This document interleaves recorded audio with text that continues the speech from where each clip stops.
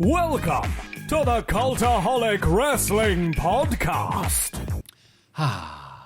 If you like a lot of Christmas on your YouTube, join our cult. That's right. It's the Cultaholic Wrestling Podcast. It's nearly Christmas. Not quite, but it's getting there. Yeah, it's nearly there. The weather's bloody feels like it's Christmas, doesn't it? Well, that's just bloody worse. Yeah, we can legally play Christmas songs. Everything's grand. Yes. I'm eating like it's cold. It's not even that cold, but I'm eating like It's a fat quite- person anyway because it's the cold. season. It's quite cold. Hope you guys are as well. And these guys are, of course, Jack, Ross, Maffew, and the Shagger Joel. So I've just come off a 3-hour Tom sesh. So SmackDown review. yes. And he was furious at the start. I'm like, oh, come on, Tom. Unforgiven 02 isn't that bad. He went, no, he had Greg's delivered. And they went, yeah, it's been delivered. It's like, it hasn't. Oh. He said, I was dying for that steak bake. The rare appearance of salty, completely justified salty It looks Tom. like I've stolen his Greg's. Was it ye? No. That's never happened to me. Like the old Uber driver eats the delivery before he gets to you. Oh, Scenario. I remember. Do you remember Mamadou when I nominated him for the Hall of Fame? Mamadou, Yeah. He ended up in like Gateshead. Bellend. Rang us. Like, where are you? Mate. That's a bad mistake, though. Like, bloody hell. Yeah, I don't know what happened. How are you? I'm doing grand. I've only got one contact lens in because it snapped. Because Tom was just flying and throwing stuff through the air because of lack of Greg's. Again, we've all been hangry, I understand. So if I look a bit odd on like folks and stuff like that, it's just because I've only got one of my contact lenses in, which you're not supposed to do, but it's better than being fully blind. It is, yeah. I imagine so. Yes. I've never worn a contact lens. You don't need much pronunciation, really. Is like, it's just science. How are you doing, Ross? I'm hoarse because I was at the match last night in Newcastle. Could have won, should have won. Whoa. Referee blew too early. I went wild, and I've lost my voice because of it. I've got to do a punishment on Monday because of predictions I wasn't even involved in, involving surströmming, which I'm allergic to fish, can't eat it. So I'm going to have to smother it on my face or something I don't know what I'm going to have to do. So I have to shoot that on Monday. So I'm in a pretty foul mood, Maffew. Are you literally allergic? I learned at What Culture back in the day. I used to eat like the tuna salads you get from supermarkets and whatnot. And just one afternoon, I was eating this tuna. I used to love them. I used to have multiple per week. And just the tuna got stuck for hours. And I was relatively new in the office. And I was too scared to talk to anybody. So I just sat there guzzling gallons of water on my own. And then since then, I've just not been able to eat fish. Every time I've tried it, it just gets stuck. Wow. So I've not been officially diagnosed as allergic, but that can only mean Officially one thing, surely. diagnosed. Very good, Officially. very Ha, good. ha, ha. So, and what's the thing you have to eat? Huh? Surströmming. Surströmming. Well, I'm not going to eat it. 'Cause Oh, is that the really smelly fish? yeah, I'm willing to do a fair amount of things for this job, but go to hospital is not one. Can you just huff it? I don't know. I think I'm going to give myself a facial.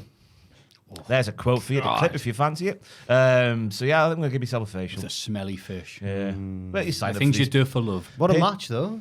Yeah, what a match it was. What a match for the neutral. Oh, bloody hell. 3-3, Maffew. Oh, it's like the days of Kevin Cake. Yeah, I know him. Yeah. Well, I'm sorry to hear that you're not doing that well, and it's going to get worse for you, Ross. But we're happy to have you here on the podcast. I don't know if you are. Last week seemed What? to go down quite well.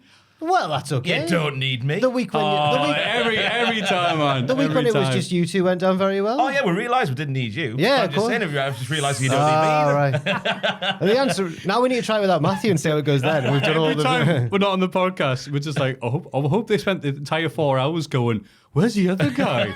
Well, ours went weirdly long. We realised that it might be Ross who's actually the glue. Because ours went like the comments were all like 5 hours, lads. And I was like, I don't know how that happened. It was a pay-per-view Yoga, week. I guess. Yeah, it An was. AEW and Maybe it's- a week, and me and Jack can get quite heated in our little debates. Oh, you think that? do you? Oh, it was Yeah. no, it was quite civil. But this week's gonna be another long one because of War Games. More games. More games. Ross, you missed an all-timer NXT episode. Well, I only saw one bit because I had such a busy week last week that I literally didn't have time to watch any wrestling. It was mad. And yeah, I saw the door incident, which Eddie Thorpe is wholly in the wrong. And what? He grabbed that lady. I don't care what happened next. You don't put your hands on a lady. He like lightly that. touched her arm, and then she stood there while a brawl, Gilly, Your Honor. while a brawl that she'd allowed to go on for the whole show continued. And then Shawn Michaels was about to sweet chin music his ass. I was thinking, when we're going to get Eddie Thorpe versus Shawn Michaels in 2025, I'll be so could you good. imagine? I can't believe. I think I said last week, you can't be letting a wrestler like Shawn Michaels do that. If it was like JBL or someone, but Shawn Michaels was never renowned as a brawny. You can't be letting that happen. This is an unsafe work environment, Vince. Ooh. That's what he's known for. 27! Keegan, Brett, it's all here. Speaking of backstage fallout, what are you doing? Oh, look at it. He's learning. He knows that we now do the news bit. Come on. Big Boom AJ of the Costco guys was briefly ranked as the best wrestler of all time in cage match, above Kobashi, Misawa, and Kawada. Yeah, we know that. Even in this news story, Taue does make an appearance. Big Boom AJ was in the top spot following 20 ratings of 10 to give an average rating of 9.81. Boom from AJ said, however, this is the reason why we can't have anything nice. Putting on Hey E-Dub, Big Boom AJ addressed it. He goes, those 12 hours were a big boom. What else is he going to say? He then discussed the war in Iraq and the issues that come. Of course he's going to say boom a bunch, isn't he? That match, right, was fantastic. Yeah, it was. yeah. We said On an it- AEW show. We were positive about it last week. It was a nice change of pace. The thing that got me, though, was the Rizzler. Because they cut to him at least 32 times. Oh, yeah. And only one time he didn't know the camera was on him. That's a professional. Consistency of the Rizzler. 32 times. One think for I- every chin. I got a bit angry at only. Oh. I got a bit Jamie angry. Oliver said that's what I was trying to prevent. He pointed at that lad. What, kids having that amount of Riz? Damn right, Jamie. Get the Riz out of our chicken. But no, I got angry at one point, which was QT's comedy Shawn Michaels bump to the outside, as if he's above AJ. He thinks he can take the piss out of him. That's it, because Jack brought up. I love Jack just brings up stuff that's on his mind, like a real human being, rather than the fake vessel I've turned into over these years. Because he said a wrestler a long time ago took a comedy bump from him to let everyone know, all the lads know in the back, that he was above taking a bump. Yeah. I couldn't mention him by name, but Is he cancelled? yeah. Yeah. I was one of those after. Give us a clue. Go on, let's have a game of guess the nods. No. It was after. It was after one of the shows when we all stunned at the heels and that, and he proper like dove miles, as if I was like Austin stunning him, and then he flopped like a fish being electrocuted afterwards. And I remember thinking, fish, man, I remember thinking, well, you're trying to get one over on me here, sir, good sir, but I'm not a wrestler, so I don't care about your weird sense of humor. But Jack went, I know what's worse about ye, pal. I didn't have the. I did not know. But I didn't have the balls to say that in person. Obviously, just went, huh. Have fun carry the ring to the venue next time. Me? I'm gonna go and make a list. Haha. We helped set up the rings. Oh, did you? Yeah. Oh, fine. Oh, well, We paid our- you shouldn't have said that. We then. paid our dues. Unpaid. Didn't get the time back the next week. Still had to work a full week. We paid our We dues. paid ours. Well done. Thank you for your work and service. Sim- WCW was great. Thank you for directly being behind it. I spat my dummy. I was like, I'm not coming anymore. CM Punk? No, Sheamus is off to be programming on Survivor Series. Survivor Series covered in scratches and bruises, but he's just having a little bit of a rest. He said he sustained a cracked rib. But then also Bronson Reed, because of what happens in Survivor Series that we'll be getting to very soon, did a big tsunami splash off the top of the cage and onto a table, on through a table. Apparently he's off injured as well, both of his ankles. Social media and says injuries are temporary, moments are forever. And I'm going, wait a minute.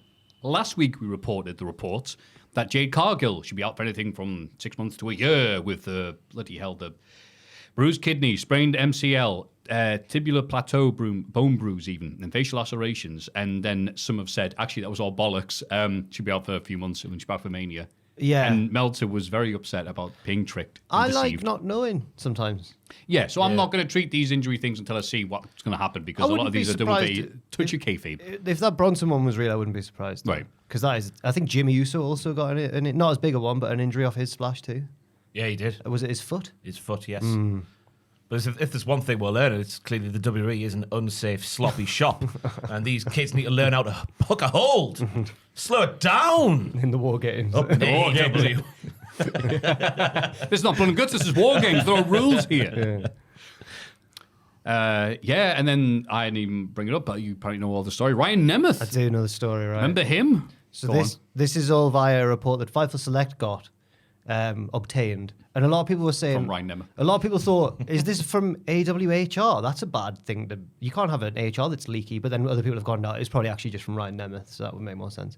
But it's laid out a timeline of Ryan Nemeth's grievances with AEW at the time CM Punk was there, because there was the reports from when he did a tweet about Punk saying he's the softest man alive, or implying it was Punk, and then Punk confronted him the next time they were in the same building or whatever.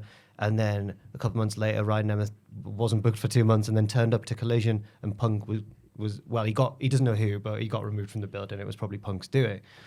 So he talked about all this and how he would complain to HR and say, I feel like I'm going to be targeted by Punk and that sort of stuff. And HR were like, yeah, we'll sort it. And then nothing happened. And then it got to like August, so like just before the Wembley show when Punk kicked off. And that was when he got flown out to Collision and they went, oh, sorry, you can't come in the building. Then the next week, he got booked again, went to the show and was told, and he doesn't say by who, but he was told to go out there and cut a promo and antagonize Punk on the mic and say stuff like, I don't care who you are, even if you're the world champion or something like that. And Punk was the real world champion at the time. And then that was like the week before All In, and then Punk kicked off. And it seemed like the initial report was framed in a way that was meant to be like, what a shambles AEW was at the time. Also, they were letting CM Punk run riot and be such a dictator and stuff. But most people's takeaway from what I've looked at online is more actually, oh, so the reason Punk kicked off is because everyone was antagonizing him. Well, all I did was tweet he was the softest man in the world, and for some reason he didn't want to work with me. I think Nemeth's defense at the time was that it was all in kayfabe, but people were like, you weren't even in a program with him. You weren't feuding with him at all. So there's a lot of, and again, this is just what people are assuming. There's nothing proven here, but a lot of people are assuming that Nemeth was put up to this or was trying to get in the books, good books. Like, he's pals with the Elite, and he was trying to like get on their side. They're like, is he the real scapegoat, not Jack Perry, basically? So a lot of people are like saying, did basically unnamed people from above, but maybe the Bucks, put their friends up to try and rile up Punk some more? And then everyone's been like, that kind of puts their victory lap into a darker context when they were like, we got him sacked, I'm very biased. I'm very, very biased. No, but I'm with you though. Okay. Because the Elite's actions afterwards just made them look like the biggest, wettest nerds. It was weird because they were celebrating that they got rid of the biggest draw.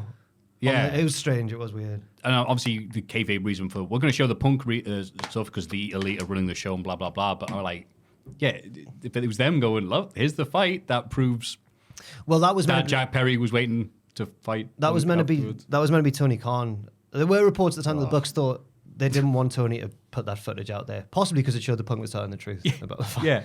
But it's all been messy. You can read the report on Fightful Select, it goes into it more, but it is a bit confusing because there's parts that seem to contradict themselves. Like, go on. From all this story, it seems like Ryan Nemeth would be quite annoyed at the Bucks now and HR and everything for not dealing with his concerns about, Punk targeting him and stuff like that. But then towards the end, there's like almost like an addendum where it's like, Nemeth also stated, though, that the Bucks and Mega Perek, the legal woman and all that, were very helpful. I'm like, no, that's because the whole thing. You still think that door's open for him. Apparently, he doesn't want to go back to AEW. Oh, sure. Yeah, that's why he's not naming people. What's he doing now, like? Exactly. He's in TNA. Oh, fair enough. Well, his brother's there. Yeah. Exactly, yeah. He's the world champion.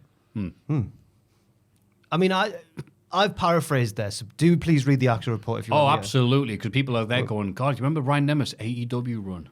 Well, no, I'm nothing against Ryan Nemeth. I just feel like it's an interesting window into the wider story. I remember when he was clearly so well liked on Dark, Taz made it a recurring joke to imply that Ryan Nemeth would go through people's wallets backstage. Repeatedly. And Excalibur would laugh and go, well, we have to say that's a joke. Like, every week he was on TV. So clearly a very well liked guy. He wasn't antagonizing people. He also claimed that Moxley supported him. And he also, stuff like that in the report as well. Okay.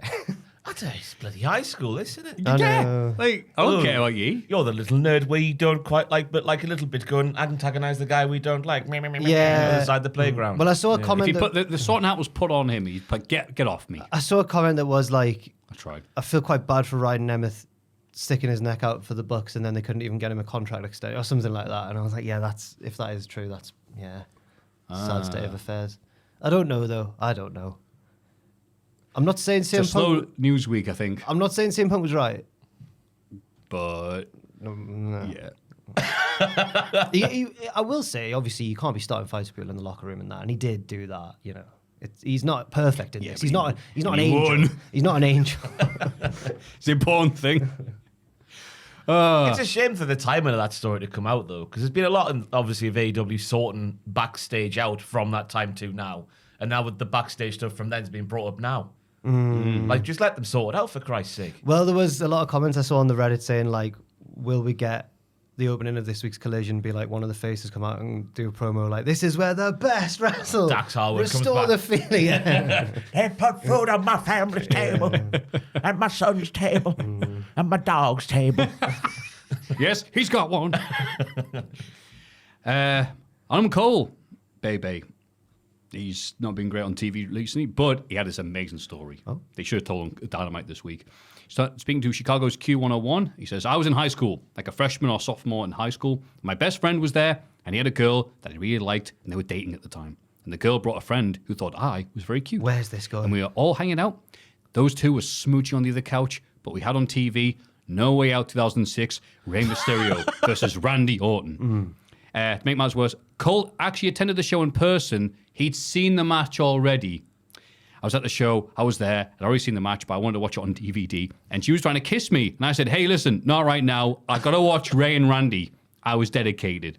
That's nice, isn't it? That's amazing you admit that. That's what to the kids world. call, I believe, Sigma. What? Sigma. I don't know. Jill, do you know what this means? No. What's Sigma? Clearly alpha. So I mean, it's lampooning. It's the next evolution of alpha males. Sigma is males. it? Oh. Sigma males don't partake in stereotypical alpha male behavior. They just do their own thing because they're even cooler. That's Sigma. That, from what I can gather. is that what it is? But Yeah, I think alpha's so. not... By using the terminology, that's the first. Alpha and... I don't whatever. know. Doesn't matter, does it? I don't know, but in tier lists, S tier is above A tier. Oh, Maybe it's like that, you know? That's just for dyslexics. I thought it just meant. Genuinely thought it meant super. S tier. Does it mean super? Is it from, I thought it was from like No idea. fighting games, like Japanese fighting games. Japanese ring has S above A, which is like... Because Okay. it means like super Yeah. duper. Super duper. Like this podcast, which continues right now. Adam Cole must have crapped himself when he got the Undertaker versus Kurt Angle match on that same show. It's people like Orton and Mysterio. What we must have like just pushed her off the couch when that match came on. Be great, actually. He's like, after the show's finished, he's like, well, now we can neck on. And she's like, that was amazing, that match. You got any more? And she grew up to be Yeah, who could it be? God. Bull Nakano. from 2016 Bull Nakano. She's hanging around skulls like a wrong un. That was the news. Everybody get excited for the Cultaholic Hall of Fame! Time for the prestigious Hall of Fame.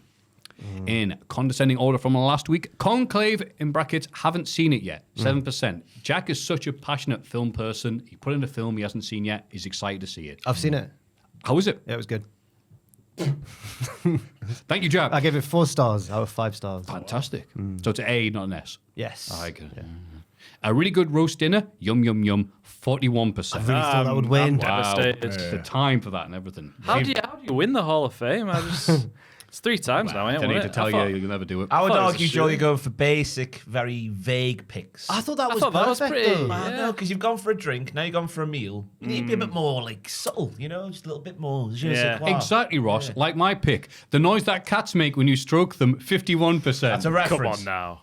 That's a feeling that when you felt it is nice. Oh, absolutely. So Especially when you get... Can you do it in the mic? Because I've... Purr. Can you purr into the mic? I don't want to do that on camera. No? Only fans, though. See you. You're not for Celebrity Big Brother now, I think. I found it, the comedy of the moment, quite good when Maffew didn't know the word purring and said the noise that cats make when you I did say that, yes. Yeah. I But mean, I'm right and wrong at the same time. Ross is right. It's a moment we can all connect with, you know. Yeah, I've only had it once in my life. My fiance, oh, I've never said that out loud for the first time. Oh my goodness My me. fiance's cousin. Sheepers. Oh. They've got 2 cats now. After many times going around to their flat, I finally got the little, like, oh, you can pet me moment. And I can't remember the noise happening, though. It's funny because this cat's like got an egg timer in it because it's like 30 Pablo. minutes. 30 minutes of like continuous heavy petting, and then it's like, right, done. Goes and does something else. I've had me fill. Schedule. The perometer is empty. Go away. Yeah, it's a more elusive type of love than a dog's love, isn't it? This sounds like a lovely song that you're singing right now. I've remembered now, because Joel, before we did this, said, Maffew, your Hall of Fame pick is ready. And I went, what? I don't remember sending you anything. He goes, oh, yeah. Remember last week you sent me this with like Hall of Fame pick? And I went, oh, that's right. So we were watching 5-Star Wrestling, Dominant Wrestling, live in Dundee. Exactly. Yeah, thank you. Deserves it. Yes. And people were watching it on Twitch going, it's in Dundee. And I went, yeah. And other Scottish people are saying this, going, oh, that's a rough place, that. And I went, all right. So we got sent lots of like viral Scottish TikTok moments and stuff like that. I got sent this, which is only 8 seconds long, I believe. Installation of commemorative bonk machine announced on street corner for legendary Scots videos. Right. So I don't know. This is a re-upload then. This is a man who has got his debit card out, and the man helps him. The man holding the camera assists this person. Can you play the audio, please? There's no swearing. Here, bud. That's not a bonk machine. It's not a bonk machine. It's a fence.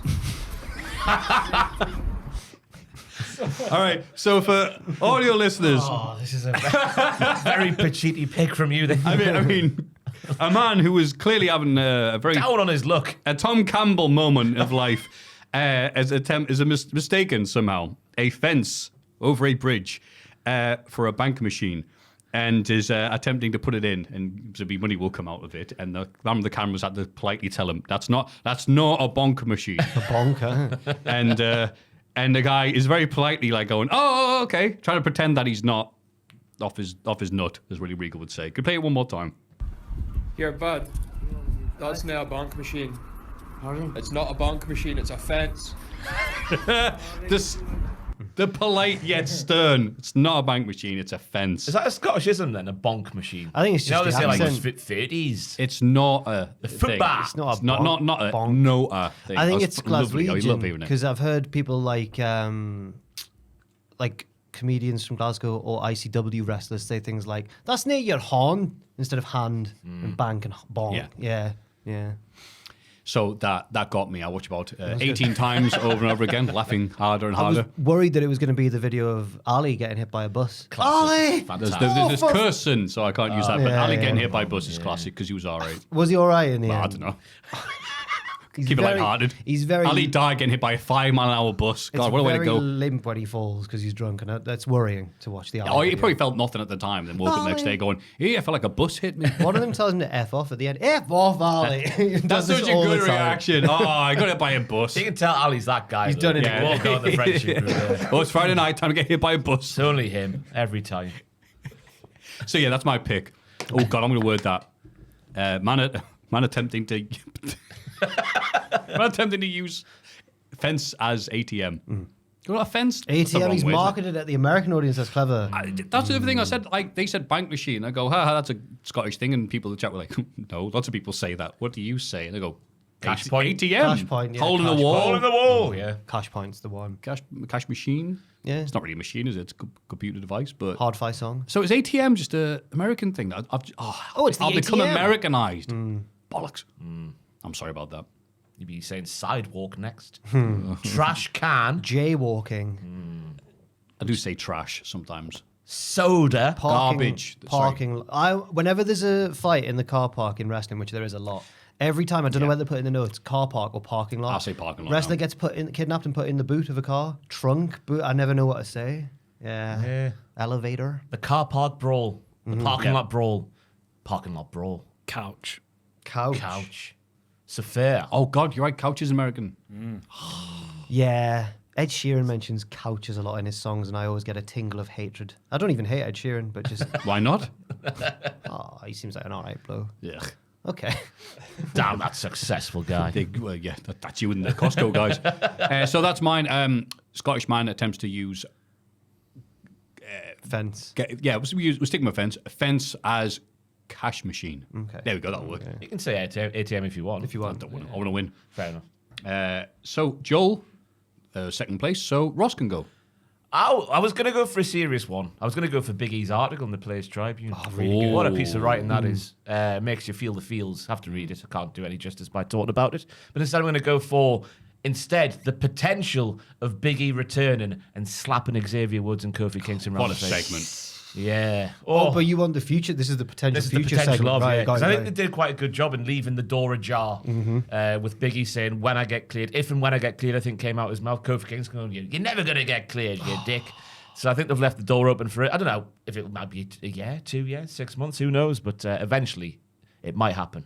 So the potential of that happening and the catharticism that'll happen. Fantastic scenes. It's Catharticism. Always good when I don't know what the last word was, but I like the rest of it. They've done it again, the New Day, after a lull of quite a while, and now they're arguably the best angle at the minute in wrestling. Absolutely, yeah. Yeah. Just staggering scenes. I had to show people who weren't into wrestling because, mate, you need to see this. Look at this, look at this. Big E's the one who makes the segment, though. That tonal shift from silly goose to heartfelt man. Yeah. That it? Just like that's it then. It's very hard to get like some nails sometimes. Like, you know, the start of the South Park movie goes, "Can we have 5 tickets to see Terrence and Phillip?" No.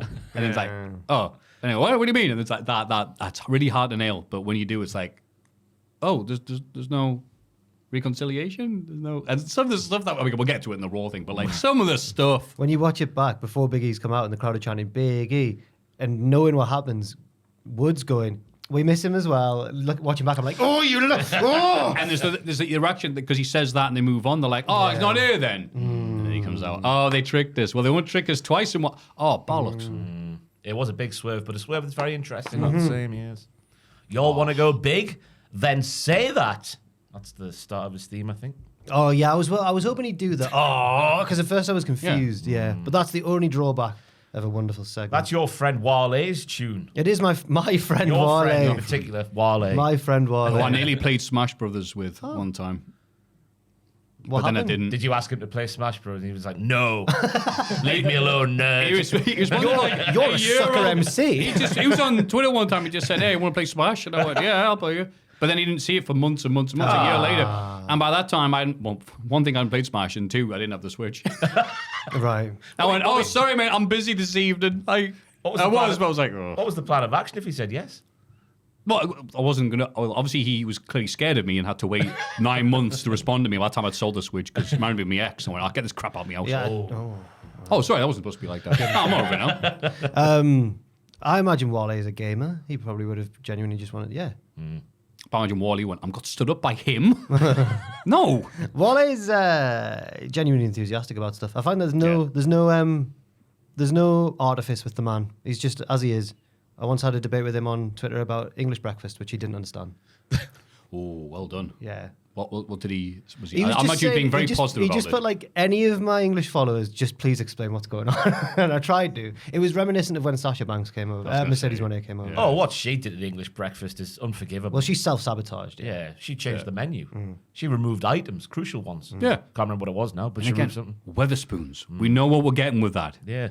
It is not breakfast at Tiffany's. No. No. But Americans are like, oh, the British, they think this is the best. The king and queen eat here. Like, shut up. Anyway, we're not going to digress to that debate again. But yeah, so right now, Big E's, sorry, the potential of Big E's potential of Big whacking Xavier and Kofi. Oh, Wow. it's tantalising. It absolutely is. But Jack, I'm nominating myself from 2016. So, right. is it taking that bump? No, that was 2017. Oh, sorry. Wait, which Stupid Maffew. I have taken upwards of 2 bumps in my life, so it could have been multiple. No, in 2016, I was very outspokenly critical of the Broken Universe stuff, the Matt Hardy and all that, and then obviously later on, WCPW booked Matt Hardy, and I was like, but then he turned out to be very nice, and it was all fine. But back before then, before I'd folded and gone, oh, you're actually great, Matt Hardy, it's fine. Before then, I remember getting into a Twitter argument with a certain producer in TNA because Kenny remember now. McIntosh tagged us both for some reason Yes, I remember and the like story. took his side, and I've never quite forgiven Kenny for that. But that same now former TNA producer works in WWE and was responsible this week for another segment that I disagreed with. And I think that has vindicated 2016 me. He wasn't the most confident lad and maybe thought, oh no. And I'd just like to say to past me, no, you were right. Because this week on SmackDown, we saw 3 of the most charismatic men in modern wrestling, just in all of wrestling, Paul Heyman, CM Punk, and Roman Reigns. And they had their showdown. And it was advertised on SmackDown. CM Punk and Roman Reigns are going to have a showdown. They're going to face-to-face. And instead of doing it in front of a live crowd where they could feed off the energy and improvise and be witty as they can all be, all those 3 men, they just did it in a crap... well, we'll talk about it, but it was a pre-recorded closed set, like trying to be Scorsese, wankathon bollocks-a-thon. It was a wankathon bollocks-a-thon, and I blame solely that one man that I had an argument with in 2016. Dice. I love how spiteful. Because he's waited all this time. Apparently, he was. I've read he was behind that segment. So This isn't the script, by the way. This is just Jack's list of enemies. Just to play Kenny McIntosh's advocate, though, in this situation, what if it was a scheduling issue and they had to do it before SmackDown? Aye, what if it's a scheduling issue? well, then I'm not arguing with Kenny, by the way. Oh, it's the devil's advocate, though. But Kenny's advocate. All right. He was in that situation. No free tickets to Beefcake for you.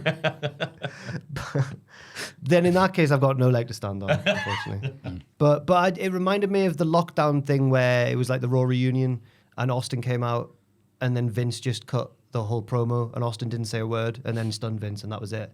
And it was like, wouldn't it have been nice if one of the greatest talkers in WWE history had actually talked and Vince just talked instead? It was weird. And it reminded me of that a bit. But it could have been, as you say, it could have been a scare. If that's the case, then I would have planned ahead and done it at a different time when they were all available. There we go. Wow. Yeah, payoff. Yes. Come on. Almost as long as the New Day's entire run. Bloody hell. Wow, some interesting picks there. So we've got me. Oh, God. Try and win it one more time, Maffew. Scottish man attempts to use fence as cash machine. There we go. That's pretty self-explanatory. The potential for Big E's revenge. You say revenge rather than Frackwee? Oh, okay. yes. It's not even a word. And Jack's 2016 revenge. No, just me in 2016. Oh, sorry. 2016. Jack is nominating himself from 2016. That's correct. Jack 2016. What a great time it was, and we didn't even know it. We didn't even know. Didn't you have to try? There were some downsides to work, though. There were some downsides. That's a bit in True Detective when he goes about, the thing about the good times is you only realize that the good times when they're over. Times a flat. Wow, what a miserable way of starting the. We talked about True I'm enjoying life now. I'm enjoying life. Didn't we talk about True Detective last week? We as well? did, because wow. you brought it up before, but I forget things that you've already told me because there's got to be retain useful stuff. We're like, all humans. Like which external hard drive has got this stuff on now that the network's ending soon. Oh yeah. The Konami code. Is Yeah, the Konami code, another one. Up, down. Up, down, left, right, BA start. There you go. What does that do? Who are you? What is the See, Konami? you remember one thing. It gives you multiple lives. It gives you 30 lives in I'm not going to say I'm boring. Okay, I'm going to bore people to death now. Sorry, I'll start myself. I'm learning. This is the proof that I've gotten better. Patreon.com/Cultaholic. Happy voting. This is This Week in the Wrestling. It's this bloody week in the wrestling. This week in wrestling. Oh, yes. SmackDown. Starts off with Maffew looking at his phone rather than the notes, so he doesn't know what he's looking at. So, Episode 300 and what? I'll try and do. Should we do the theme? But I can't remember what Megan Thee Stallion's song goes. Yeah. 1, 2, 3, 4. Let me scream if you want some more. Like push it, watch me work it. oh, like Exceeder, yes. Yeah. Or Feist. 1, 2, 3, 4. Tell me that you want me more. 5, 6, 7. Don't know what the next line is. Charlie Brown. SmackDown. Really good podcasters. Bareface Women's War Games team opens the show. They may not be the best of friends, but Rhea Ripley says that doesn't matter. Her teammates agree, but the heel team interrupts. Nia Jax and Liv Morgan remind their opponents of the past issues between them. They'll probably implode before they even make it to the ring on Saturday. Ha ha ha. Bayley and Naomi try to sow seeds. Always throws me off to see the word sow. S-O-W. Sow seeds of division right back at them. Liv suggests Bayley was the one who attacked Jade. Rhea has had enough of the bickering because she can't wait for War Games, where Liv won't have anywhere to run. Liv says she's going to break Rhea's face, but Ripley says she'll do the same to her. Not even Dom will want to look at her anymore. The teams also fight, or almost fight even, but Liv and the heels refuse to be suckered in and leave. The faces chase them up the ramp instead, and a brawl ensues. Yeah, just a bit of setting the scene. I'm going to hurt you. No, we're going to hurt you. Well, no, because I said it first, so I'm going to hurt you. You're going to look like Ellsworth. There was almost a moment of that when they both said they're going to smash each other's faces in. Yeah. This was just to recap everyone's motivations going in, wasn't it? And there wasn't a hell of a lot of them, was there? Yeah. The match had been thrown together quite late on. But the story is the good guys may not be able to stick together long enough to beat the bad women. Great, and I put none of that happened in the match because it was thrown together like a midnight snack. Oh no, there was a tiny little bit in the match where Bayley and Io looked at each other and went, and that was it. And that was it. Yeah. But they should have done that look here, not during the match. Yes. They knew they were together for a while in the same team. Why did they just realise in the match that they were on the same team? Yeah. They were, hang on, Did you attack Jade? No, Iron. Yeah. They're going to do the Triple H and Shawn Michaels SummerSlam 02, aren't they, with that? Well, it'll be Bianca, and that'll set up WrestleMania. Oh, she'll pedigree her. Yeah. Well, no, 'cause there's a vehicle involved. Yeah. That's where then she'll get the That CCTV. is so ridiculous. Wow, who attacked him? The only person it could have been. No, but the CCTV, though, was fantastic. It was all blurry. Then somehow he went... broop. Enhanced, like in CSI. Yeah, the only interesting part of the segment was Bianca's face when it was pointed out there. Isn't it funny? Bailey's now on the team, that Jade's injured, and Bianca was like... That's That was the noise of intrigue there. my only note. Do you think that's a bait and switch, though? Do you think Bianca will have done it? Do you think I it's going think to be so, right? It's all yeah. just, yeah, fair. And I hope we get CCTV involved. Yes. HD CCTV, which is made into 4K or 8K. Whoa. Who's NXT Anonymous? I still want to know that. I'm just saying, it's funny how he's Well, gone they're missing. Funny how he's gone missing and not been used on TV ever since Terry's left. There's a bit on this. Anyway, I'll get Yeah, if Terry's walking back into that office at the end. Because did you notice Mr. Stone? I know, I We saw. I noticed couldn't him. believe it. My God. I think it's more like hard overhead, though, because it can't be. It can't Who be. else would make Mr. Stone his wife? Could it not be the same person who surprised Mr. Chase last week? That would be quite surprising if Andre Chase gone. I've lost everything. Oh, did you see that? Oh, it's last him. week? See the corridor, yeah. Yeah. Who was? Oh, who hiya, was- come. I couldn't People, work out who that was, it yeah. never got referenced this week, but people think it might have been surprising. Bodie. Bodie Hayward. Yeah, no. I mean, love I don't- how- got expelled. we're Yeah, one- people say, well, yeah, I mean, I don't we're think so. We're one segment into SmackDown. We're like, nah, let's just talk about Yeah, NXT. right. What's more interesting? I know, yeah. No, not- I'm going to hurt you, or the potential of Terry and No, but Bodie they coming may back. not be able to survive long enough to... whatever. Nakamura beats Andrade after utilizing an exposed turnbuckle. After match, LA Knight tries to attack Nakamura, but gets hit with the Black Mist. And at this point, I Like was the fat thinking, lad from Jurassic Park. at this point, I was thinking good, but I still wasn't. I was still a bit worried for Shinsuke. And that's I'll That's leave just it there. because of his booking for the last however many Yeah. years. Remember the way who was he feuding with? Was it either this year or last year? He was like, I've worked you out, I'm going to kill Cody? you. Cody and Seth. And he got beat He did really it. Yeah, then both of them beat Everyone him, just yeah. beats him. Yeah. Yeah. But this presentation now, this theme he had on SmackDown, because he had the one theme on SmackDown, Yeah. which was like a slightly different version of his OG one, Yeah. and he had the completely new one at the pay-per-view. I thought this first one was a lot better. Oh, honestly, yeah, it was weird because one of them people were like, I hate it. And then they fixed it and made it better. I'm like, no, they're both kind of like extending and trying to remix what's already there. Is it similar to like Hangman's slowed down, warped? Like, Yeah. oh, he's evil now. I'm not saying it's better than the OG one, but better than the pay-per-view one. Just to clear Yeah, things up I'll before go there's a there. fire in the comments. And if everyone knows about wrestling themes, it's Yee. Oh, yeah. World record holder still as of Tuesday. Oh, wow. I haven't checked since then. Oh, imagine Well, you record, can't lose eh? it if you never check. this is going to be like the next summon insult video. The world record progression of guessing the WWE themes. Andrade looked really uncertain during his entrance, which I thought was interesting because I like to be a hack and make up stuff that's not there. No, I think that might have been. As hacks ourselves, we're here to support you. But his three amigos with the final one in the corner I've written down, had such great pomp and circumstance. Oh, Macho Man's coming up. And LA Knight booked terribly again. Have we mentioned him there? Yeah, we did mention Yeah, this. he's running right in at the evil Japanese man. I don't know why I've gone for that one. Japanese man. There's always the risk of the missed LA Knight when they're an evil Japanese man, and he's gone I straight mean, forward. you are right, historically. Samoans have hard heads. Yes. And those Japanese men, they like to spit mist. I saw. Only the evil one. Oh, Well, yeah. not to Jiri. Did you he did it to he did it to bad guys when he was a good guy? Did you see? And to an idiot. Did you see the post on Squared Circle that was like, I think it would only be fair if Japanese wrestlers had to have their ink glands removed. I was like, oh my god! And they got into a debate in the comments like, should muscular wrestlers have their muscles removed? It's just a natural physical advantage. Remember the weird articles like LA Knight tries doing the mist and Nakamura goes to HR going, that's taking my identity. It's my thing. Can't do that. Where are the glands located? That's the question. Well, though. yeah. I'd imagine just another set of testicles. Is it 4 true? testicles down there. Is it true that they use I a got it mixed up. condom? Ooh. Is it true they use a condom full of it? Well, sometimes it depends on the no, religion. no. What about that angle with Muta? That his testicles, isn't it? He sprayed it into. I a love that lady's- people know about that one time Hustle did that. Yeah, It's but crazy what people pick up. A baby was born, was it not? On a mountain or something? Yeah. Yeah. They will Born go. on a mountaintop, Tennessee. Yeah, The yeah. glands are in the Yeah, testicles. Akibono. He's dead. Akibona. No. Oh, Andrade's Titantron shows this giant alien cyborg dude, and that removes his mask at the same time Andrade does. Not sure how often he does that. Maybe it's every time, but I noticed It's been that way for months at this point. As well, there you go. That's something for the guy who was here to exist on SmackDown. He's the WWE Speed Champion. I don't know if he still is, actually.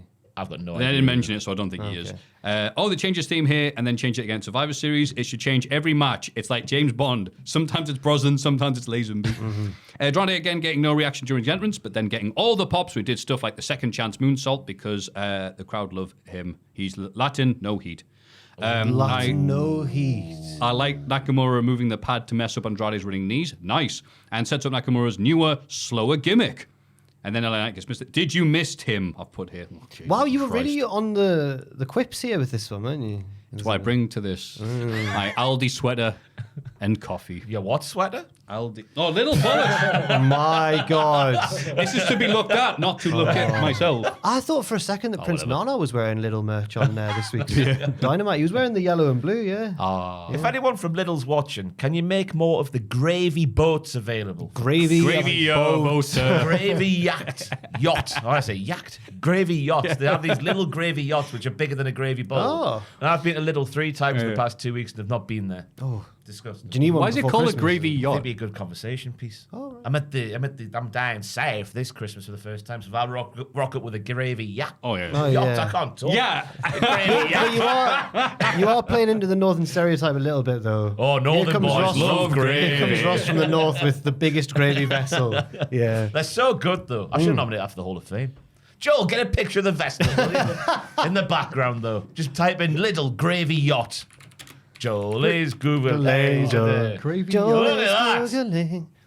What? Look how happy they are. Look at the captain. my It's an God. actual yacht. Oh, Yeah. right. I've been looking for this for 2 weeks now and they're not there. Wow. Look at that. It's huge. What a vessel. That is mad. Look how happy the He's captain got a is. captain hat. Does that come with it? I hope so.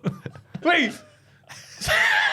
So if anyone Oh, from my God, I want one. anyone from Lidl's watching, sort it out. I want one. They're That's only going to cost like a unbelievable. tenner, aren't they? It's little. Your voice breaking because of this. The problem is, Passionate about gravy. It's like JR 3 hours into a show. because There's a get it Giveaway in the Joel. with a hat. Get it in. Oh, you do get that. And you get gravy as well. Well, I mean, that's nice. The link don't work. It's a scam. Make it work. Wow. Oh, Are these wow. AI or real people? I don't know. They've got that weird filter on. That's a real family. I don't know. Entries for the giveaway are closed. Oh, I didn't know I wanted this. And then you've... Why show me something if I can't have it? Fantastic. Ugh, hate this. Nick Aldis interrupts the bloodline as Jacob Fatu is preparing for his War Games Advantage match. Aldis says this is a very important match, so everybody's banned from ringside. Finally. Well Someone done. does it, eh? Nick with the brain. Yeah. That's all I've got to say about that. yeah, same. Tommaso Ciampa angrily asks Johnny Gargano if he wants to be a loser. Doesn't he care about getting screwed out the tag titles in his hometown? Doesn't he care what his child thinks of him? Gargano's friendship with the Motor City Machine Guns seems more important than getting the tag belts back, and Ciampa is sick of it. Ciampa says Gargano has one more week to work things out. After that, they'll do things Ciampa's way. Whoa. What do you think, Jack? I think that Gargano mentions how long he's known the Machine Guns every week, and Ciampa's rightly gotten sick of that. I thought Ciampa was harsh but fair. I think Ciampa's a winner. Gargano is comfortable with being a loser. So he should stay that way, and Ciampa should go off on his own. God bless Go his Tommaso own way. Ciampa. Like Fleetwood Mac. Fleetwood Mac, yeah. Yeah, well, I like this. Even Gargano doing the sad face look down pose made sense. There's the tease that he'll join Ciampa in the dark ways. In the dark ways. Yeah, because Ciampa didn't go, I hate you. He went, oh, man, come to my side. And Gargano did think, He's got a week to decide. I'll go weak. Yeah. That was that one. They need to do something with them, though. Yeah, they do. And this is a nice change of pace. We get a Kevin Owens promo. He knows there are still people out there on Cody Rhodes' side, so now he's going to remind us why he's right. Owens recaps the various times he's been attacked by Roman Reigns and the Bloodline. It all happened. We all watched it. With Cody nowhere to be seen. But when Roman needed help recently, Cody was right there by his side. At the relaunch of Saturday night's main event, Owens will turn the American Nightmare into the Canadian Dream. I hope he bloody wins, you know. I don't think he will. Do you think he will? I'd like it. Yeah, Saturday night main event's a feud ender. It's got a history of heel. Well, Andre beat Hogan at Saturday night's main event. And did you know how many millions of people watched that match? 10,000 million. Yes. Yeah, pretty much, yeah. Was Andre won that one, right? Yeah. Yeah, in the main event special. Oh, right, okay. But still. With the two Hebners. Similar, yeah. That's what the Clone Wars is about, by the way. two Oh, Star Wars Clone Wars. Star Wars Episode 2 is about the Hebners. The Earl Hebners. Selling T-shirts to the Jedi out the back of their Millennium Falcon. Ooh. Great stuff for the Cody Kev match with Kev going, yeah, this did happen. Roman was a dick. It's such a great thing you often see in wrestling, have these landmark moments where Roman Reigns' reign of terror, bad pun, was so eventful for so many years that people afterwards are still affected by it and it being used for your feud. That's great. It's class that he's carrying on the after effects. World building. Oh, that Rumble of 21, was it, when Heyman had the handcuffs? I'm still angry about that one. And it was the last man standing. Yeah, and he couldn't. And there was Ref, 9.5. There was a golf cart spot in that as well, wasn't there? Yeah, The old Sammy Guevara spot. Yeah. But when Sammy did the turn with the chair? Sami Zayn? Yeah. Oh, yeah, Kevin was a face then. I was thinking that might be the only plot hole, but there's not one at all. Oh, Kevin had already, yeah. He was the council already. had filled that plot all over. Triple H, the council. Time to play the council. Time to fill the potholes, everyone. Time to use the taxpayers' money effectively, everyone. Yeah. Yes. If only Time to pave the way. It's the evil counselor. Kamala Hayes cuts a promo on his way to face Cody. Who needs enemies when you've got friends like Cody? Mello says Cody's about to find out why he was the number 1 draft pick. They have the match, Cody wins. Carmelo. Now, I think most of the issues with Hayes are the way he's booked. But also, I have to lay some of the blame at his feet because the way he cuts promos, I don't know if it's material he's given or the way he says it. He comes across a bit like whiny and petulant. Maybe that's what they're going for, but it doesn't. I think here definitely. It doesn't work for me though. It doesn't make me want to boo him. It just makes me want to go, shut up, man.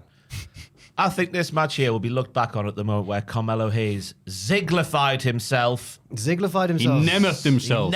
Oh, he's too good at making other people look good. Too good at selling. He has done the delayed suplex stuff off the top, the sell-off, the finish where he RVD'd himself with the spike, or packed himself, whatever you want to use there. The disaster kick sell. This match, where he was supposed to prove himself to be a justified first-round draft pick, all he did was take Cody's moves very, very well indeed. Better than anyone else would, probably. And I think that's where he Ziggler-fied himself. That's a good point. I hadn't thought of it like that. might I have went, wow, it was good. I actually put, wow, it was good of Cody to work really hard to make Hayes look good. I'm like, no, he didn't, did he? Hayes took a lot of bumps really well. Yeah. But I was distracted by Hayes got the dodge, the fall down punch up, but it did him no good. He did it twice, though, so well done. First one was Goldust, and second was Dustin's. Also, I found out during this match, the Rumble is February 1st. Yeah. It is, yeah. Wow. Yeah. Disgusting. February Rumble. January, every Not even a time. New Year's Revolution pay-per-view in January. God. No, I agree. I think Hayes might have solidified his place as a mid-carder though, and then maybe he can branch out from there in the future. But I agree, he made Cody look great. And does Cody need to look great? No. Not in this match, anyway. Good. It made the match fun though. It was a good match. Yeah, and I like it's very similar to AEW, where it went, some guy mouthed off backstage, so then he got killed by the biggest star, Max Caster and Very Swerve. similar, yeah. Not quite similar, though. Because I thought that, to me, that Caster one was like a lesson. You keep your mouth shut, young boy. You don't get any moves in. Even when you do, Swerve will just no-sell them. 2 fingers to you. Oh, Mellow a shoot lesson. I think, that's what the vibe I got. Oh, like Carlito Flair. You're going to go on Triple H Warrior. Gonna go and do those raps, are you? Hey, you're gonna go on Twitter, are you? Yeah. Lose like this. I did like the one bit to skip ahead where they're like backstage talking to him, and he's just like, "You need to stop doing this." And Max is like, I'll forget it. Ross missed NXT last week, of course, and you would have missed Trick Williams. Saying, Ridge is everything wrong about NXT. I carry the spirit of all the greats who loved NXT with me. Johnny Gargano, Ilya Dragunov. Harley Race. He went, Sorry. even, and then he paused. Even Carmelo Hayes. And the crowd went, oh! No. How do you know? Gotta go back liking him. I thought it gave He won. Paying respect to him. It gave You Mello... can always say stuff about the dude after you beat him. Oh, yeah, he was great, wasn't he? That's like you were saying you're a fan of Jeremy Borash now. I didn't... What? He's not been Why mentioned... bring that name He's up? not been Why mentioned bring that once on name this up for no podcast reason? yet. And anyway, I thought it gave Mello a nice boost in my mind when Trick said that. I thought, it's easy to forget how good Mello was Yeah. in NXT. He is very different on the main roster. But still good, though. He did a good job in this match of making Cody look good. He should only wrestle Cody from now on. We then see a video of the meeting between Punk, Roman, and Heyman. Punk arrives late and says he isn't here for Roman. He's here for Jack Perry. Paul. Roman doesn't like Punk and doesn't want to team up with him. Heyman points out that Solo has been dominant since WrestleMania and they need to accept Punk's help. So also, if Solo succeeds in taking out Roman, he'll come after Punk next. Punk agrees to help, but only because he wants revenge on the Bloodline for what they did to Heyman. But if they win, Punk says he's owed a favor by Paul. Punk leaves and Roman asks Heyman what the favor is. He avoids the question. Like when Tommy Dreamer goes, "Where's my money?" You see, but Tommy Ball this week that got exposed to me on that's a turn of phrase. The short of Hornswoggle on Undertaker's podcast came up where they're explaining what Tommy Ball is. Do you know what Tommy Ball is, everybody? I don't know. So it's where you have, like, in a locker room, you have, like, the wooden seating area, like the slats of wood. So the bottom bench where you put your arse and the top bench where you put your gear. Yeah. And there's not like a peg below. Okay, yeah. So Tommy would sit on the upper deck of the slats of wood and dangle his nutsack in between the slats. And then Adam Copeland, Edge, and someone else, I forget who it was, mentioned, used to throw a tennis ball and try and hit the nuts just to way past the time. Tommy Ball, everyone. It's just... Wrestlers are all psychopaths. It's just such juvenile... They wouldn't do it hard, though. Just had to hit the balls. Wouldn't do it. I'd gently throw a ball. Yeah. You don't want to hurt the guy. But apparently Tommy was the ultimate boy popper. He drunk the Undertaker's tobacco spit. Oh, what a legend. It's on TV. So that's why that became a thing on TV. Drank out of a urinal as well, didn't he? What? Yeah, it was a weird thing where Tommy Dreamer was a freak. Yeah. And then Undertaker pinned him. About 02, was it? Something like that? Yeah. So what to do now the invasion's over? Dreamer's poor and needs money and will eat tobacco spit. The glory days, they call it, Ross. He was a freak and then Undertaker pinned him. So he was, Yeah, like, he had this match where... so he was in the Kane position. He was a freak and then Undertaker pinned him. Well done. Sorry. And all of that was more interesting than this. It's time for the Roman Punk sit-down Ultra Cinema thing, because the Roman Cody in the arena did crazy numbers online, so I guess that's why they're doing it. Heyman is uniting the clans, Samoan and tattooed white guys together, to stop Solo, like Jon Snow trying to bring the families together against the White Walkers. I put, look, it's cheesy, it's over the top, but it works with the crowd reaction, so I can't hate it too much. And like every few months is all right. Every week and there'd be issues. So this didn't affect me that much. I obviously laid out why I didn't like it in the Hall of Fame segment, but even though I'd have preferred it to be live, they are all convincing enough here. I more agree with Jack than you, to be honest, Matthew. That bit at the start where Roman's like, "This guy makes me rich. That doesn't work for me." In walks Punk. It's okay. My tribal chief, his music's playing. I just thought it was a bit wanky and too much for me. And obviously the vibe I was getting at the end there is maybe a Paul heel turn could come in here. Oh. So I think the end goal is Punk getting a title match against Reigns or something like that, isn't it? That's the favour he's going to pull from Paul. I can see that working. And will Paul go with Punk or will he stay with Reigns? Who knows? He's both there, wise man. Weirdly, I feel like whatever Punk does at Mania really depends on whether The Rock's involved or not. And if The Rock's involved, they'll keep him on the other side of things. And it's been over a decade, and still The Rock is preventing CM Punk from getting his rightful moment in the sun. He never gets credit, that CM Punk, and he deserves it. It's 2 nights, and you're not highlighting either of them, mate. Miss Shin wins a triple threat against Chelsea Green and Lash Legend. She advances in the US title tournament.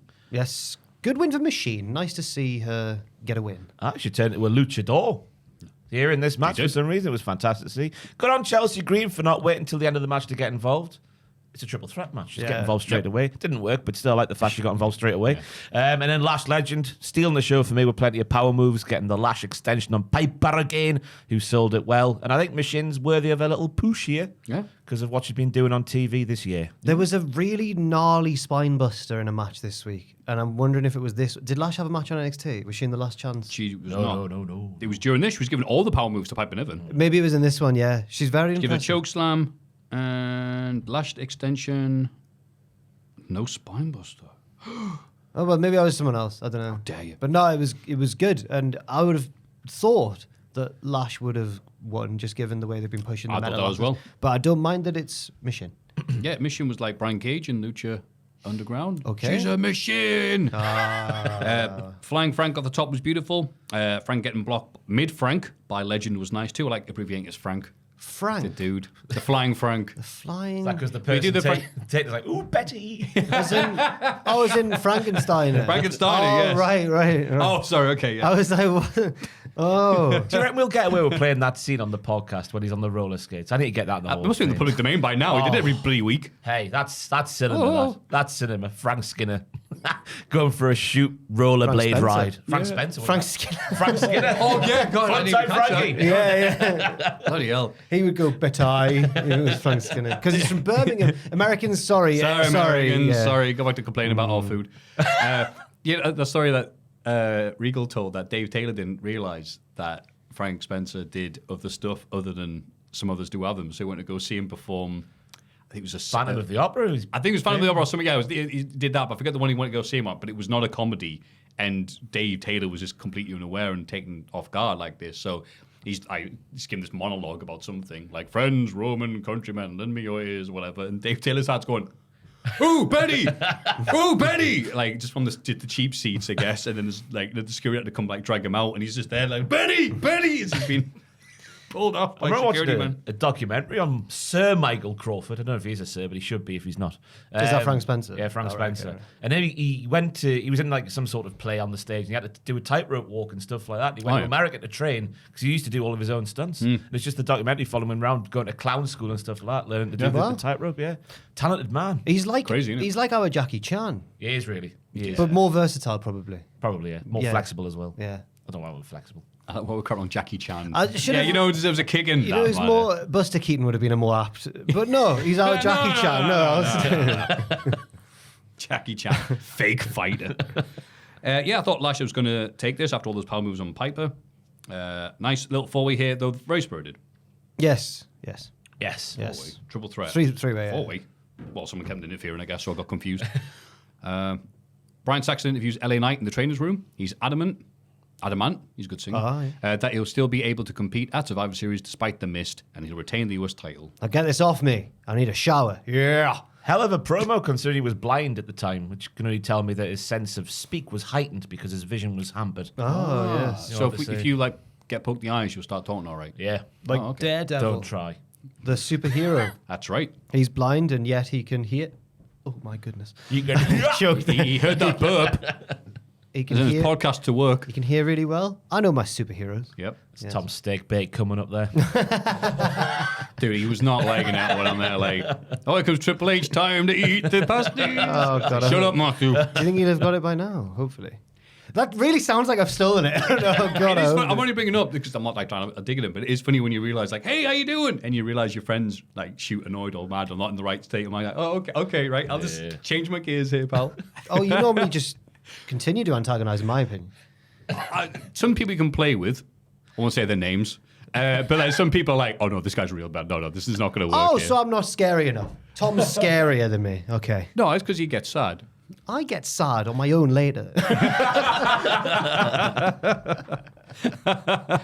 Oh my God. Nick Aldis finds Jey Uso warming up backstage, joined by Sammy and Jimmy. Oh, He yeah. reiterates that everyone is banned from ringside. This was just the counterpart to the previous one, This wasn't is it? just a bit in the Chuckle Brothers, but he goes, I remember, no slacking.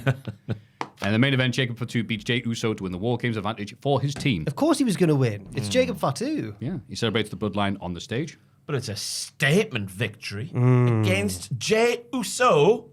My goodness me, it was conclusive.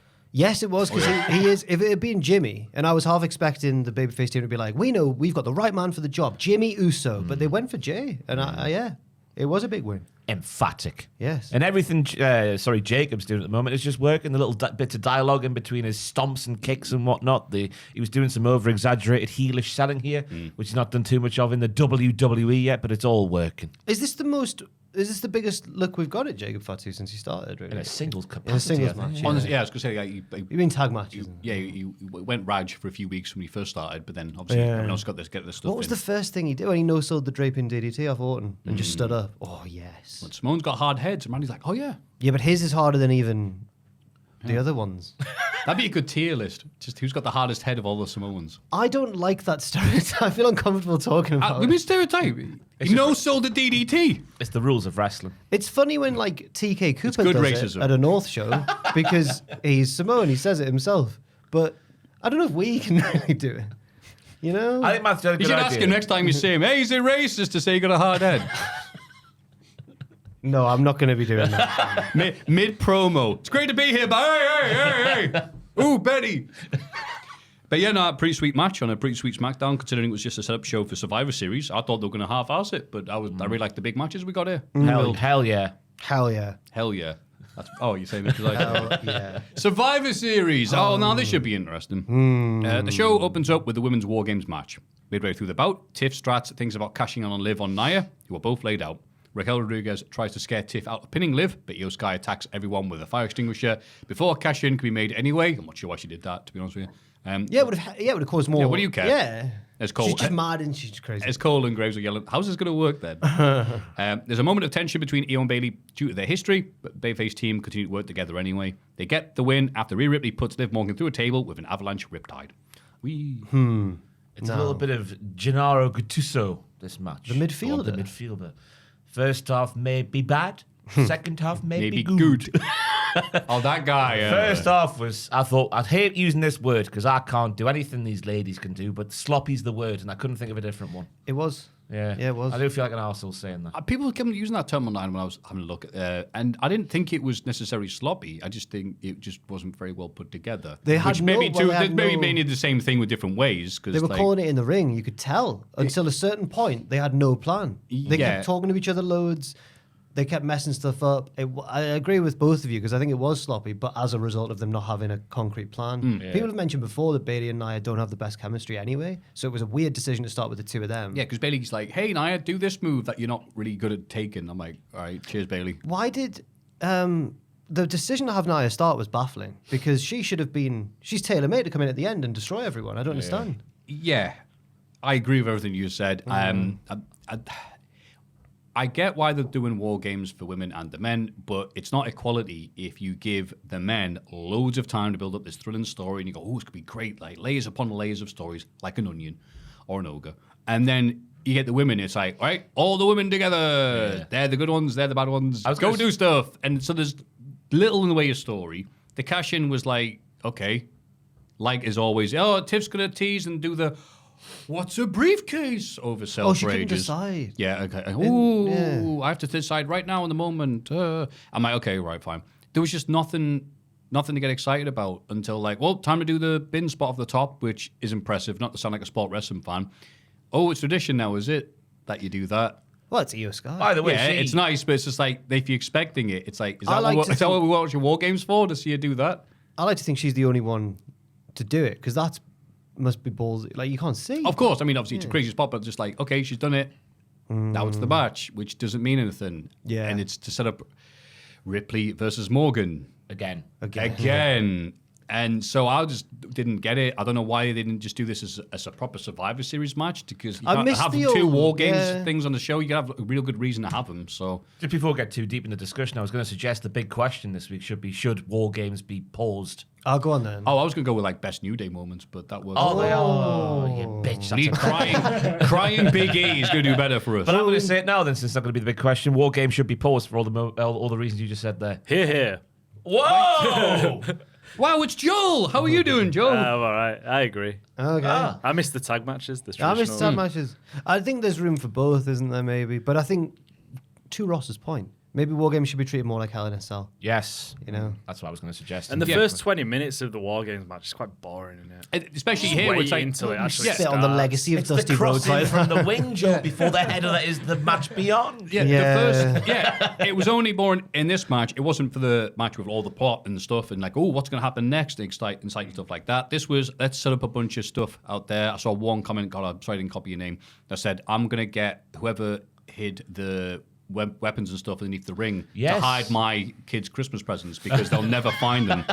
That was just annoying by the point the fourth lady came in. That's not even the first time they've struggled. This has happened in previous years, I'm sure. They go like, what? Hang on, where's wait, I can't take that. That's the men's table. Imagine the thinking. It was only Liv Morgan who left her bat in the place that she left it, and then it was still there by the time she got there. Everyone else left their weapons somewhere, and they'll all be moved. Yeah, and then you're like, wait, so why are we doing war games if the emphasis is going to be on tables and chairs and bins and stuff? It's like, I don't mind that.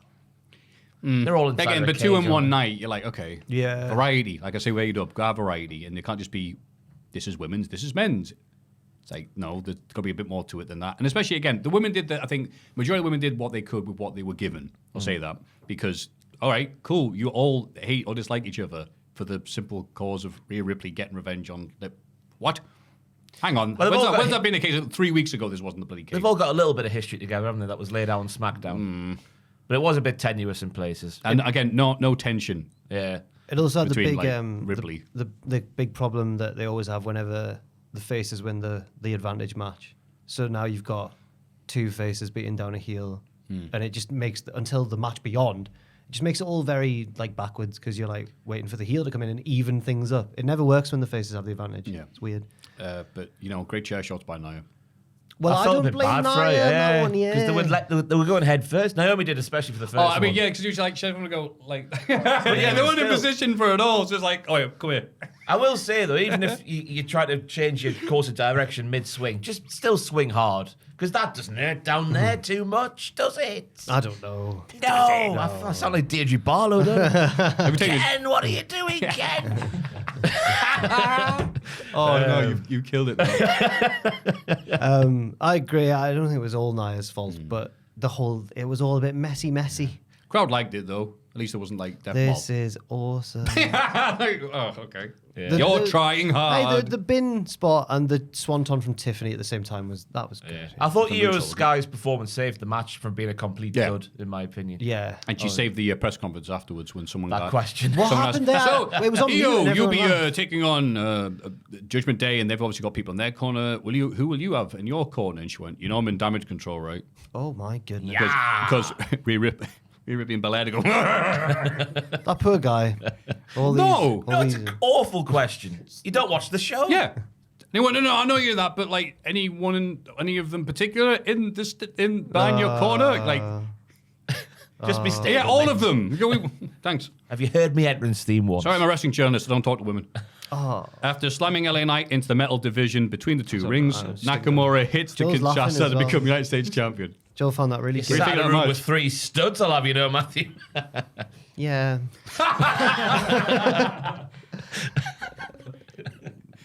Yeah. Sorry, one LA Knight. LA Knight, man. I thought there's dark forces at work here. Kill it, go on! Sorry, I'm When the LA, opposite. LA Knight walked out with a face like a slapdass, I thought there's something wrong here. And then he dropped his title belt before he dropped his title belt. And then we have the commentators. Sorry, the Live and Loud thing. I've made notes here. Live and Loud thing only got the mid-'80s, right? And we proved at the last PLE. I feel horrible for saying PLE, but I'm going to go for it.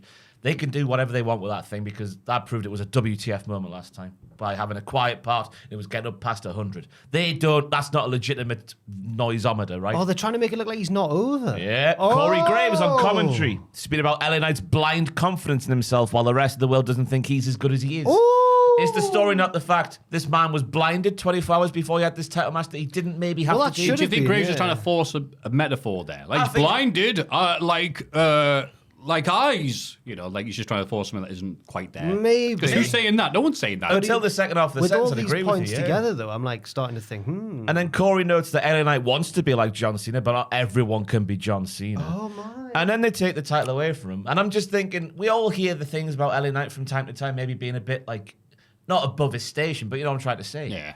Is this being played out in front of our eyes here? Because I thought the story the commentators were telling, the noisometer at the start, which they control what they have on there, I thought it was all against what should have been done. This guy was blinded, he's a baby face, he's then having his title match 24 hours later. Surely he's being valiant there. I did think the noisometer was a weird time to bring it up. Yeah. And, Maybe they're saying, LA Knight, you're not as popular as you think you are behind the Maybe, scenes. yeah. And again, maybe I'm a No, hack. I think you've really. You know what? You got a lot of evidence there. Yeah. A compelling case. I thought it was Yeah. it kept coming. It kept coming. Yeah. This is. I didn't really pay that much attention to all those things when I was watching it, but now I put it together, I'm like, sorry, a brutal edit there because I was that legit amazed. I swore. God, blimey, Ross. Because I do get it in the sense that Nakamura's just been repackaged. It's clear he's going to get a push. That does make sense. But then again, we have Nakamura being repackaged, not as much, but slightly this year or last year, getting these similarly good promo packages, but then losing. So then you put that in. It doesn't feel right to me. It feels off. It should have been all about his eyes and not being able to see very well. They built up to that on SmackDown. 24 hours earlier. And I've got another thing to add to this, which doesn't back up Ross's point or the other side, but it's just an extra little bit to feed into this. Go ahead. Nakamura's about to have a match in Noah against this former MMA man who's now a wrestler. What's his name?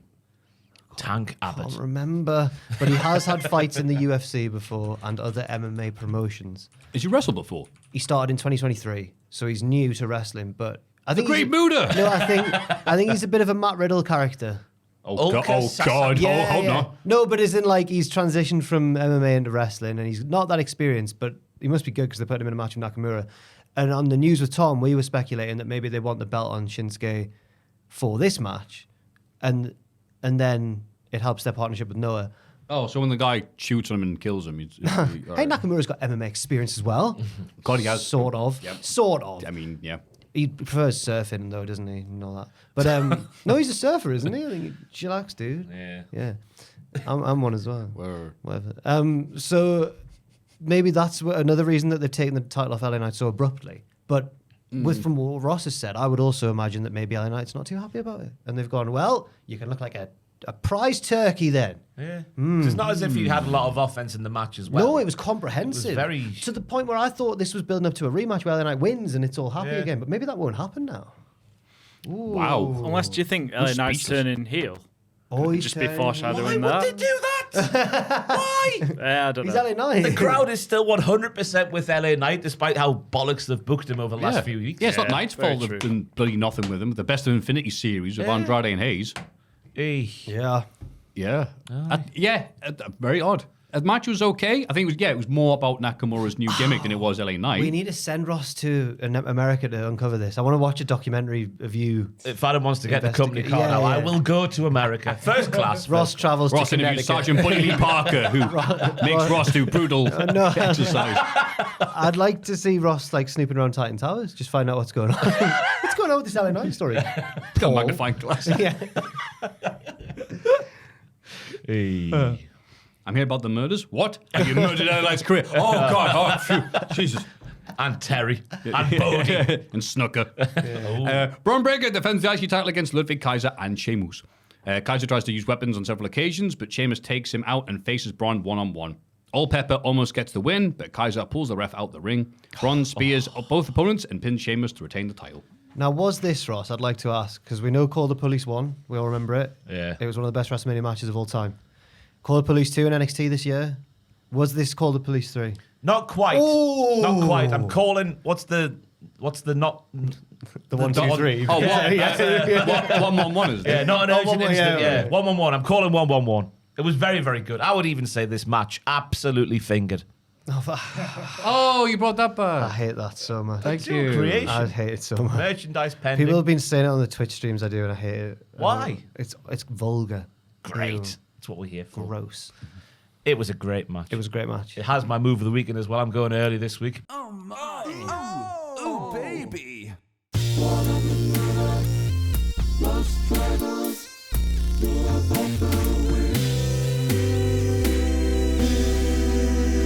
Bronze shoulder tackle from behind the camera. Where fantastic, he flew wasn't in it? like a plane. Yahoo! A man shouldn't be able to fly. That was fantastic. All three lads at their moments. I thought Ludwig Kaiser had his first, I am here as a serious wrestler performance with his sneaky doings and whatnot, and his See You Next Tuesday Kavorka. Thank you. I brought that up last week. I'm happy That that you're little on trot that. he does down the ramp. Oh, you want to slap him, don't you? But that's the point. I'd slap him all over. And yeah, that moment where Sheamus had it won. He took the spear in the corner where Braun hit the chair that was in the corner. Then the brogue, then the pin, then Ludwig pulls the ref out the ring on the brink of 3. Heartbreaking scene. And it's the great camera angle WWE do where you're like, oh my God, he's at. Wait, was the ref gone? Oh, it's been pulled off. Yes. Yeah. It's what more can you say than that? Hard hitting affair between three Yeah. lads like we was expecting it to be. Got what I wanted. Again, not quite the upper echelons, but good enough to be one of the highlights of the show. It's a definite 1-1-1, yeah. I was worried after this match because I mocked Fraser on Twitter a while ago when he said that Ludwig Kaiser is a future world champion. And it wasn't the prediction itself, it was the manner in which I imagined Fraser to say it. He was like, I think that Ludwig. But leaning back in his chair, future world champion. But I've got Smoker's jacket on. bone to pick with Fraser. That's not offense. Oh. You know, I had you three fine, upstanding gentlemen do the boom dance. Oh, yes. Well, I thought I was going to do it myself, and then I thought last week when I was off, wouldn't it would create a nice bit of podcast bantery if I whizzle wazzled you. Like the bit in the office, yeah. And then Fraser, who never shares any of my videos, was on Slack going, "Look at this, everybody! The lads did the boom when I've whistle wazzled." Did you see that on Slack? I don't know what. So what's the Just the Fraser bone to being a pick dick here? again. Wait, how did he? You not watched it? Well, I've seen it, yeah. Yeah. But Well, he knows what happens. Well, you do the thing at the start where you're like, I'm not going to do it Yeah. because I'm the office thing. It's just fact that Fraser shared it to stir the pot, in my opinion. Oh, I thought you shared it because we were all laughing at it the other day It's all right. when you went in. We're all Yeah, no, in we the were all- office, we yeah. were all enjoying it. Yeah, It was- I Fraser, think it was- we're all aware how we look in this. no, I think Fraser was genuinely enjoying. I've got to defend him now. Bollocks. Oh, I think he was look what you did- genuinely look what you made him enjoying do. it. But anyway, Fraser said Ludwig Kaiser would be a future world champion, and I tried to get some cheap likes on Twitter and put like a lol or something. Or like I prayed for this and it didn't happen or something like that. But now, after what Ross said as well, that this could have been Kaiser's coming out. He's going to say coming out, buddy. Coming out moment. Yeah. Yay. Well, you've made 2 smutty jokes about him so far, and I didn't want a third. What? You said you'd slap him about, and you said he pulled off the referee. Tell me when I'm telling lies. Yeah, great match. It was, yeah. Three lovely lads. Damien Priest has the upper hand against Gunther at the start of their World Heavyweight title match, but injures his shoulder. Gunther takes advantage and almost wins, but Priest fights back, only to get attacked on the outside by Finn Balor. Gunther takes Balor out and wins the match, forcing Priest to pass out and sleeper hold. Now, last week, me and you went, oh, it's the first time since 06 there's been a Survivor Series rematch of a SummerSlam match. Well, it's not as if they're going to do the same ending as SummerSlam, are they? That would be daft.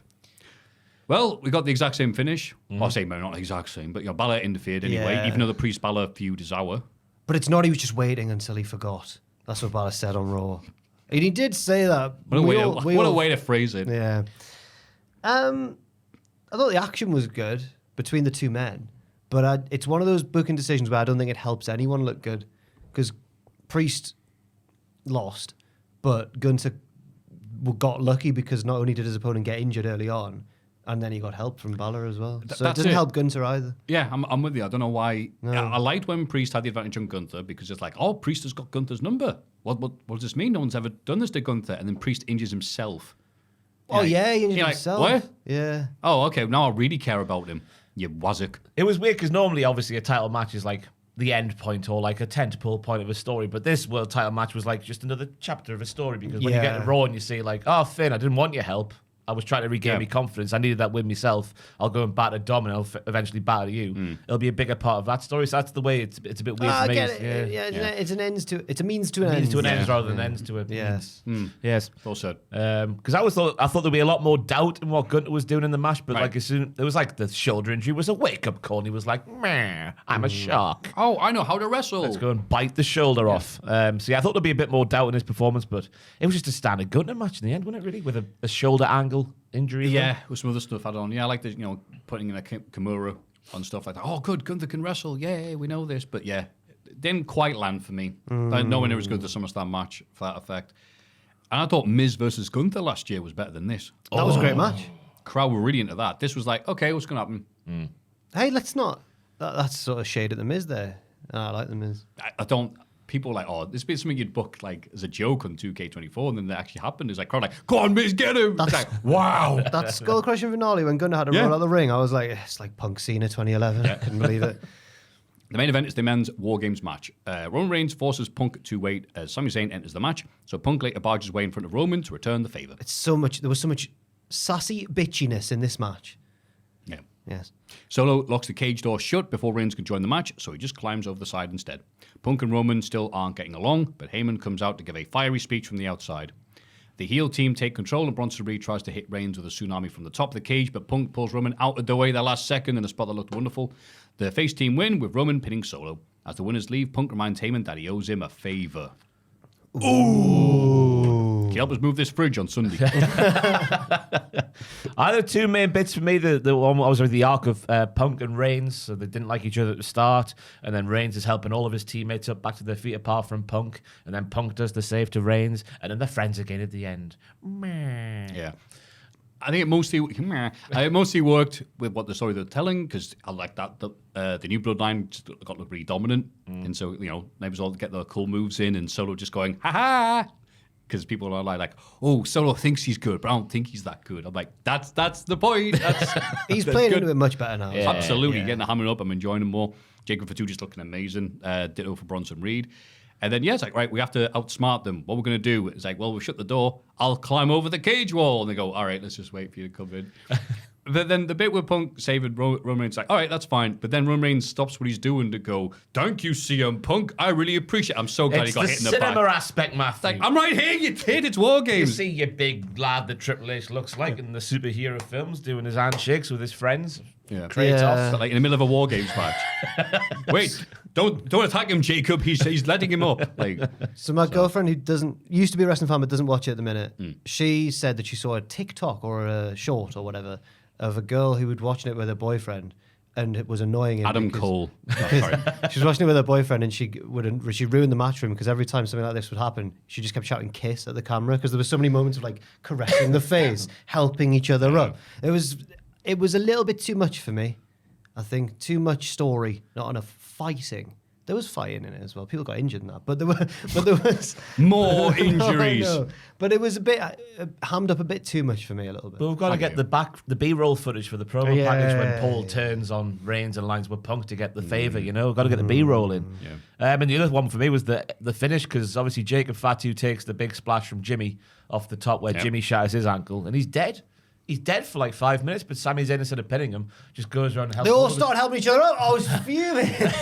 Look, come on, guys. We need to do the epic bit where we go 5-on-5 hockey fight style, Mike. No, 5-on-1. This is all just around solo at the Oh, end. sorry. Oh, all right. But they just pinned Bronze. Because when that was happening, I was like, my God, why did they not pin him for? But then it led to a much more satisfying ending where It Solo did, yeah. got battered, Yeah, which is nice to it's like, see. that's how it should have ended. Solo Yeah. tried that defiant one last spike, Yeah. which didn't work at all, but I thought it stopped him from looking too much like a bitch.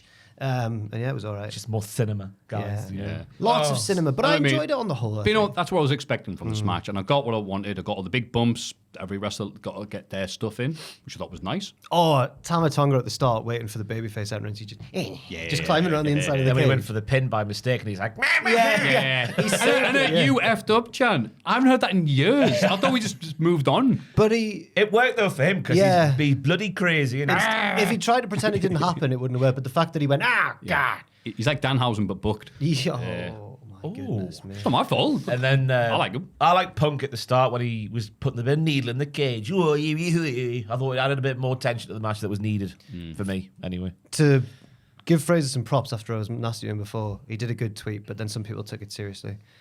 As it happened, he tweeted off the account. Off the Cultaholic account. Yeah. Oh, Fraser, you can't joke on there. Oh, no. I encouraged That's the news I'll be account. honest, I encouraged it. So Of it's course you partly did. mine. You want him to fail. No, it did well. It did well. It's go just- on. Sacked. No, it did well. No, Jack it is did Sean good. O'Hare, so go No, it 3. did- Go on, do it. Do it. I'm not telling you anything you don't already. It was a screenshot of the little needle at the start and like emerging reports of an incident between CM Punk and the Blood. I was like, yeah, do that. You should do that. And then he did it, and some people were like, it's clearly a work. I was like, I know. Here they are backstage. But I think in front most of people, everybody. most people got it though. Thankfully, I think, yeah. Ryan Nemeth doing the DiCaprio point. God. Hey. So a very kind of there pay-per-view when WWE's had a lot of really good ones this year. It had I saw some people online going, "This was a great pay-per-view. I don't know what's wrong with you all." I'm really glad that you guys liked it. I like bits of it. I wouldn't Yeah. say that it was like a great pay-per-view. I apologize. I meant you guys. I meant the people Oh. listening. I looked Sorry. right at you. It was my apologies. You people. IC title match. Actually, that match. Watch that. The Io men's war Sky. games. If you Men's like War that Games, WWE storytelling that Yeah, they do just now. EO, yeah. Io Sky's performance. EO Sky in a bin. In a get Like in the our bin. opinions. Ha ha ha. Monday Night Raw. Monday Night Raw. CM Punk makes his way to the ring, shaking hands with Jey Uso and Sami Zayn on the way. Punk cuts a promo and says after Hell in a Cell, he wasn't sure what was next for his career. Now after War Games, he knows exactly what's on the horizon. He points at an imaginary WrestleMania sign that only he can see. Straight edge my arse. He even goes, can you guys not see it? Off his tits. I think I'm concussed. Austin goes, no, you're not. Once I finally reach the main event, maybe he'll win the Rumble or Elimination Chamber, or maybe he'll use the favor he is now owed. Seth Rollins interrupts and says he should have knocked Punk out the day he came back. Since then, he's been busy defending titles and helping take down the bloodline. The last time he saw Punk was after Hell in a Cell, but he didn't attack him because he had pity for him. That was a mistake, but now he wants to rectify it because Punk aligned with Roman Reigns at the weekend. Punk says, you talk too much. Oh, you Now that never Seth should have. isn't a champ, Punk isn't interested in him anymore. like one of Andy's toys. Seth has been thinking about Punk for 6 months, but Punk doesn't think about Seth at all. Seth says no. Yeah, talk to me. You never shut up. Thank you. And shoves Punk down. They brawl until Jay and Sammy arrives with officials to break it all up. Oh, this was good, wasn't it? I've split this into two because it was so long. Jay leaves. Oh, you can if you want. The subtext here, guys, was off the page. Because obviously CM Punk is speaking about his WrestleMania aspirations and what he might be doing. But then Rollins appears, and that appearance at that moment after he spoke about that could be what is in Punk's actual future when he has eyes on a different future that he won't get. Yes. Yes. Man, your voice is getting worse and worse, isn't it, Ross? This, combined with the second half that we'll talk about in a bit, started me off very optimistically with this Raw. And by the end of the night, I was like, is this the best Raw of the year? Certainly since the Road to Mania. I mean, it was a brilliant Raw. Did no one else think it was I thought it was a brilliant Raw. Oh, it was a brilliant Raw. The best Raw. Let's recap what we go through. No. It's coming up. Oh, yeah, okay, it's up there then. Yeah. Oh. But the fact these lads all went out there, and it was half an hour, the opening segment, with no commercial breaks. God, but I didn't mind. The fact they remembered all their lines, staggering. And the interweaving motivations and everything. Yeah. Oh, yes. I like that Rollins came out dressed as a bag of onions. Oh, I hated him when he be turned crying up. later on. And this was a layered segment as well, like onions. I hated him when he turned up, but I hate him in the right way when he turned up, because Punk speaks really earnestly and makes it feel real and everything. Does he speak earnestly, Yeah, though? yeah, he does. Isn't it great to be alive again? And then It was a sick child who travelled 10 hours to get Punk here. gives the impression of speaking earnestly, and then you feel like, oh yeah, he really wants this WrestleMania moment that he's never had, and then Rollins interrupts going, and I'm just like, oh, you little, but in the right way, though. Yeah, in the right I think way. he was a little less flamboyant than usual. Well, he danced out a bit, though. It was a serious dance. But then he said, I should have knocked you out, yeah. A serious dance, like the hacker. Yeah. And what was my... Oh, yeah, I saw a compilation online of all of CM Punk's reactions whenever Rollins has interrupted him, and they've gotten progressively more like angry each time. So it's long-term storytelling. I'll say. The story is he's getting more angry with him every time. And how can you get mad at a man like this, especially when he goes, oh, you're mad at me for doing all this stuff? You did the same damn thing years ago when you hit. You're the one responsible for all this. I'm cleaning up your mess. That's the next bit. That's the next bit. That's Oh, is it Sammy. balls? Yeah, Sammy. Jay leaves with Punk and Seth taunts them both. Sammy takes offense and defends Jay. Seth says Jay is Roman's family, so he understands their reunion. But what excuse does Sammy have? Clearly not familiar with Sammy Uso. Seth talks about making his way in the business with Sammy, who stabbed him in the back by teaming up with CM Punk. Sammy reminds Seth that he didn't want to team with Punk. He wanted to team up with Seth, who turned him down because he's too damn stubborn. Seth says he didn't accept because Roman Reigns is a monster. Sammy says Seth created a monster. No one wants to see Slim Shady. You created that monster 10 years ago. I hit him with a chair. Seth admits his previous actions, but Sammy also once betrayed Roman, and Seth doesn't blame him for doing so. So different. Yeah, it wasn't the same at all. It's not the same. Trump impression's Sammy was bad. right here, yeah. What a dick Rollins is. Yeah, Roman hasn't changed since then, and neither has that snick CM Punk. Seth calls Sammy Gullible. I'm sorry, it's like a mark on it. I'm just messing with you. Gullible and stupid. Sammy suggests a match tonight. Yeah, I love these two little bits. Yes, these long bits. They're called wrestlers. Yeah. Because anyone could watch this and find agreement with whoever they want to. And all the wrestlers make sense with what they've not. They've got long memories. And that's how wrestling could be. That's a glorious future that Triple H is pointing us towards. But also, sometimes you get too much cinema, like in the War Games match. But this is the upside of it. I like this sort of stuff. Yeah, this is the stuff that's going really well the last few months. It's two guys have a point. Or they three. both suck. In this case. Yeah, well, Seth and Punk both, no, you suck, and then Sammy and Seth go, no, you suck. I asked you to be, what? Oh, you might have picked Punk when you declined me. Mm-hmm. All right. They had no choice. Sammy, bless him. Yeah. It's not our truth. Yeah. He's busy. And then Sammy's right. Rollins was the one who made Roman Reigns an arsehole. It took a while to get there. Yeah. The motivation of the end of the WrestleMania match showed that to be the point. He was more fixated on Rollins than he was Cody Rhodes. And then Rollins saying that you turned on Roman Reigns as well when he was the aggressor in his turn, whereas Sammy was a mere prisoner. Yeah, he was. I didn't agree with Seth's point. That's right. there. Where you living? I didn't agree with Seth's point there, but that doesn't mean the segment was bad. That just means it was what his character was saying. Yeah. He's blindly confident. Not LA Knight, I'll tell them. Hey, blindly stupid. We see footage from after Survivor Series. Finn Balor is interviewed as he leaves the building and says the feud with Damian Priest was never over. Also, he was just waiting until Priest thought they were done. Priest attacks Balor from behind, but Khali and JD arrive to help Finn out. he smashes Priest's arm with a chair. Oh. That's the noise he made. Yep, it's the stable that claims there are no leaders, but there are clearly 2 leaders. Well, when everyone listens to Finn. Yeah, they always win. Always win. And everyone listens to Liv. They're never a div. Yes. Hey? Good. Aye. And everyone Put on a listens t-shirt. everyone listens to Dominic. I can't. I'm not even going to try. Forget that. They go super Somnic. Yeah. Have a gin and tonic. You're like Eminem. This is crazy.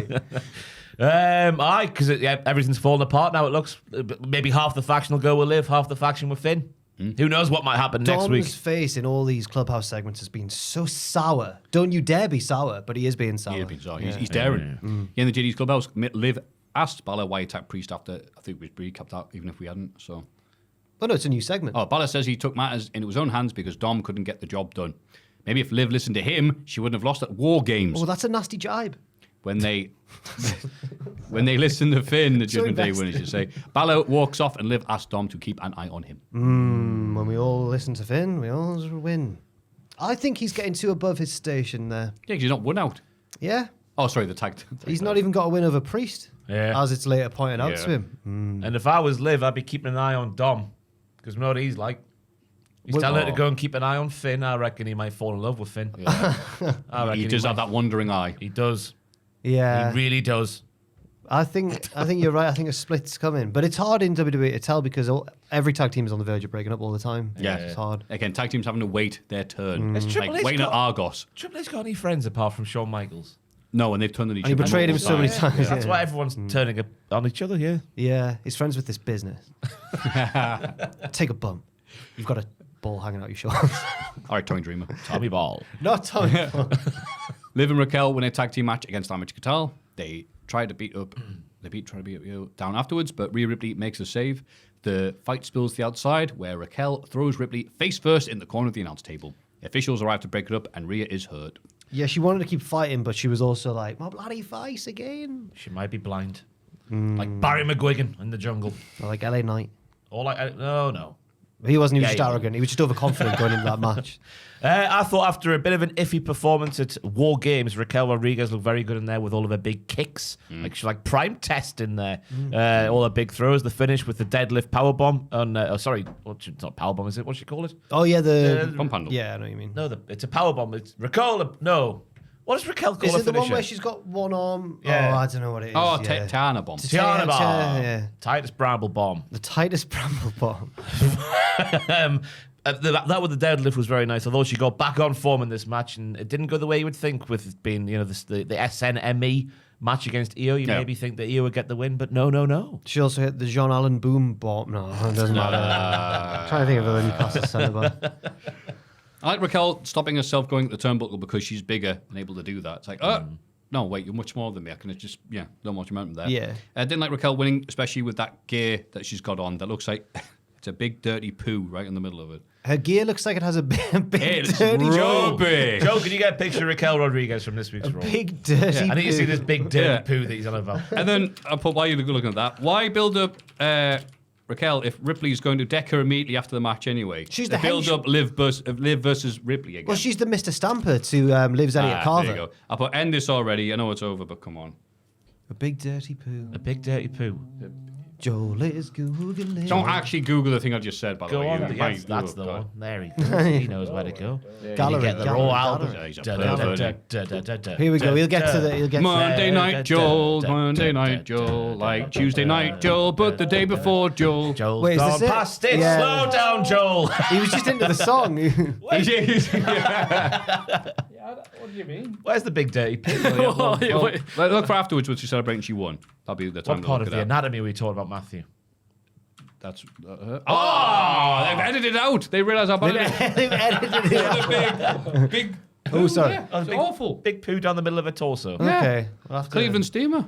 go back and- VAR, that one. Nah, well, look, take my word for it. Oh God.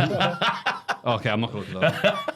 Oh, there you go. Oh, right, it's a flame. She's cool and badass. Look at that. That's a big dirty poo, is it? A big like a- brown fire. Hang on. A big brown fire. That can't be right. State of It that. does look a bit pooish now. Yeah. I can see the poo. Yeah. I can see the poo. It looks like she's doing fancy dress at the minute. Doesn't it? That doesn't look like it's Fancy her. dress. She's not the worst offender in that regard, Jamie. Hate her. Sorry. Oh. No, I just can't. I don't know what's going on with her. She used to be my cool emo lady. Jack And used to fancy her. No, now I he doesn't. Yeah. now she's being more herself, what she wants to be. Well, I'm all for it. Good for her. Yeah. Dressed Balor like and Daphne Dom from in... Scooby-Doo. Oh, beg your pardon. Just like Daphne from Scooby-Doo. Yes, that's right. Balor and Dom interrupted an interview with Gunther backstage. Anyone else hear that noise? That background noise. Yeah, I don't know, It's the aircon or something? but it's not on. Oh. Is it the computer? It sounds Yeah, I think it is Is it computer. going to pop? That is a loud That's a noise. loud computer. That. Yeah, I don't know. Like What's Dave that. Meltzer. It's because it's all. It's Should we all the- save what we've done so far, just in case? Let's anything- pause it, Joe. Let's get this in the yeah. can and Let's- sort this yeah. Do you want out. a break anyway? Because Yeah, I need to go wait. on, yeah. Let's have a Okay. break before it blows up and kills us In the all. middle of Raw. And we're back. Just want to make sure the PC did not, in fact, explode. There's quiet haven in here now. Yeah, Tiny Tim, who did not die. Where are we at? Huh? Christmas Carol? Muppets Christmas Carol? Yeah. Oh, what the Christmas? Muppets Christmas Carol. No, give its official name. The Muppets. The Christmas original, Carol. the Dickens adapted. That's right. How did Dickens know? Oh, right, yeah. I played a tramp in that in school. Did you? Aye, Ebenezer Scrooge. There goes Mr. Yeah. I was in year 5 and I played a tramp and then also played like one of the hoity-toity rich people. Oh, I, wow. had to do a little dance with a girl in year 5. Everyone thought I was a little bit gay. You know how it was in year 5. You know, yeah, when you're a kid, you talk to a girl. Big gay.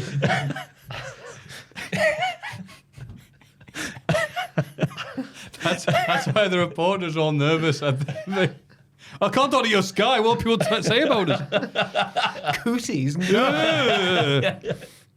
Balor and Dom interrupt an interview with Gunther backstage. Finn demands a title shot for helping the champ retain the Survivor Series, but Gunther says he doesn't owe Balor anything.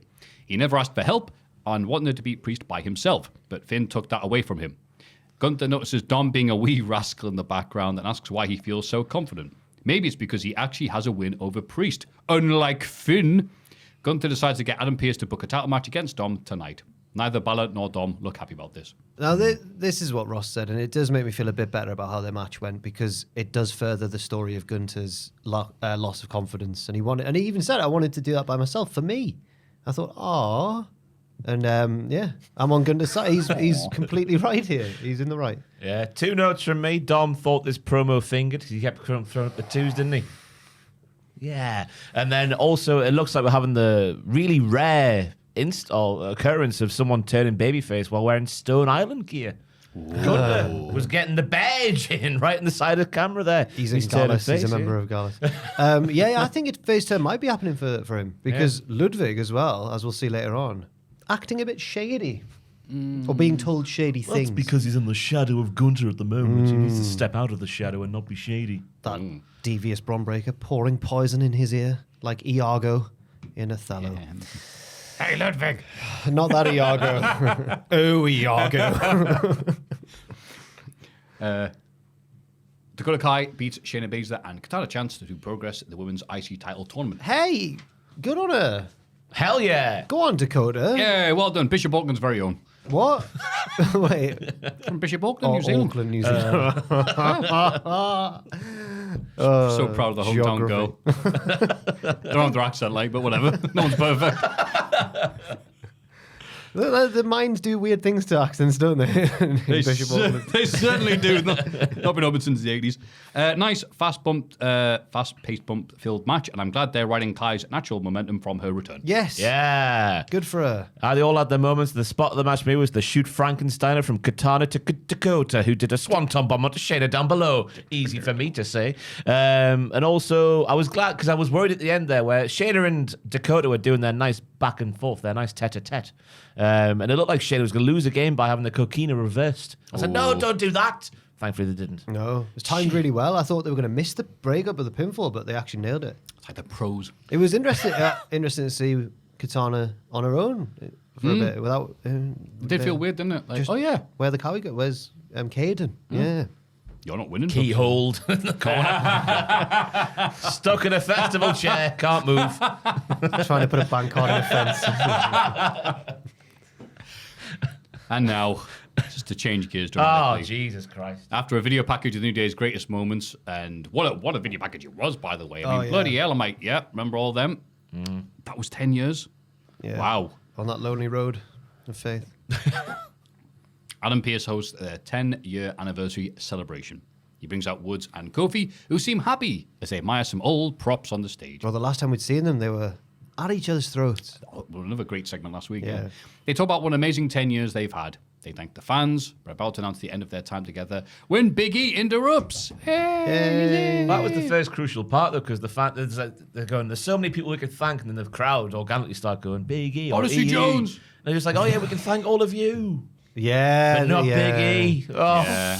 He's glad to be back, but seeing Woods and Kofi argue has really worried him. He reminds them of how they saved each other's careers. When Big E broke his neck, Woods and Kofi were there in the hospital by his side. He was there to celebrate Kofi's daughter being born and Woods winning King of the Ring. Until E is medically cleared, he wants to be their manager every single week. And crowd's like, hooray! Big What a E's mint back, idea, hooray! yeah. He'll be the bandage to fix the wound. Yeah. His pals don't quite respond as expected. They berate E for leaving them. And they even say, oh, now you're here For the big moment. for the big moment. Big E may have broken his neck, but so what? It's just such a crazy what reaction from the crowd. Austin broke his neck. Angle broke his neck. Edge broke their necks. And they all came back. They all came back. And they had no one to come back to. They came back for They were all themselves. by themselves. Could he not have been there much earlier if he really wanted to? But he chose his new girlfriend. Oh, Big E's gay. And his new desk job of the New Day. Oh, desk job as well, because he's on the pre-shows. Oh, Isn't it? Mr. Pre-Show. Wood says E should stop teasing the fans. He's never going to be medically cleared, so get the hell out the ring. Oh, my God. And even after all these despicable things said, Big E's like, come on, this ain't you. Give us a hug. I'll still forgive you. Hand in the chest. And they do the Gargano thing, looking away, and he's just like, oh. Yeah, gets hand in his chest. E leaves now. E leaves alone, I should say, while Woods and Kofi have an intense high five in the ring. It's just the two of us now. I didn't know how to describe that, but my yeah, it's more like God. a clasp of the hands. It's just us now. Oh, Oh, really well done. All three of them nailed it. So Big E's sad. desperation and sadness and Kof, Xavier. Yeah. Whoa. Slink! Slinky! It's like- even Slinky turned his back. No, this was, yeah. And when a bit I left out of the recap there is when Woods compares his Achilles injury to Biggie breaking his oh, neck. God, yeah, I tore him I off the tore mine bone. off the bone. You didn't even need surgery. Yeah, ooh. You're a burden, Big E. Yeah. Everyone always asks Oh. about Big E coming back. Of course, we miss E, but E doesn't miss us. The thing is, though, because it's preposterous what they're saying, obviously, but it still makes sense. You can see how a warped mind would Yeah. come up. Yeah. Exactly. Again, the Triple H special, everyone sucks. And, yeah, well, obviously, people, apart from Big E. Unless we take him for, yeah, you know what? Yeah, you Big E, you do suck. You are selfish. you broken neck. Oh, it was so well done. Oh, wow. Yeah. I never cried when my own mother died. Black cried at this, as groundskeeper Willie would say. As I said earlier, it's either like the proper end of Big E as a wrestler, he's been booted out the New Day and now he has to go off to retirement because of things out of his control, or there's a lingering hope there that he might come back and batter these two fools. If he did, the response would be massive. Oh, It would be big. It would be big. What'll it be like? Yeah, bloody People online going, no. His neck is really badly damaged. It's not like the other people's necks If that's that they mentioned. I was the like, well, I thought that case- was the idea, but so it is debatable. It has been years since he come back. I'm trying to think of a wrestler who had such a serious neck injury that came back like that. But I mean, I don't know, Ricky Steamboat was a decade and a bit later. Is this different to Austin, like Austin's, for example? Apparently. Right, okay, right. Someone explained it to me and I Not forgot that- all the important bit. Obviously, I'm not going to remember every bit of the bone or whatever. I'm not a doctor, but the person said, no, it's particularly really bad. serious. I mean, like, we know that because he's not been on TV, but Yeah. we do get used to it. Like, Austin had his neck broken by Owen Hart. I got better. And these It's like, days- well, some of these things can be fixed. Some of them, Right. Like these days, like Danielson and Saraya, but Right. we don't know enough about it. You go, broken. Just wait 6 months to come back like every other wrestler has in history. It's like, no, this is a really bad one. So remember the Like, story wow. was he was getting a checkup WrestleMania season this year, Yeah. and then he had to wait a bit more for something else because it wasn't as conclusive as it maybe it might have been. So I don't know, but the door's ajar. Yeah. If he's fit enough to do it, it'll be fantastic. If he's not, it's a shame. If he's not, it is a shame. But at least it's it's leading to other stuff as well. Hell of a segment. And can you imagine a tag team being around for 10 years and you still want to see them? Yeah. Now they've done it. Now they actually turned heel. Remember a few months ago we're going a heel New Day. One of the very few cases as well of like a tag team being, because that's SummerSlam 2015 when they were like peak heel New Day, just being arseholes, and then transition that to like a babyface run. It's the few instances where it worked, like if a heel going to a babyface and it's still working. Because normally it goes heel, babyface, and then, I'm sick of them now. Yeah. Yeah, not they'll still them. be getting great pops. Even if they're not being the focus of the show, people still go, yeah, it's them. Oh, they're one of the most successful tag teams ever now. Oh, And absolutely. it's just like, what? But it's not done. The story's not over. Exactly. Can't wait. Finish the story. Sorry. Yeah. Good evening. Good evening. We get a Karrion Kross vignette. He's done terrible things to people, so he usually has a decent tolerance when people do the same to him. That last week's attack on Scarlett crossed the line. The Wyatts wanted to get to him, and they've succeeded. Congratulations, but they started this fire. Now Kross will make sure they burn in it. Yeah. No, I like that. Not That's the best good. of metaphors. That's good enough. He hasn't got any fire. He can get 2 sticks, can't he?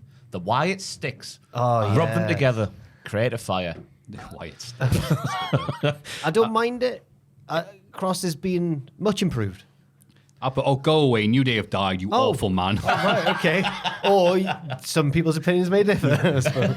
It was a weird place, but wasn't it? Like, you dejected. I don't know if it's just my own personal feelings about Karrion Kross, but it was just like, he's back to being metaphorical and wanky. Yeah. I preferred, I'm going to break your leg, Karrion Kross. Yeah. Where's he gone? AEW would have had the Outrunners come out after this.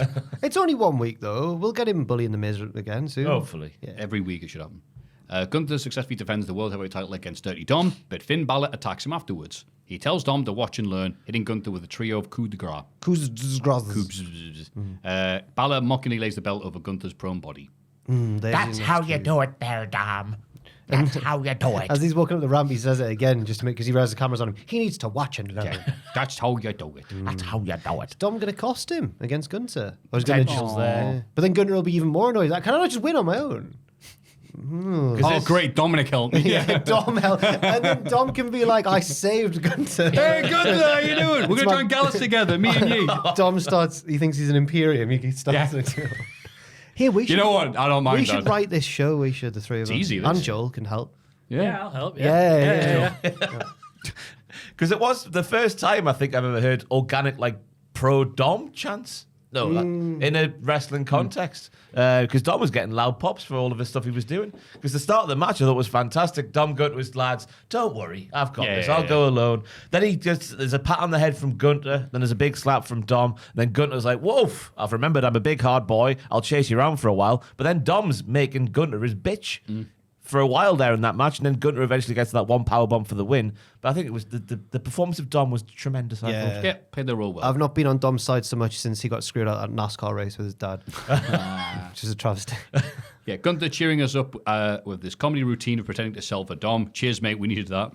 Wait, Pretending? I'm joking. Wait, Gunther is bleeding from the chest. He's stealing Jericho's stuff? How did that happen?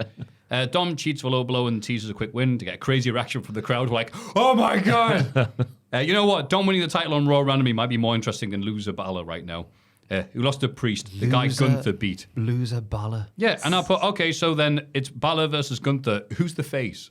Gunther. What? I know, it's weird. That's why I think Kaiser's going to turn sooner rather than later. Yeah. I don't see it. Oh, well. Maffew. What? Natural heel. Gunther. Nailed on certainly the Against Balor, sure, but not in the long run. No. Unfortunately, they're turning Gunther into your least favourite babyface trope, which is sad. Sad guy Sad who boy, wins. sad boy Gunther. Yeah. Oh, I hate being so talented. Yeah, I think Kaiser will try and cost Gunther, but it won't work. That's Saturday night's main event. That's how he'll leave Imperium. God, how many people are going to join bloody Gallus? yeah. Dom, Kaiser. Stone Island Dom. It'll be like what's it called? Green Street. That'll be Dom. Will be Frodo in that. An effing Jono. Yeah, he's a journo. I'll never forgive Charlie Thingy for his Cockney accent in that. Yeah. He's a Geordie. A posh Geordie, but he's a Geordie. And he's going, oh, I'm bloody West Ham. It's not even as good as that. He's got a big role now, hasn't he? Has he? Charlie Thingy. Joel, man, film. I don't know what you're on about. Oh, Charlie Blonde hair. Hunnam, I think. Yeah. He was in Sons of Anarchy, I believe. My girlfriend's sister went to school with him. Oh. Apparently all the ladies liked him. He's a very handsome he's a boy. good boy. Son of Anarchy. Yeah, of course. So his dad must be an anarchist. Yes. Anarchist Skywalker. Hey. I don't know what I'm doing. I'm just saying things. Words that sound like other words. I was listening to Dappy this week. Oh, get it. No regrets. a conversation. What we've been doing here is prime Dappy lyric writing. No. It's Dappy. Just, you write out what you're feeling and then make it rhyme with, like, I don't know. The ceiling. He just makes up a random thing that rhymes with the thing he just said. He's like, I'm in so much pain. Michael Caine. That's all he does. Yeah, he does. Yeah. He does. Bell end. He does, because he says, what does he say in, Rockstar? Like a Rockstar. I was about no regrets. That's the main one. Regrets. No regrets. He's got a good crying after yesterday. good set of pipes on him, though, Dappy. Dappy. He is related to Talisa. They can all sing. Yeah.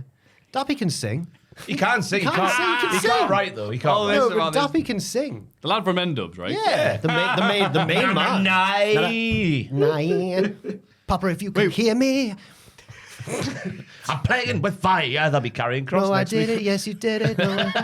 Wait, what were you in? You listening to me? Is this a podcast then, or why am I asking? No, Well, songs. no, I was watching The Jungle, and Tulisa is on The Jungle. So they had a little promo package for Tulisa for her upcoming Promo fight package. against- Yeah, there you go. And we were Sean Saturday night's main event. me and Kayla were like, they've clearly made a mistake here because they were playing Dappy's No Regrets over Tulisa. And Tulisa had nothing to do with No Regrets as far as I can see. Right. Oh. So then it led to listen to it on full blast on the Amazon device, and it was fantastic. What a time it was. Wow. What is he saying? There's a similar lyric in Rockstar where he's like, it's like, I swear, he compares himself to like, so. This is it, right? I messed my life up. Yeah, I've been down. I'm a changed man now, Chris Brown. That one. Oh no! He's aged terribly. What a terrible. Considering what's on Dappy's Wikipedia page under personal life, no. God, no. No point in turning back. I just hit the rewind, but he says it like that. Rewind. Like Craig David. Back to the Future. Marty McFly. He just Yes, he rhymes- was in that film. Yes, rhymes that's right. Well things like done, that. Dappy. He rhymes Mirror and Winner. But there's just Richard. There you go. I came from nothing. Some kid in Camden. Now I'm flying higher than the birds. Richard Branson. Yeah, that's so good. That's all he does. So Hang please on. forgive me if I make mistakes, but I'll blow the bloody doors off Michael Caine. He just says what he's feeling and writes something bollocks below it. That's all he does. Genius. Yeah, this is the one I was thinking of from Rockstar. Another big more solo. of this. Go on. They let me loose on the public, but I didn't prepare. I get shocked by a lens every time I appear. Put a star in the room. I swear it changes the atmosphere because I'm a celebrity. Can someone get me out of here? The public weren't ready for him at all. No, he wasn't ready for that. He wasn't ready for fame. N-Dubs. No. They swept the nation in 2010. Tulisa used to be the queen of this fair city we're in right now. Really? When she was going out with Danny Simpson. Oh, She could do no wrong back then. wow. Was that when he was in Newcastle? Yeah. Wow. I remember being in Tiger, seeing them in there. Wow. In the white room. And the little bit that was cordoned off. Oh, the white room in Tiger. More like the China White Room. Oh, hey, Andy Carroll was in that's there. actually pretty always I saw called Andy that, Carroll in there once with a full tray Jaeger bombs. I was like, I bet they're all for him. That was a chant for Darwin Nunez last night. You're just a crap Andy Carroll. That's He was not. bad last And night. Yeah, he was, but he missed a sitter, didn't Andy's he? more of a natural finisher, I'd say, than Darwin. Much like Gunter, who was a natural finisher for matches. Oh, yeah, look, wrestling. Pete done his interview to his match of R-Truth and rants about not being called Butch. We hear a commotion in the background. Officials rush out past, and we see that Jey Uso has been attacked, but by Humpst. Oh, I did put that, didn't I? He did, yeah. Dunn dominates from the opening bell, but gets distracted by some fans calling him Butch. Truth grabs a roll-up for the win and runs away before Pete can get revenge. Now, who attacked Jay then? Oh, no, we find that out later. I'm sorry. Yeah, the match. The match is good. At this point in the night, we're thinking it's clearly Rollins, obviously, because you don't talk to Jey Uso like that. Yeah. Of course. No. But after first, the promo between Kathy and Pete. Kathy's a bit of a bitch. Because does Truth need to know if he's fighting against Pete or Butch? We know he doesn't like being called Butch. The only character trait he's got is that he doesn't like being called Butch. Yeah. I'm here backstage with a little bit. No need for that. So it's clear after that promo there, it's Truth versus Pete, and Pete is going to batter Truth. Uncomfortably so. You don't say that to him and then get away with it. Yeah. And then Truth wore jorts, which was a nice touch because of his childhood. I think he had a hero. red wristband on as well. Wonderful scenes. Yeah. And then it's a roll-up loss. Pete is done. Never mind Pete Dunne. Yeah. He's a producer He now. can't handle the truth. Jack Nicholson. See him. Dappy, dappy, dappy. Oi, oi, oi. But no, you have to rhyme truth, and then the end of that next line should be like Ruth. Babe Ruth. He can't handle the truth. Pointing at his target like Babe Like Ruth. Babe Ruth calling a shot. No. We are dapping. No. References to things that happened. He's like Nas. He's a lyricist like, on that level. He's awful. Good singer though. Yeah, I'll maintain good. Yeah. But with Pete, we're getting to the point now where we're not going to be taking him seriously if he keeps getting booked like this.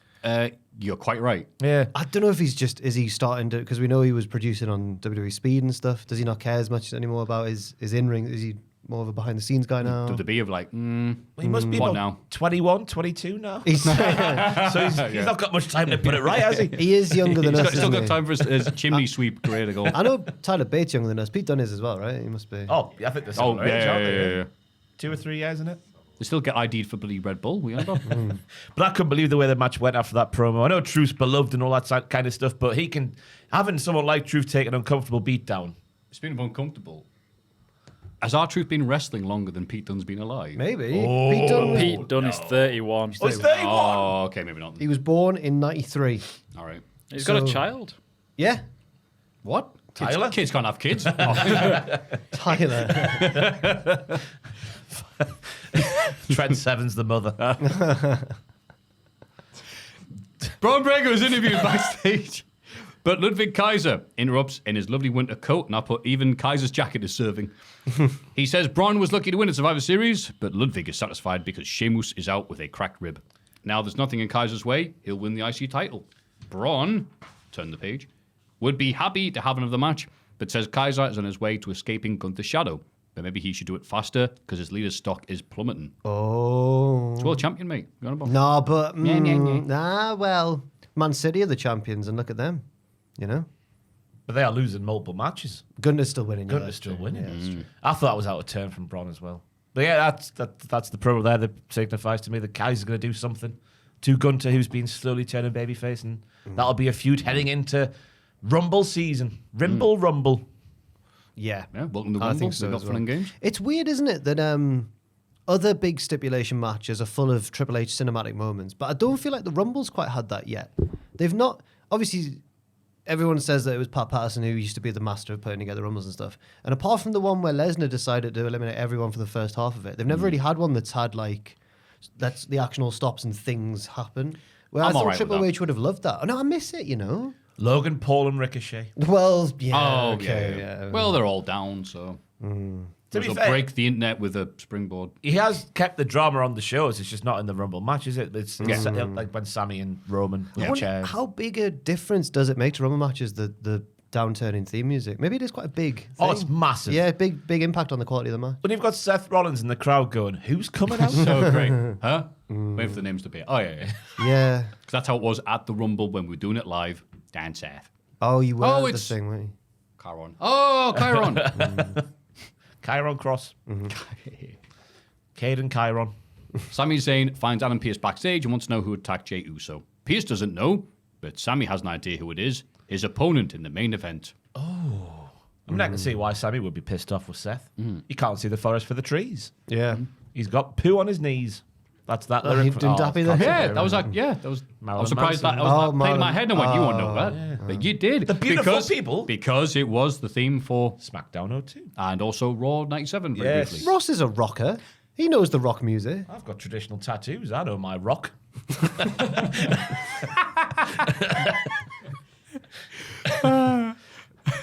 After the break, Finn demands a title shot from Pearce, who angrily agrees. Finn can face Gunther on Saturday night's main event, but next week Pearce will tell him about his other title match, which is a tag title defense. And Bella's like, I'm the tag champ. But is there any point in having the Gunter match if Finn's going to have a match before that match? He's going to be Well- tired facing Gunter. What's the point in doing the match? He's going to lose. But because Pearce wants to punish him for interfering in the match, so he knows. That is fair. That's why he's a good GM. Oh, that's good GMing. I'll have to think about this. Mind you, he was now. probably, drunk. So he just didn't like, well, whatever. Who was he on the phone to where he's like, we need to make something official? Was it like beers delivered? or Dial a something? drink, yeah. whatever they call it. Yeah, they're on the same page, the guy. Have you seen Tom's pasty? They're on the same page, Pierce and the guy on the other end of the phone, so... I assume it's Aldous, but what match would it be? Just a... Or maybe it's Ava. Oh. Ava, are you okay? In the middle of the main event between Sammy and Seth, Sammy gets a chair and threatens to hit Seth, who denies attacking Jay. Seth convinces Sammy to discard the chair, but also catches him with a small package to win the match. I just don't... I left a bad taste in my mouth, that win. Oh, What's really? Rollins going to do? I know. They're fighting for the winner's share of the purse. Yeah. And Sammy has a history of doing this. He did it in NXT against Pac. He was going Yeah. to use the belt, but then he threw it away. Yeah. But he won that one. But not this one. I like the character shift to Sammy in this match, though, because he thinks that Rollins has thwacked his friend, who he clearly loves very much. So he's willing to slap him in the face and attack him with a chair and whatnot. Sammy doesn't normally do this. He must really love Jey Uso. He does. Oh, It's his family. well, Despite what Rollins says. kind of. Yeah. Get some tattoos and be all right. But yeah, I'd like the finish. And he was very overwrought, but it was supposed to be part of the story. It wasn't me, you idiot. And he goes, all right. Seth tells Sammy to start using his head and leaves. Sammy looks regretful and just ignores his advice and doesn't use his head, because if he did, he would have turned around. But he doesn't. Instead, he gets ambushed by returning Drew McIntyre. It's Drew McIntyre. Again, it's bloody, what's he called? Joe Tessitore. Joe, yeah. He can spot Drew a mile off that To be mat. fair, Good, he's a giant Scottish man. he says it just after the He Claymore. hit the as Claymore, well. didn't he? Yeah. But it was before the reveal. And it The was show him, should be going off the air. It's Drew! wasn't it him last time? That's Drew McIntyre in a hoodie. Yeah! He just It could have doesn't- been anybody else, though. So It's nice that he's not bound by wrestling tropes that he has to be an idiot. And as soon Yeah. as he hits the finisher, he's like, oh, it's true. Yeah, I don't mind it, me. I much prefer it over Michael Cole going, oh my, could it be? better Is when- it? it's better when Kevin Nash with a Sting mask ended World War III that one time. The commentators are like, wow, Sting's here. Oh, it's Kevin Nash. We just thought Sting got big. Anyway, let's settle down and watch a very sensible episode of NXT. Yes. Well, first question, why the F? Why the F is Eric Bischoff involved in my NXT? Oh, we'll We'll get explain to some that. things to you. Yeah. Why the F? We'll get to it. I wish you would F off. Oh. Yeah. No, get the F out, remember? Remember too? No, get the E out, not the big E, the EB, the E, Eric Bischoff. Easy E. Eric Bischoff. Yeah. Piss Why off. don't you Bischoff? Bischoff. It's like Dappy's in here. No, Eric Bischoff. Jesus. The wordplay is so thick and fast. I just don't know where I am. The show opens with the last chance qualifying match between Jada Parker Eric E. Prick Bischoff. No. Kalani Jordan. This must be how the Cora Beatles Jade. felt in that documentary when they just coming up real and sick, get back right, out of get nowhere. Yeah. Get back, in brackets, out the company, Yeah. NXT Bischoff. Yeah, it's good. Right, look at it was theme there, but I couldn't quite get back and worse than ever. Yeah. In the back of the queue. Prick. E. Prick Bischoff. I missed the first bit you said there, Matthew. Sorry. A bunch of women had a match. No. Lola Vice interferes to attack Jada, but she ducks and Lola's back fist hits Ren instead. Ren falls into an accidental pinfall attempt on Cora, winning the match. Lola and Jada continue to brawl after the bell. Magical. Magical win for Ren. The finish. It was unbelievable. Jeff.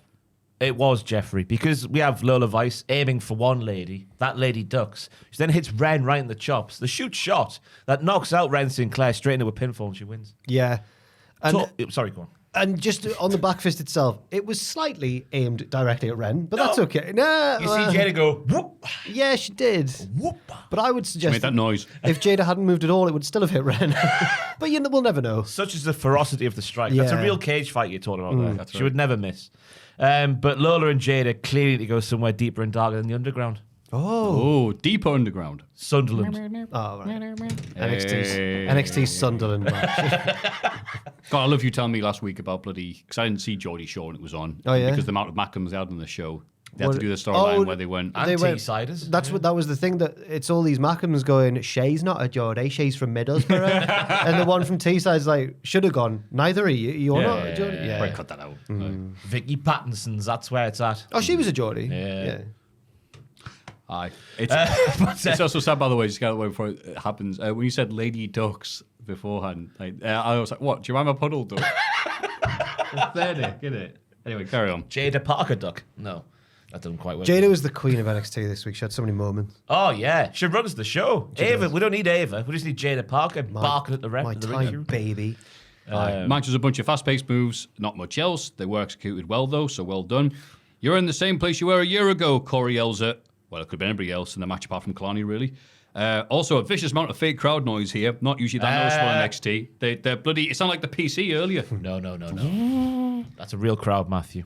Then Ren wins accidentally, just like Ethan Page. As in exactly the same way. Super kick and all. Oh, no. But she's a woman. Sorry, they're completely different. It was a back fist to the future. Was it not a super kick? No, it was a back fist. It's Lola Vice. Well, I put it's exactly the same, so I think you guys are wrong, and I just wasn't paying that much attention. She was on the apron. She couldn't have super kicked over the apron. She could. She is flexible. Shoot fighter. True, yeah. Great lady. But the NQCC, where we now stand to fill the wacky wrestling school stable hole in our They're hearts. the new... Yeah, they are! No! They're not wacky yet. What? You've got Miles. They're not wacky. Miles Bourne looking like 2009 Randy Orton. You can't have him being wacky. He deaf. moves like him as well. I know. Wacky Randy Orton. Ren Giangelo Sinclair. Hancock. Ren- Tavion Hancock. Yeah, Charlie Dempsey Wonka, Regal. Well, they've stopped doing their wacky. Like, Charlie's just a nice guy now. Charles is just a Charlie's nice guy. Andre Chase. He's the Andre of the situation. Yeah. He's not wacky anymore. Ren is like, Thea. She's subdued the this, let's do this, that Kavorka. It's all subdued now. It's they're nowhere near Chase U. Don't say that. No, they're a little bit like Chase U. say that. I was intrigued by the match because I looked at it and thought, well, Ren's taking the pinfall 100%. Yep. And she was also, I think out of the four of them, she's probably the most experienced. She was on the indies and stuff. But she was not only the glue, but the winner as well. So I wonder if she's the one in the Iron Survivor match to take all the... He's saying the winner is glue. I'm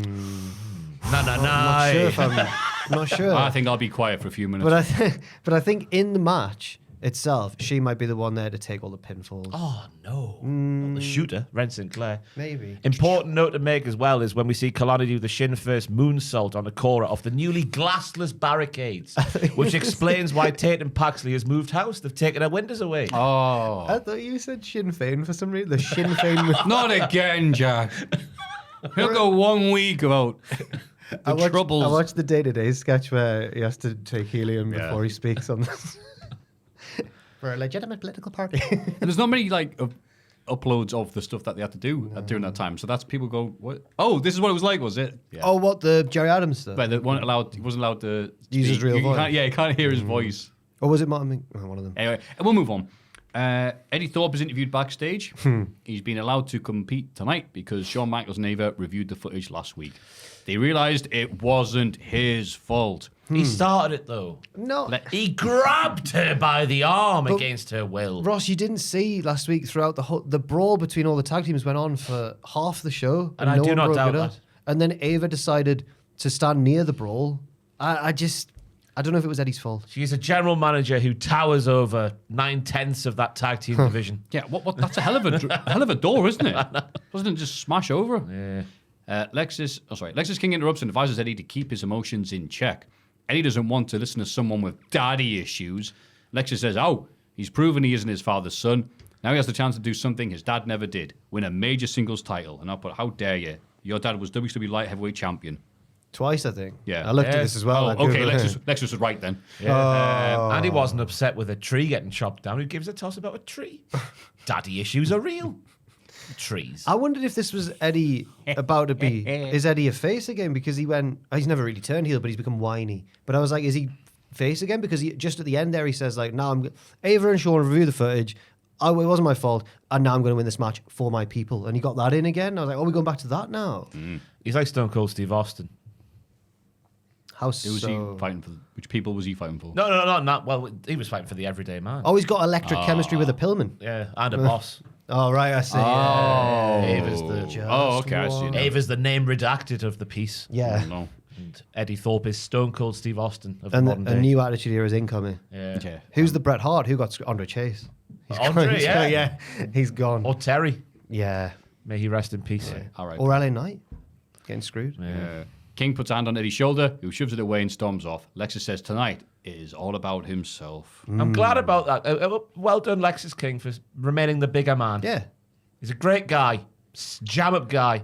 I had a bet He with stinks and I don't like him. I had a bet with myself that when you read the line Lexus has proved he's not his father's son, I thought you were going to go, well, we know that, or something like that. I think I've said it every single week since he said it. It's so obvious now. Oh, but he's just a good guy, and his dad was an arse, a wrestling. He was a arse. loose I love that, like, wow, Pillman, God, he was an arsehole to be around. a wrestling arse. Yeah, A very incredibly successful dude we still talk about to this day. You're like, kayfabe arse. he's kayfabe arse. Jada Parker interrupts the next commentary link and demands that the ring ropes are taken down because she wants to have an NXT Underground match right now. After break, she cuts a promo in the ring calling out Lola Vice, but Ava comes out instead. Ugh, it says here. Ava refuses to let Jada wrestle twice in one night, but books the match for the deadline instead. Lola arrives and argues with Jada in the ring, saying she won't be able to use the brick this time. Jada says she doesn't need a brick, throwing the brick to Lola before hitting her with an elbow. It was Brick. like a Van Brickinator. She threw it, like distracted her with the brick, and then I think it was like a. Was it an Back fist, elbow? yeah. Oh, it was a back fist as well. Judas effect. Kind Knocked of her thing. out. Shoot shot nonetheless. Jada's the most charismatic woman on planet Earth. Yeah. She said a naughty word. SH1T. Arguably 2 naughty words, but people have disagreed on No, whether she the actually said the referee's first name one. it begins with an N. That's fine, and Don't that's all worry. right. Because I too thought that she said. Everyone thought she'd done a Booker T. We coming for you. It's on the Jesus, really? It's on the outside when she's shouting at. Yeah, I remember it got think bleeped out, but zombie like- ref. Yeah, zombie and ref. she's going like, "You heard me," and then people went, "Hang on." People thought that. Yeah. Christ. But she did say the S word in the ring though. She did. She got muted for that one though. Yeah, but the she crowd had- loved it though. They were like, "Yeah." That Kavorka though that she has, she just gets it. She's a future women's world champion. She gets it that much that the ring crew actually pooed their pants And they and started took the taking ropes down. Yeah, Yeah, Ava's like got no authority. Yeah. The league table's the same, Joel. The league table's the same as it was Then last Ava week. comes out with the ring dismantled basically and goes, nah, put Yeah. them back up Yeah, there. like, what, I'm the GM. What are you doing? Listen to her for? Yeah, Oh. I mean, I get it from a promoter's perspective. Obviously, you want to save the big grudge match for a pay-per-view. Ah, But that's the ring was ready. We could have seen it twice. Yeah. Also, Ava says, I'm not going to give you 2 matches in one night. Yeah, unless you bloody Axiom. Oh, Nathan Fraser. With Nathan Fraser. It is. Oh, It's sorry. Nathan. It's Nathan. Beg your pardon, yes. I put Axiom here. I forgot. No, it's Fraction. That's the name of the tag team. Ah, whatever. Well, spoilers. We don't know at this stage whether Axiom will be double duty or not. Well, I thought it was a foregone conclusion. Me too. Surely you would have Nathan and Axiom in that Iron Survivor. Surely. Me too. Surely. It would be a massive mistake if they didn't. Huge. But I think NXT know more than we do, and they've got a plan. No, they I don't. disagree. Yeah, they're dumb. Carmen Petrovic is hanging out with Brittany Reese and Dion Lennox backstage. Right, hang on now, because I'm missing something here. No, you're No, not. you're It's not. just the same. Doesn't make any sense. What happened Bollocks. last week? Because last time I was watching NXT, it looked like they were getting together. So last week, was that the text from Nikita? Yeah, that segment. yeah. Has that already happened? Yeah, I saw that bit. Yeah. So then what happened after that? God. They had this mixed tag match. Yeah. Was the text after the mixed tag match? I think so. No, that was 2 weeks ago. That was the text. Right, And then okay. the last week was the mixed tag that I. No, I saw the mixed tag. Oh god, you know what? I can't What remember happened last week then? Yeah, that's what I'm asking. Let's ask Joel. Oh, we didn't. I remember now. We didn't actually Actually, recap it. I must have either forgot to put it in, or you might have skipped over it. I don't know whose fault it was, but I remember what it was. Ashante meets with Nikita across the table. It looks like they're in catering, and he's like, "Look, I really I need to break this. I'm not seeing you. What are you on about?" And she's like, "Oh, I'm causing trouble." And that was, I think it was another one where it looks like Ashante has been a naughty boy, but actually he's innocent in all this, and it's Nikita stirring the pot. That's what I think. It just built up to this match. Bloody women, eh? I tell you. What are they like? I'm saying it with satire. I know. Only when people just laugh, don't go, oh. Well, Good that's one. who actually was supposed to. Oh, No. Laugh. because if That makes me... you're right. Yeah, I apologise. I I thought. was Wait, watching- I thought if I laughed, it looks like I'm agreeing. Yeah, I was worried as well. Yeah. You're trying to put us in a bad position. WWE, me. People will think I do that off camera now, off that reaction. Oh, he's done it again. Oh, Oh yeah, bloody you're hell. right. That is the thing it is doing. Do it again. No. Oh, okay. Kiss my ass. Women be shopping. sexist again, like you do off camera, Ross. What's that from? Women be shopping. Is that from Naughty Professor? Right. Anyway. That's it. Yes. Cam Hedrick is hanging out with Brittany Reese and Dion Lennox backstage. She says Brittany was right about Ashante, the Adonis, and she is so done with him. Brittany actually disagrees and thinks Carmen should give Ashante a chance. These people's motivations are changing week to week. Dion says he saw Ashante's text with the mysterious Keisha, but that was weeks ago. Somehow this is supposed to help. A crew member delivers a bunch of roses to Carmen. She is buzzing. It's from Ashante. Mashante said the flowers. And then Say that. to apologize. We don't know that. We and don't then know that. Booker goes, no, she reads there's a tag on it and she okay. reads it. It's from Ashante. But then Booker on commentary goes like, yeah, he's got game, man. And Vic's going like, I think it's disgraceful. Well, no, because Ashante claims the text that was with Nikita was before he was even interested in Carmen. Yeah. That's but what then we mean, yeah. why is Dion bringing up Keisha again? She's just one of like 3 lasses that used to get with Ashante that he named. Because I think Dion, Jack, knows the truth. Because the way Dion's like, fair play. It's like the before text story was a cover-up for what's actually going on. I think Ashante and Dion are in cahoots as a pair of players. A pair of playing players. But what's the end goal? They screw over Carmen and Bryn, who cry. And That's the payoff. And they high five. And that's the end of the storyline. That's where it's going. I'd like if this was an elaborate heist because they want to steal her sword. It's really valuable. They want to sell it. Like, we need to distract her to get the sword. But how? What abilities do we have? Well, you are moderately attractive. Oh, thank you. Dion, moderately. My goodness. Dion's a stunning supermodel. man, Yeah, he's great. But don't come on too heavy, Thoughts on Dion? Can't picture him. You don't watch it yet. Joe's like, look, I just work here, pal. Can't picture. Sometimes he wears glasses, so you know he's clever as well. Oh, He reads books. He's got big muscles. That's what the glasses mean. He's smart. a sexy nerd. Yeah. He's got glasses and he's smart. That's Pol Pot wrote this. I know Jack would like that. I don't know. Should I explain the joke? Nah. I didn't care about any of this. Okay. I thought, let Ross and Jack say something while I plan my tea. Oh, that's good. Oh, yeah, Past Maffew. Soup. I've got all the ingredients to make a good old veggie soup. Oh, a nice thick one. Nice thick soup. Yeah, because I like it thicker than thin.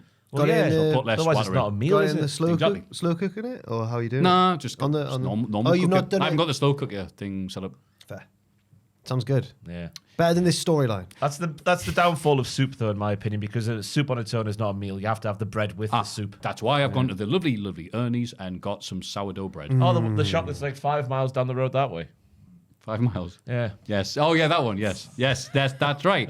I did a quick run, a bit of cardio after Tom. I don't know. I had energy because Tom sneezed in my address general on- direction. He could have gone on his way to work. He didn't. Yeah. 5 miles away. That's right. Ooh, The God. address is not on the website. Over several mountains. Fracture in the locker room, ready to watch the tag team battle royal. Nathan is feeling the pressure ahead of his 2 matches at deadline. Bull bollocks.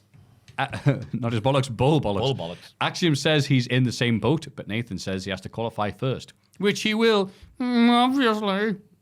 Obviously, mi amigo. Yeah. I've got no doubt in you. So Axiom's talking to Nathan at the start, but Nathan's just looking at the TV screen. He's fixated on the TV screen. And then eventually Axiom starts yelling. He's like, whoa, amigo, why are you yelling at me? The match hasn't even started yet he claims he's locked in on the tag team battle royal. Liar. Snake. Don't trust him. No, it's all gonna. I think this could finally be it. A deadline. This It could will be be it. it, yeah. Hopefully. Axiom will turn. Oh, There'll be another swervy do. not If Nathan. are people going to boo him, though? If he... Oh, is this because Nathan's in the Iron Survivor and actually Yeah. cost him? I think Axiom will cost him. But it's a shame. It's been a heavy week, like with the New Day and then Pete Dunne's playing. Now we've got two TSU 2 weeks 2.0. ago, yeah. Yeah, two 2.0 OGs falling out. Yeah. Oh God, yeah. Yeah, 2.0 is becoming a very big. What's the turn of phrase? I've lost me. Go on. It's becoming smaller in the rearview mirror. Whether that's saying What's it now? Black and silver? Is that what we're in now? I think Okay. so the metallic era. Johto. Okay. I got that. Pokemon. That didn't. Here are some things that happened in the tag team battle royal. Are you ready? Yeah. Yoshiki Inamura, who I like to remind people, Gene Money beat, doesn't understand the bloody rules. He and Josh Briggs do quite well, but keep arguing with each other, but eventually both eliminated. Hank and Tank eliminate Tyson Dupont early on and shake his hand. Tariq Igwe isn't happy with this and refuses to do the same when he's later eliminated. He tries to get back in the ring, inadvertently pulling the rope down to help eliminate Hank. Tariq and Hank brawl, with Tyson holding them apart. Hank saves Tank from elimination, catching him on the outside. Tank helps eliminate Gallus, leaving a final 3 of Lucian Price, Miles Bourne, and Tank. Miles and Tank team up to unbalance Price on the top rope. Miles quickly eliminates Tank and kicks Lucian to the outside as well, winning the match for the no quarter catch crew. Right. Lost. He has voices. Yeah. He can't hear them. Because he's deaf. They talk to him, maybe. Born. But he doesn't hear. He looked great in there. He did. He didn't just look like Randy. He moved like him as well. Especially. I hope not. Oh, you mean like old school? Like Pete, with the fluidity. There's a bit where towards the end where he's on the apron now, he's in the ring, and he was like sliding and doing all the Randy stuff, and even the way he went for a clothesline, I was like, oh my goodness, it's the second coming of Randall. I don't know what's going on with Hang and Tang shaking hands with lads after they've eliminated them. It is nice They're guy. nice guys. Yeah, I want to shake his hand. It was so weird. And then Tyson Dupont for some reason is like, fair enough. I thought we were going to get like a Sid Hogan thing, but no, he just. I thought that was he it. just shook his hand. Tyreek's a tit because obviously Tyson's shaking hands with Hank and Tank on the floor. Hank and Tank are facing out of the ring with Tyson behind them. But Tyson's one on the Tyreek, outside. yes. Yeah. Tyreek's in the ring. Doesn't go to eliminate them, even though they're basically half out the ring anyway. Yeah, but I don't think Yeah. Dupont wanted that. I think he was legitimately shaking hands with the lads. Josh Briggs ruined Inamura's performance. Inamura was doing fine, and he just kept on arguing with him for no reason. I got very annoyed with JB in this match.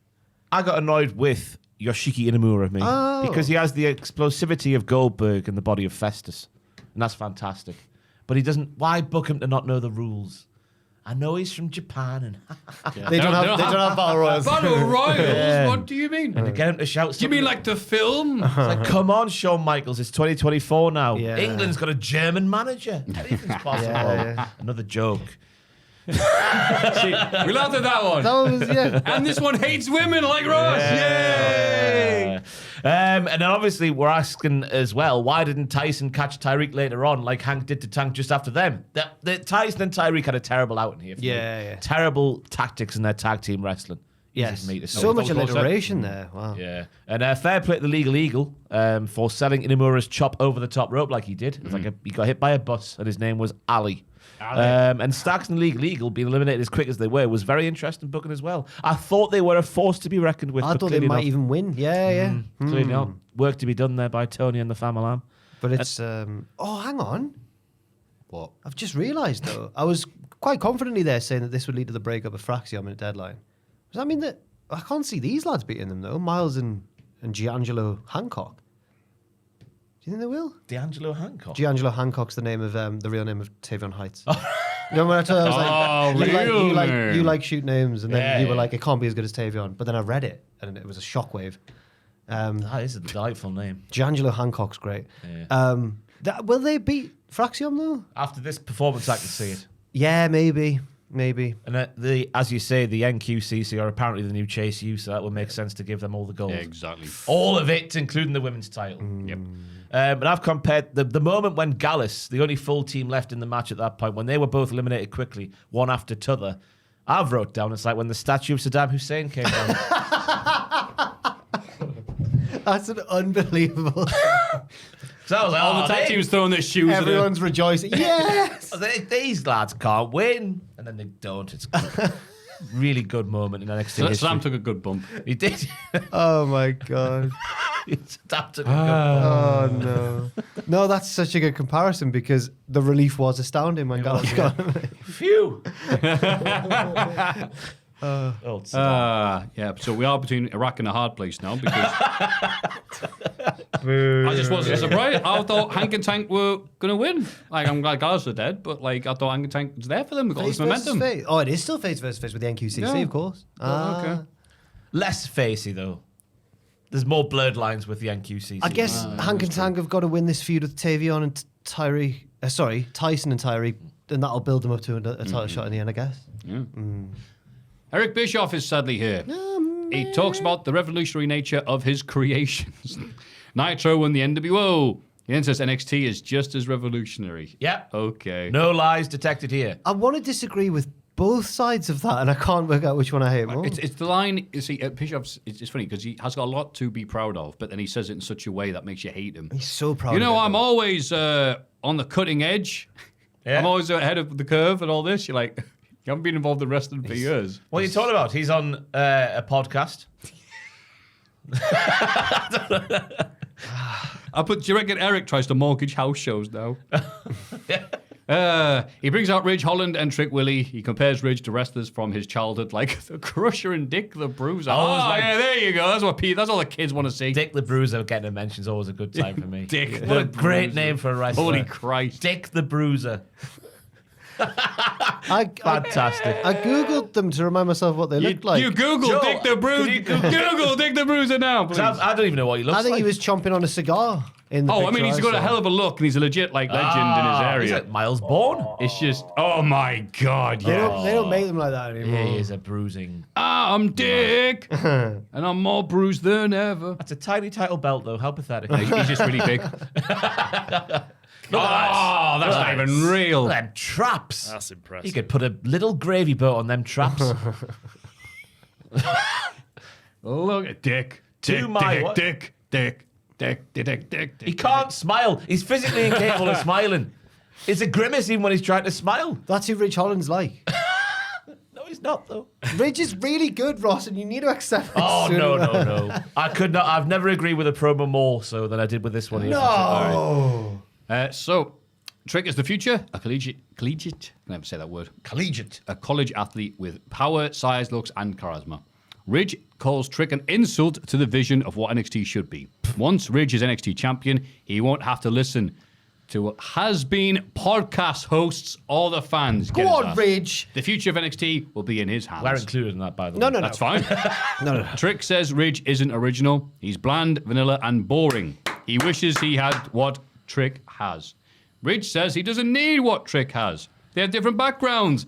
Trick played American football with pads on, while Ridge played a real man sport, rugby. He went, well, I risked it all and played Yes. rugby. Oh, and I probably did something inappropriate in a shower because I've got a weird sense of humour because I played rugby. We I drank did thumb up the bum. We drank each other's wee, and that prepared me for Tommy Dreamer in locker room with his balls. And for some reason, I always wear a smart blue shirt with those beige trousers like all rugby players do for some reason. But they won't call themselves Tory. No, they won't. And sometimes a pair of jeans with some brown loafers as well. Just cuz.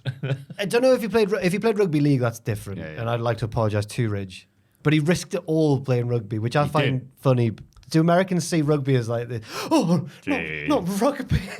Oh, now it's rugby versus NFL. Now I'm definitely all in with Ridge. Has there ever been a rugby team versus NFL team, like professional outfits? Like, Ooh, Would they? no idea. Would they play Yeah, what American they're gonna football play. or would they play rugby? They're going to play lacrosse. one of each, yeah. Ridge calls Trick soft, which starts a brawl. Ridge gets the better of the champ, DDTing him on the announce table. Trick is stretchered out, and we later learn he's been taken to hospital with Ava, who's probably needs to stay there, recover. I know, after Ava, the big shot I mean. last week. Well, yeah, the promo that I agree with is Eric Bischoff calling Ridge the antithesis of what makes a WWE superstar, what a WWE superstar should be, because he is uncharismatic and clumsy. Bischoff didn't say that. He went, "That's not a bad thing. You're like Dick the Bruiser." But I took it in a way that I wanted to hear. I like. You're Ridge. bad at the talking and clumsy. Well, I know a thing about that. Jesus. I like. Go out to Ridge. being a priest and stopping gay weddings. Ridge did that. I liked what they were going for, setting up Trick and Ridge as like two polar opposites. One's gonna ruin NXT if he wins the belt, whereas Trick's the guiding light of the future and all that sort of stuff. Don't know why Bischoff needed to be there. Yeah, wow, they're shoving anyone in a Trick Willie segment to distract from the lack of challenges right now from Bubba, Bischoff, the other guy from Busted Open and didn't know anyone's names. This is like back in the day when they get a guy like Mick Foley or Terry Funk or Roddy Piper to come out and give an amazing emotional promo, but they're not around anymore. So instead we get Bischoff to Foley go. is. Foley's Yeah, I mean, he's just, I don't think he's in a position where he can cut one of those promos. Like we remember back in the day. But now it's just, it's Bischoff going, I've got a podcast. Anyway, thanks. Yeah. But Ridge sounded very solid here. Dissing NFL, praising rugby. Ridge doesn't care about Trick's aura because Trick is soft. Trick looked like he didn't know what to do with someone who's actually done something this year. That was a good That line. was me snoring every Oh, no, day. apparently. Killing Chase you was obviously bad, but it's better than the absolute zero of everybody else lately, so I'm all right with Ridge right now. The Culties are coming up. If Ridge He doesn't... can do it. Unless he doesn't... He cacks himself at do deadline. He's a dead cert for most improved. He's got to. He's got to win. Absolutely. He's got to. He's got to I win. can't believe you're this Andy. Not him. even the most improved NXT. Lash Legend says hello. Oh. Hello. He's got to win several. Good morning. I think he's in with a shout. He's got to win several key swing states first, but we'll see how he does with them. One of the swing states is me, because I feel like now if I nominate him, you're just going to agree with me. That's right. But I'll let you in on a little secret now. I think there's someone else more improved than Ridge, and I probably won't be nominating him, unfortunately. What brand are they on? I'm not going to. I think you have to wait until the Go company. on. I can't wait. Like the fans, I can't wait. I think it's someone in NXT. Okay. I'll need to go back and clarify that first, but I might not nominate Ridge. We'll have to wait and find her out. name rhyme with pen? Pen. I'm not even talking about either. I do. I think. Pen. Yeah, we spoke about it just earlier. Yeah. Start the NXT segment. Oh, Penn Sinclair. Penn Sinclair. Oh, right. Yeah. Oh, right. No, I I was think trying to be she all was. teasy and mysterious. It worked way too well, mate. Huh? She was always. You and your dappy. She was always a star for me. She was always. I was a star. Yeah, she was always a star. You look like a pop star. But it was further proof anyway, back to the segment, that we have a shoot crowd in the arena because obviously one of America's favourite insults to throw from human to human is wankor. Yeah. The fact that Ridge is a wankor was a wankor. not planned at all. Wankor. Not a Ridge Holland suggestion that was picked up by Shawn Michaels backstage at all and then given to the plants in the crowd. What was that? They should call me a wanker. What are you saying? Wankor? Wankor, the new science fiction program hitting the TV stations this June. They obviously just were based off American TV. You never see anyone call them a wanker, do you? No. Hey, Ross, it's Rachel here. You're a wanker. No. Nigel would get, sorry, what was Nigel's TNA name? Desmond Wolfe. Desmond Wolfe. All right, you wankers. That's how he started his bit. But it's, That's sort of the seed that grew into Gallus, really. British hoodlums, isn't it? That's gonna no. But you're right. It's not what we'd say to someone if, you just broken Trick's neck. Oh, you wanker. Yeah. Do they think? Oh, so they Americans No, think that's not how we do Americans it. think that wankers are more severe insult than it is. Yeah. It's more like you silly bugger, you dafty. You wank, you do. You gotta make it a little song as well, like Reggie is a wanker. Yeah, that would have Reggie been- is a wanker. yeah. No, no, no, no. Hey. Hey! You're a wankor. Carmen Petrick. Carmen Petrick takes on Nikita Lyons. Ashante comes out to give Carmen a pep talk, but moves her out the way of an attack from Nikita. I'm glad she was there to help. Ashante takes a bullet himself and falls off the apron. Carmen takes advantage to win the match, but is angry with Ashante afterwards for pushing her. Crazy lady. In the words of Ross Tweddle. Oh, yeah, here not he goes just on again. screen, but on women. What are they like? No. You cannot live with them and you cannot kill them. No, watch. I'm just calling Ross. What's she doing here? What's she doing? He's helped her win. He's won her the match. She hasn't got eyes in the back of her head. He saved her life. Surely she can see that by falling down 2 paces away. You That he's pushed me. Oh, she's crazy. Get gone with her, Ashanti. Get your flowers back. Move on. Yeah. Bryn Fit is gagging for it. Give her the Bryn Fit instead. Give her the flowers. I mean, that's what I was talking about. Yeah. Oh, yes, of course, the flowers. What happened? Hang on. That's just true. Like, what happened to Idris and Malik? Where have they been? They What was lose one too of many you? times. Yeah. So Bryn just left them. Yeah. She was helping Don't want no them. scrub. She got them cats. Imagine if she's got them like tied up somewhere. That's where the storyline's going. Oh, she'll be You'll an never excellent leave me. Psychotic. Yeah, because she's so happy in that. That's what you always think about uber positive people. Yeah, yeah. They're always hiding something dark, aren't yes. they? Yes. That's why we like being miserable. Yeah. We're real here. Exactly. Like Ridge, we're gritty. We played rugby. We put it all on the line on this podcast every week. We wanked ourselves off every night. What? Yeah. Oh, because the wankor. rugby lads, you know. they like. Wankors. Yeah. But this Nunchucks versus Swords derby was fantastic.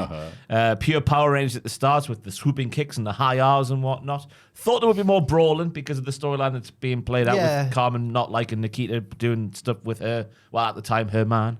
But there wasn't. It was just pure Power Rangers. Booker T with some knowledge being dropped, saying a bird in the hair beats two in the bush. Is that the saying? That is the saying, I isn't it? believe that. Can you Google that, Jim? I don't even is know what the that saying? meant. It's I like put a hyphen there as if I was meant to Google it, but I clearly forgot. it's like you A can't have bird your, in the hand is worth. A bird in the hand. That thing's I great. thought you said hair. it's like you can't have your I cake and eat it. understand. It's like a saying like that, isn't it? It's like It's better to be content with what you have than risk losing everything by seeking to get more. Got you. So how does that relate to this? Bit like the grass is always greener. Okay. So is he on about Carmen's perspective there? Maybe. God. Yeah, maybe. Actually, yeah, has he used the right one? Does he know what it means? I don't know. Okay. Booker just says stuff and Vic nods. Oh, but Carmen Petrovich, crazy lady. And she's got a Certainly sword. is. Scary. Just in time for the cinematic release of Wicked, it's the Tin Woman. Nikita Lyons, right? Aye. Yeah. I put oil can. I was saying on my stream this week, I was sat there last week just doing nothing at one point, and then I was just thinking, I felt bad for joining in on your besmirching of Nikita Lyons. After watching this match, It's not her fault she gets injured. I know she's MAGA and whatnot, but you know. Look, I said she moved pretty well considering she's wearing the iron boots from Ocarina of Time. That's a reference for Jack, who politely nods. Yeah. We'll move on. I heard iron boots and laughed. Yeah, you can got hot rocks on. You can wear them to. Is it in the water levels or the? It lot? certainly is. Yeah. Good lad. And then you get the ones with the feathers on that, like you go. That's right. Big nerd. Where we are. Backstage, Sean Spears congratulates Nico Vance for attacking Tony D last week. Brooks Jensen asks what's next. Sean says they're playing the long game. Nico is almost ready to be unleashed on the NXT roster. Now they're just missing one more thing. Gigi Dolan and Tatum Paxi walk past, and Spears congratulates Gigi on her return. He'll be watching. They leave. Tatum calls Spears a creep, and that's coming from her.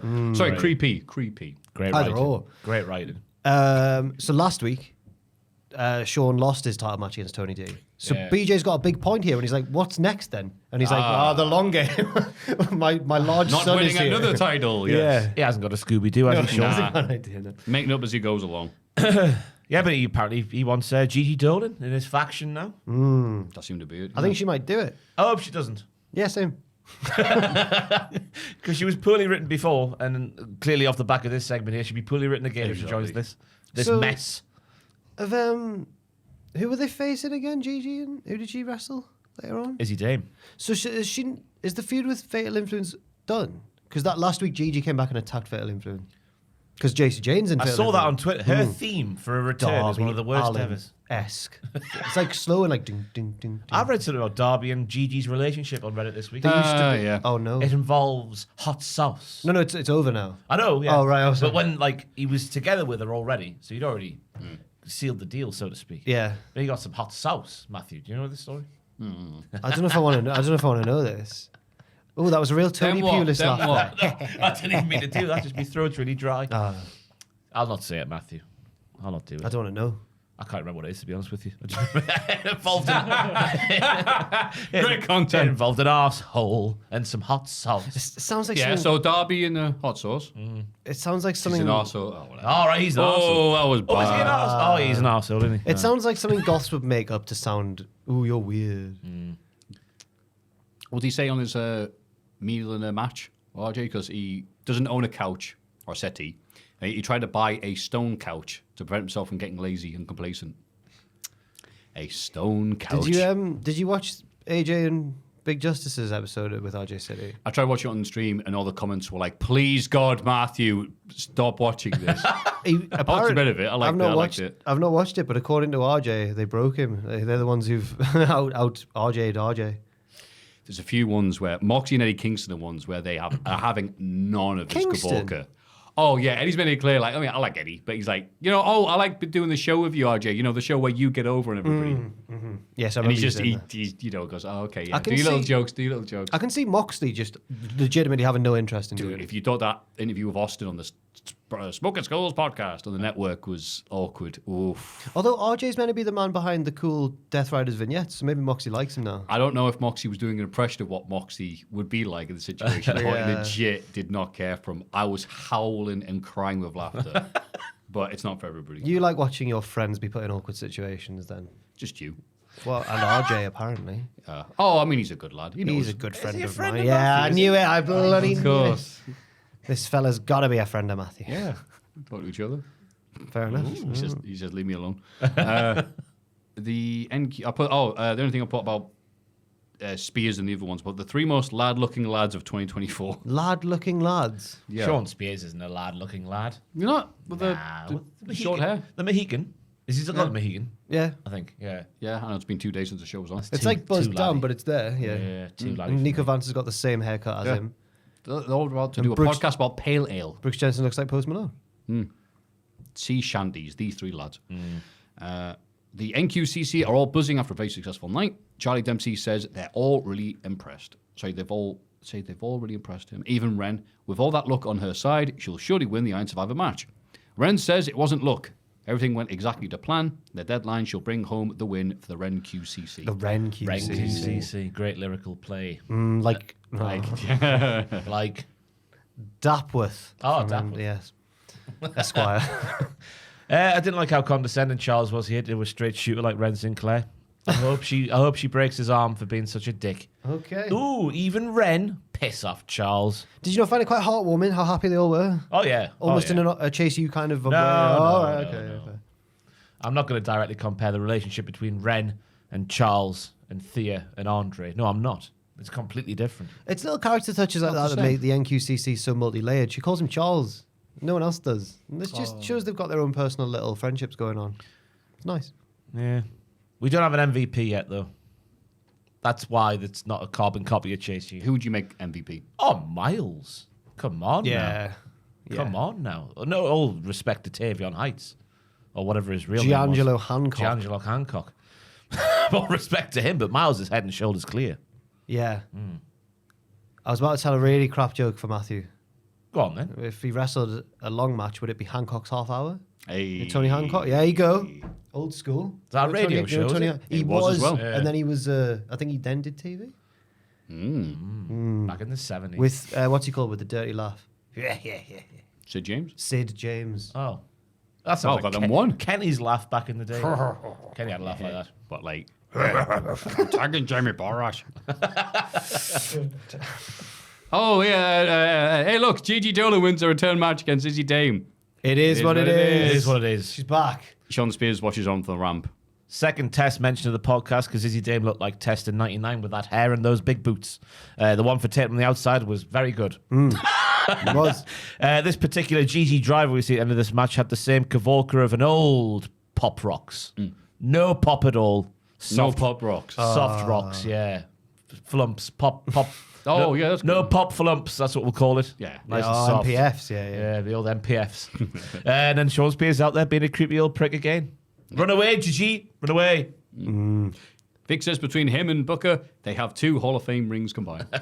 Did he say that? I missed that. Oh, that was That's nice. unreal. He's gonna like, we're a pair, aren't we, Booker T? And Booker's like, Nah. Like, get your hand off my leg. Yeah, but she looked a bit rusty, but not bad, and I thought it was nice. It's a that's shame just the her crowd- orange hair, Matthew. Hey, the colour of rust.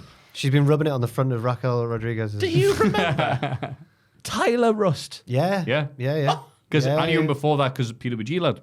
Yeah, but you were aghast at his ring name, Tyler Rust. Could you imagine calling a wrestler Rust? Oh, it was you. Who was sort of, I think Ross was more disgusting than me, but I get what you're saying. Like, Rust? yeah. What signifies that you're really good at something? Because it's manly, grr, Rust. Oh, that's gonna. You need to be binned. It's got a table with Tony Lime scale. And their Who opponents was- in the who ring, was the- Sillet Bang. Oh. Who was the Ben Barnacle. Who was the small lad who won the North American title? And it wouldn't fit around his waist, and it just dropped to his knees. Leon Ruff? Ruff. Leon Ruff, and then sometimes he was Leon Ruffin or something like that. That's his indie name, I think. Yeah. Right. He's had a few appearances in AEW. Ah, Yeah. Good. Wow. yeah, I know. What a match with Damian Priest, didn't he? Wow. It was a 3-way. No idea. What a history. What a weave we tangle. Where are we at? No. Javon. Javon Evans is interviewed backstage and picks Cedric Alexander to win the last chance qualifier.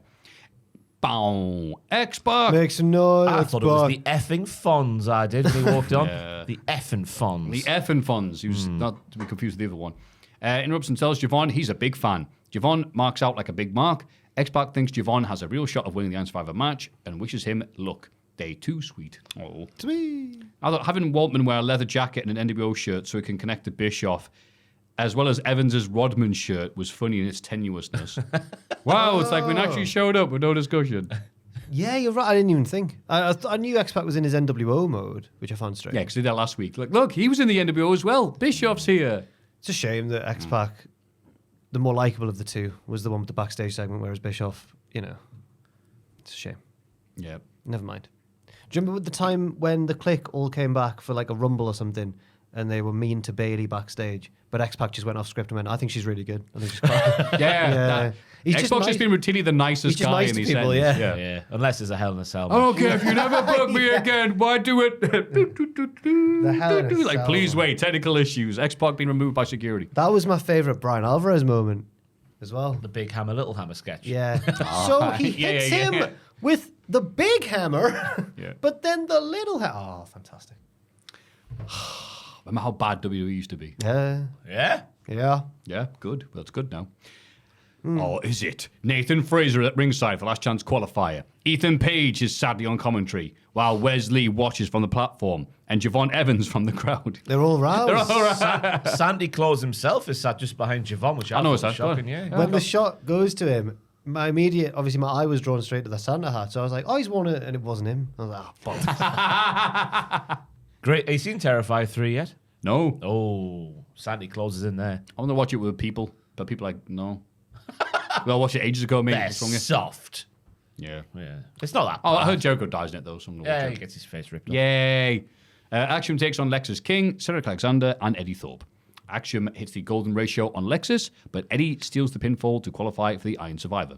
Everybody argues after the bell, while Miles Bourne and Tavian Heights stare at the tag team champs from the stage. Axiom is worried, while Nathan Fraser doesn't even notice. Uh-oh. Oh, no. Harbinger of doom. I was shocked that Axiom didn't win the match to get involved in the thing with Nathan. Yeah. That's where this has all been going for literally months at this point. Yeah. And we're having to wait for something else, I guess. Imagine if, like, they'd both lost the belts and then they're in the match. They'll just tear each other apart. They'll be fuming. It would have been really It would good. have been really good, yeah. But now we've got Eddie in there. Stone Cold Steve Austin. Yeah. Or do we? Is he just going to be like what I said about Ren? Is he just going to take all the falls? No, I think he'll win. No. He will. No.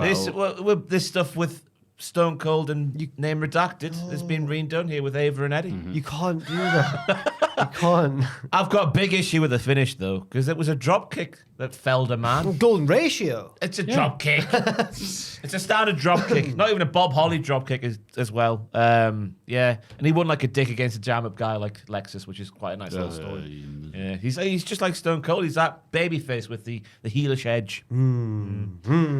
But Axiom was the man of the match for me. He was doing moves off men to other men, which was fantastic to see. Again, it was like the women's match at the start of the show where there was lots of intertwining bits where like 3 or 4 men were involved in one spot. It was all very well put together. I don't know what my highlight of the match was, really. Not the finish. Not the finish, no. Ooh. Definitely not the finish, no. I put, wow, listen to that pop for King. Sean. There it is. It was like that. He thinks he's cute. He's Lexus King. I mean, Yeah. He's got the, You know, I'd cheer for him if that was his got theme the music. beard. You know what the issue is? He's not his dad. He was successful. The issue is the music is too quick for his walk, so fans are confused. That's true. Oh, they're confused, all right. Is it, I can't What's think of this? his What's this music. guy doing Is in the it main like event? A guitar riff, like,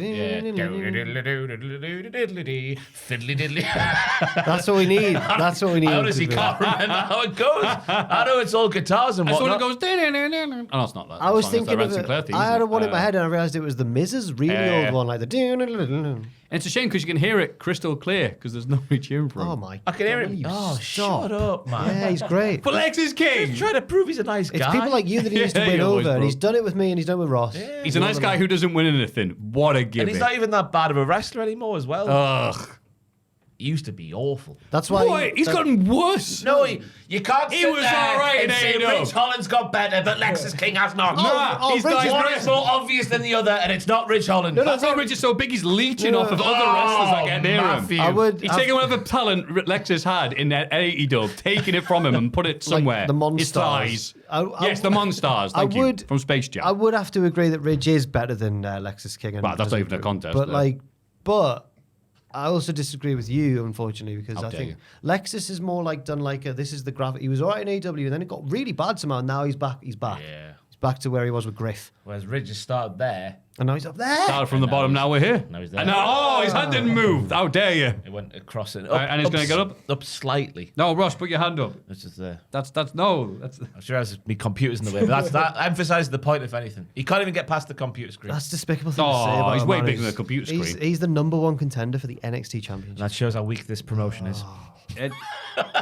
We can agree on that.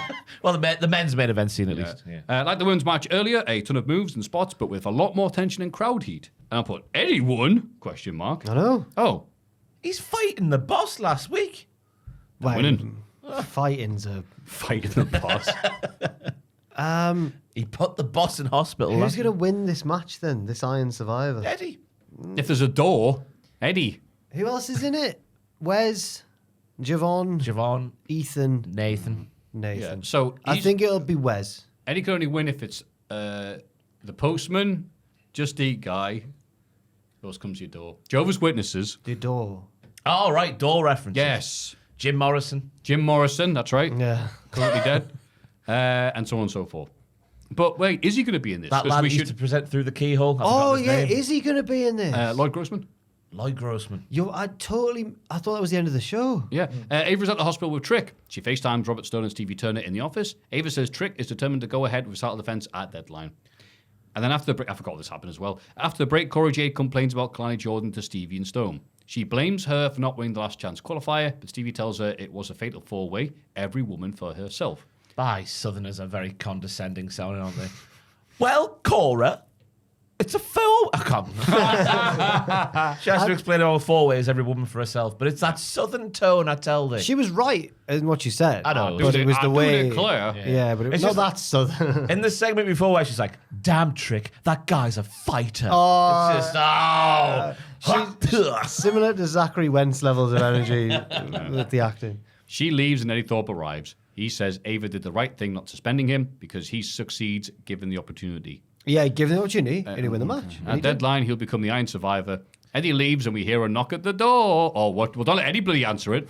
Robert and Stevie are shocked and we don't find out who it is. Robert, in particular, is fixing up and looking sharp. Yeah. Which tells me it could be Dizzy Rascal, but it could also be Come Tuesday. Could be Von Wagner. It's one of the two. The prodigal son, either Dizzy Rascal or Come Come Tuesday. It could be only one of them. Is it going to... What I want to know is it going to be the same person who surprised Mr. Chase?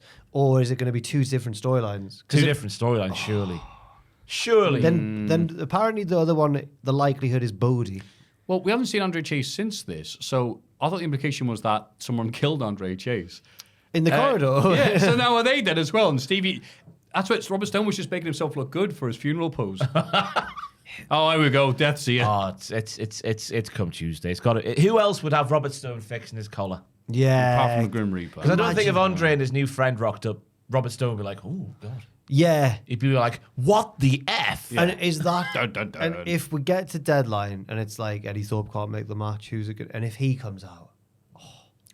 I don't think there's any risk of Eddie not being there. Eddie's going to be there. Well, wait. Yeah, Roxanne Perez, this show never ends. Roxanne Perez comes out for a promo to close the show. She hypes the Survivor match, and it doesn't matter who wins because nobody beats the Prodigy.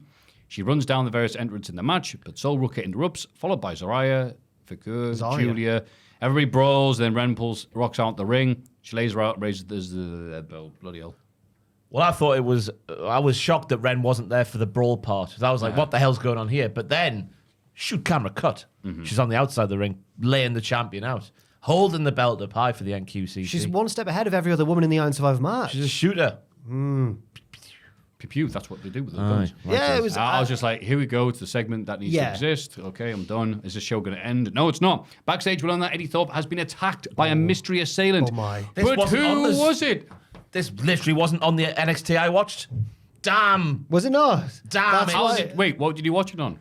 BT Sports. Oh, someone should have a word. So, yeah, Eddie's been laid out. Mr. Oh, BT. well, He might not be in the Iron made me Survivor. look Oh, like a But does I that was mean... going to say, does that oh mean dear, that how Von- sad. Never mind. Does that mean that Von will be Terry's in it? the car park.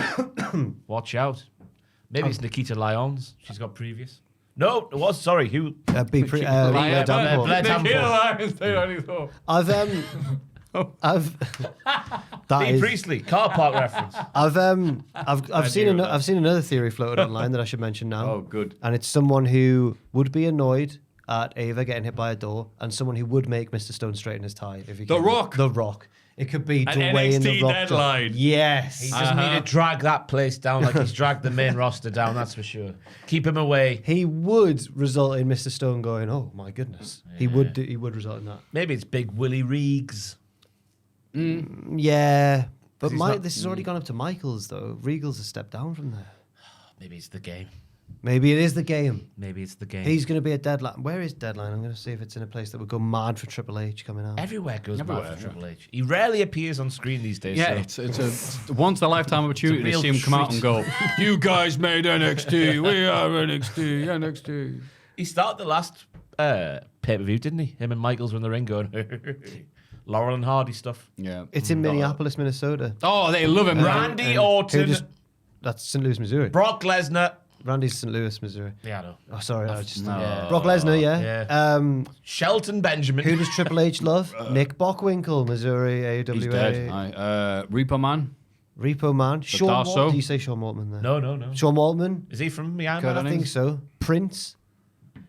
No. No, just Prince, the singer. Also dead? Dead. Lots of dead people. I bet, though, Trick will come out in purple. What's like- Rich going to dress then? He'll dress as Michael Jackson to annoy him. I don't know.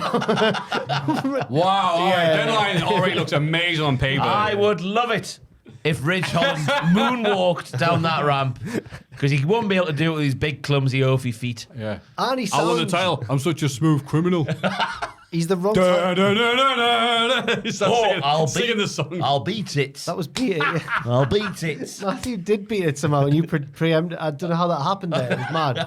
Matthew Me started. and Russ discussed it for the podcast. So actually had it set up.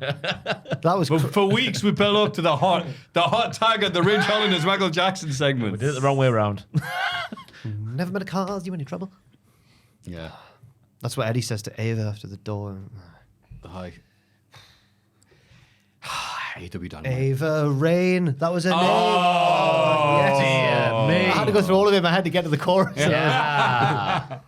That was her name. That was her name. Ava Rain. Yes. And then she left the tree and became a general manager.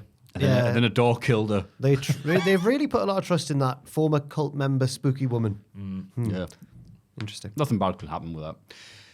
AEW Dynamite, Carl Fletcher beat Shelton Benjamin in the CC with a dirty pin. Dirty pen. Even dirtier than the guy, the very visible Free Phoenix sign in the crowd. As soon as the show starts, welcome to AEW Free Phoenix. Free Phoenix. Visible for a long time. Hey, I think it was Larry Robb in the front row of last week's. Larry Rob. I think it was a Cultaholic shirt. He in the said, front row he last said, week, thank you very much.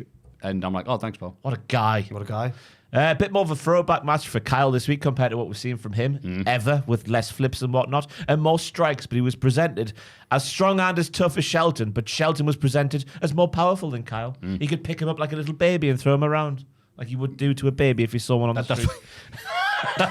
Yeah, somebody else's, not your own. That'd be weird. Yeah, can't hurt your own baby. Someone Yeah. else's, though. Yeah. That's what soft play's made for. Yeah, we're going balls deep on Kyle because he gets the big win over Shelty B, who's been on quite a tear. Yeah. Yeah, he went to the dirty pin. And I was Like, annoyed oh, at you- first, but I thought, oh, Shelton would be furious. And then later on, he was furious. So fair enough. Yeah. Yeah, well, MVP was furious, wasn't he? Well, yeah. And then, don't do this like this. he's Italian now. Mamma mia. Mamma mia, Shelton Benjamin. I bring you into the herd business. Oh, the herd syndicate. Got me businesses mixed up, haven't I? This isn't Tony D's business. No. You make me look like a gabba fool. How you know beat the Fletcher? So at first I was annoyed, but later it got rectified. It did. The whole vibe of this show was like what you said last week, and Matthew was very scathing about That's like a AEW. remix of that song. First I was annoyed. I was petrified. And I was Italian. And it was rectified. Well, yeah. Last week Matthew was very scathing on AEW.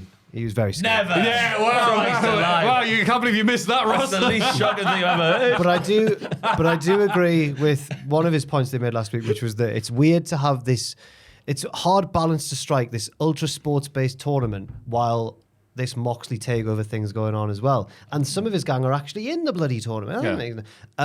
So that was the vibe of the show overall for me. But good start. I enjoyed the start. Yeah, it was a nice match. Good start.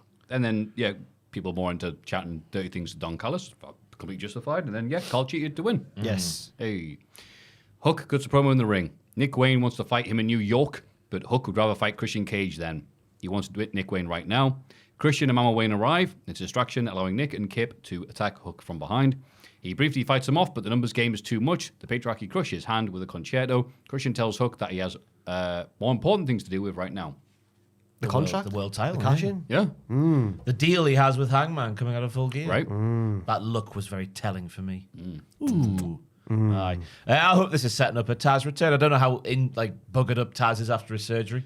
I think he's not going to be coming back for a while. That's a shame. Because I was picturing One Night Stand when he does it to Lawler. Oh. Doing that to Christian. Yes. Yeah. In that room. The Hammerstein Ballroom. Oh no, wait, that's Final Battle, isn't it? Oh no, wait, hang on. Where are I mean, it is a room, yeah. I mean, where is AEW show happening? The Hammerstein Ballroom. It is. Yeah. Oh, thank God. In that room. In the room. That's where Taz will come back. Oh my God. The hospital room. Jericho kept going the Hammerstein, didn't he? Very sexy. Wait, It's just simply the Lawler Taz thing didn't happen. That was in the ECW arena, wasn't it? No, it was One Night Stand. Yeah. Well, Yes! Yeah, you're right. Yeah. Come on. The big room. With the, the things and the RVD. Kevin Owens in the crowd that time. Yeah. Eddie Kingston right behind Dreamer. Was he? Oh, you can see really clearly with the bit where Dreamer comes out, pauses, and then Sandman plays, and he goes like that. Eddie Kingston's right Is there. he Going, right? As a fan. Yeah. Does he look exactly the Google same? Eddie Kingston, Tommy Dreamer, just see if he comes up. Yeah, He's really visibly him. It's not like he's not wearing a mask. Was it one or two? Not like Quackenbush at AEW a few weeks ago. One or two when Steen was there? Was that the... he's in like the upper balcony. Was he the kid who punched Randy Orton? Oh, does it come up straight away? Oh, fair enough then. No, it's a Chikara. Oh, I forget it then. Sorry, I thought they would come up straight away. I believe you. My apologies. Well, don't click that. Obviously, we're on a straight. No. No, it's Tommy Dreamer's balls. No. No, it doesn't matter. Where we are. Monet is interviewed backstage, but doesn't want to answer questions about the mysterious attack on Camille. Monet says she thought Camille quit and cares more about Anna Jay right now anyway. If you're watching Anna's match with Penelope Ford. So this is interesting. Camille stormed off on That's Monday right, and yeah, went, yeah. I don't care about you anymore, I quit. You can't fire me, I quit. Yeah. Then reports came out, really weird ones, that it's like, that's just the end. Camille's just leaving. And there's no payoff. And we were like, eh? Now it seems as though it was a work all along. I don't think we need to listen to these reports. And these reports were wrong. They were reputable reports. I can't remember which source. Who said them? I can't remember. But it was one that we usually would trust, I think. We'll just say we've got them on Sean Ross tap whenever we need these news. I don't actually know if it was Fightful. Just to clarify. Didn't really care. We don't know who Camille is really, and now Mercedes still better Whatever. on the mic than she once was. Yeah, she's getting there. Yeah, she is. Her twatty cadence is very good. Yes. Be a good name for an NXT wrestler. Everyone. Oh, here comes 20 cadence from a rugby player. All the women were so nasty to Renee last night, Wednesday night. Yeah. Every night. They were horrible to Renee all the time. Maybe because her husband's a dictator. I was about to say, yeah, of course. See, the women know. Yeah. Backstage MVP berates Shelton for losing to Carl Fletcher. Hey! How you do this to me? And then they went and assaulted some random people backstage. And Yes. fire their asses. Yes. He leads to Lashley. So Shelton beats a passing crew member. Lashley and MVP rush back to take out a few more crew members as well. Yeah. The POG beat these jabronis. Is Jack going to be able to watch this segment of her crying? Me? Yeah, Italian. Oh, God. Damn it. One day. One day. We're about to make it to another new year without it happening. Yeah. Another one? Well. And I had pizza punks yeah. on the Wednesday, 2 days before this. I enjoy it in the restaurant, but I've had it delivered before and been Cold. disappointed. Right. Yeah. I don't have it delivered now because It's lovely in the restaurant. Oh yeah. Don't get it delivered. I'm glad it's not just me. Yeah, it arrives cold at mine as well. I don't think I've ever had food delivered to my new place because the bloody postman can't find it. So I don't know. Some guy in Uber Eats has got a chance of It's finding probably it. the gate and the long driveway. It's a long They go, bike it. No, it's snowing. I'm not going. Whatever. Next match is the Dynamite Dozen Battle Royal. Here are some things that happen. Evil Uno gets one over on Adam Cole early and steals his taunt. He is then eliminated almost immediately by Mark Davis. Action Andretti and Leo Rush eliminate Top Flight. I thought they were friends. Yeah. It looks like Leo Rush has got a permanent role now, though, because him and Action Andretti had the same matching tights on. Red. Nice. Looks like they're a tag team within a stable of tag teams. Yes. Maybe not for long after this not for long, elimination. yeah. They're going to be low drive Oh. instead of top flight. Maybe medium sail. Maybe Rush Action. Dodgy train. Maybe Leo in Action. Yes. Great names. Conglomeration buddies Kyle O'Reilly and Rocky Romero team up for a while, but Rocky is eliminated by Italian mercenaries Lance Archer and Brian Cage. MVP's mercenaries. That's right. And I got confused. I forgot why, but MVP paid Don for protection. Is that what's happened here? He's loaned these lads from the Don Callis family. Yeah. There was the talent exchange. Archer went to the Don Callis family instead of Brian Cage. Yeah. And now MVP has somehow got their protection. I assume that's what he does. He just pays the heels to help him. He isn't the mafia. It makes sense. That's right. MJF. He knows people. Oh, did I put MVP mercenaries? You have. I meant MJF. Oh, no. Yeah. God damn. Makes sense now, doesn't it? Yeah, it makes way I was more going to sense. say. MJF's Italian as well. Yes, he's so Italian. Cole and O'Reilly win, last eliminating Archer and Cage. Neither look very happy about it, though, and O'Reilly barges past Cole on his way out of the ring. Yeah, that was it. Oh, you are so unhappy about this. Yeah, ending. he I just was like, well, that was a battle royal with the only two people that will possibly win it. Winning it. You're fuming because your boy Evil Uno didn't win it, and you thought he was in the show. Mate Maffew, which I don't think he He had likes a being great, told. little not cameo because we knew what his name was, so it can't be a cameo. I've learned that this week. Don't ever call it a cameo when you know the name. Right. Yeah. Oh, What is it then? Okay, A great little appearance. Is that right? Is a cameo when it's I don't think that's it. I uncredited don't on think the... it's Yeah, you don't know the name and they're just fleeting in the scene. Ooh. There's not a named character.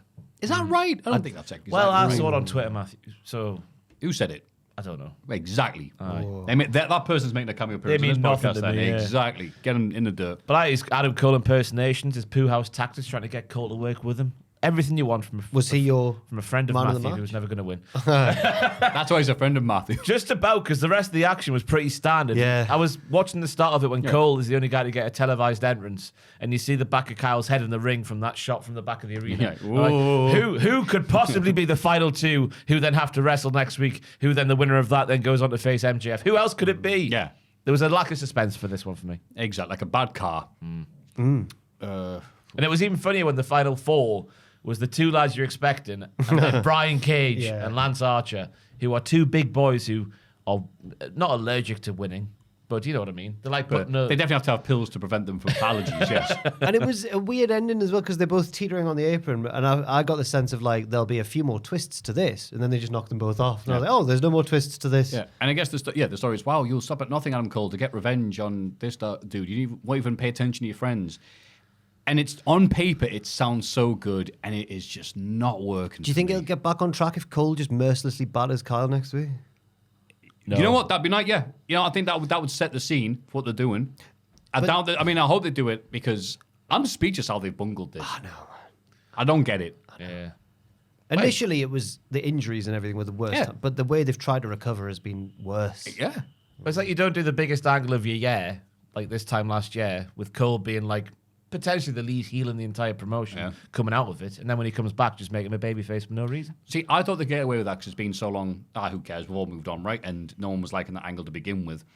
I was wrong because the crowd no, we do remember. Yeah. I'm like, oh, really? I get the feeling, again, I know we don't compare companies, well, we shouldn't because it's silly, but if they haven't done WWE, people be like, they're back, that's nice. And you can tell But now they're like, the crowd is like, it's Adam Cole. You can tell that AEW are quite self-conscious about this as well because it happened again this week in the MJF promo later on. They ram it down our throats they consistently go, hey, we turn on me. Well, I'll do this now rather than going back to it. MJF right. cuts a video promo on Adam Cole. There we go. He's video phoning it in again. Because of Cole's betrayal, Roddy Strong got his arm broken, and now he has to face his own best friend Kyle just to get a match with MJF. In fact, Cole's betrayal of MJF led to John Moxley's reign of terror because MJF wasn't around to protect AEW. MJF doesn't think Cole can even beat O'Reilly next week. Okay, yeah, thank you, MJF. I know you're allergic to showing up.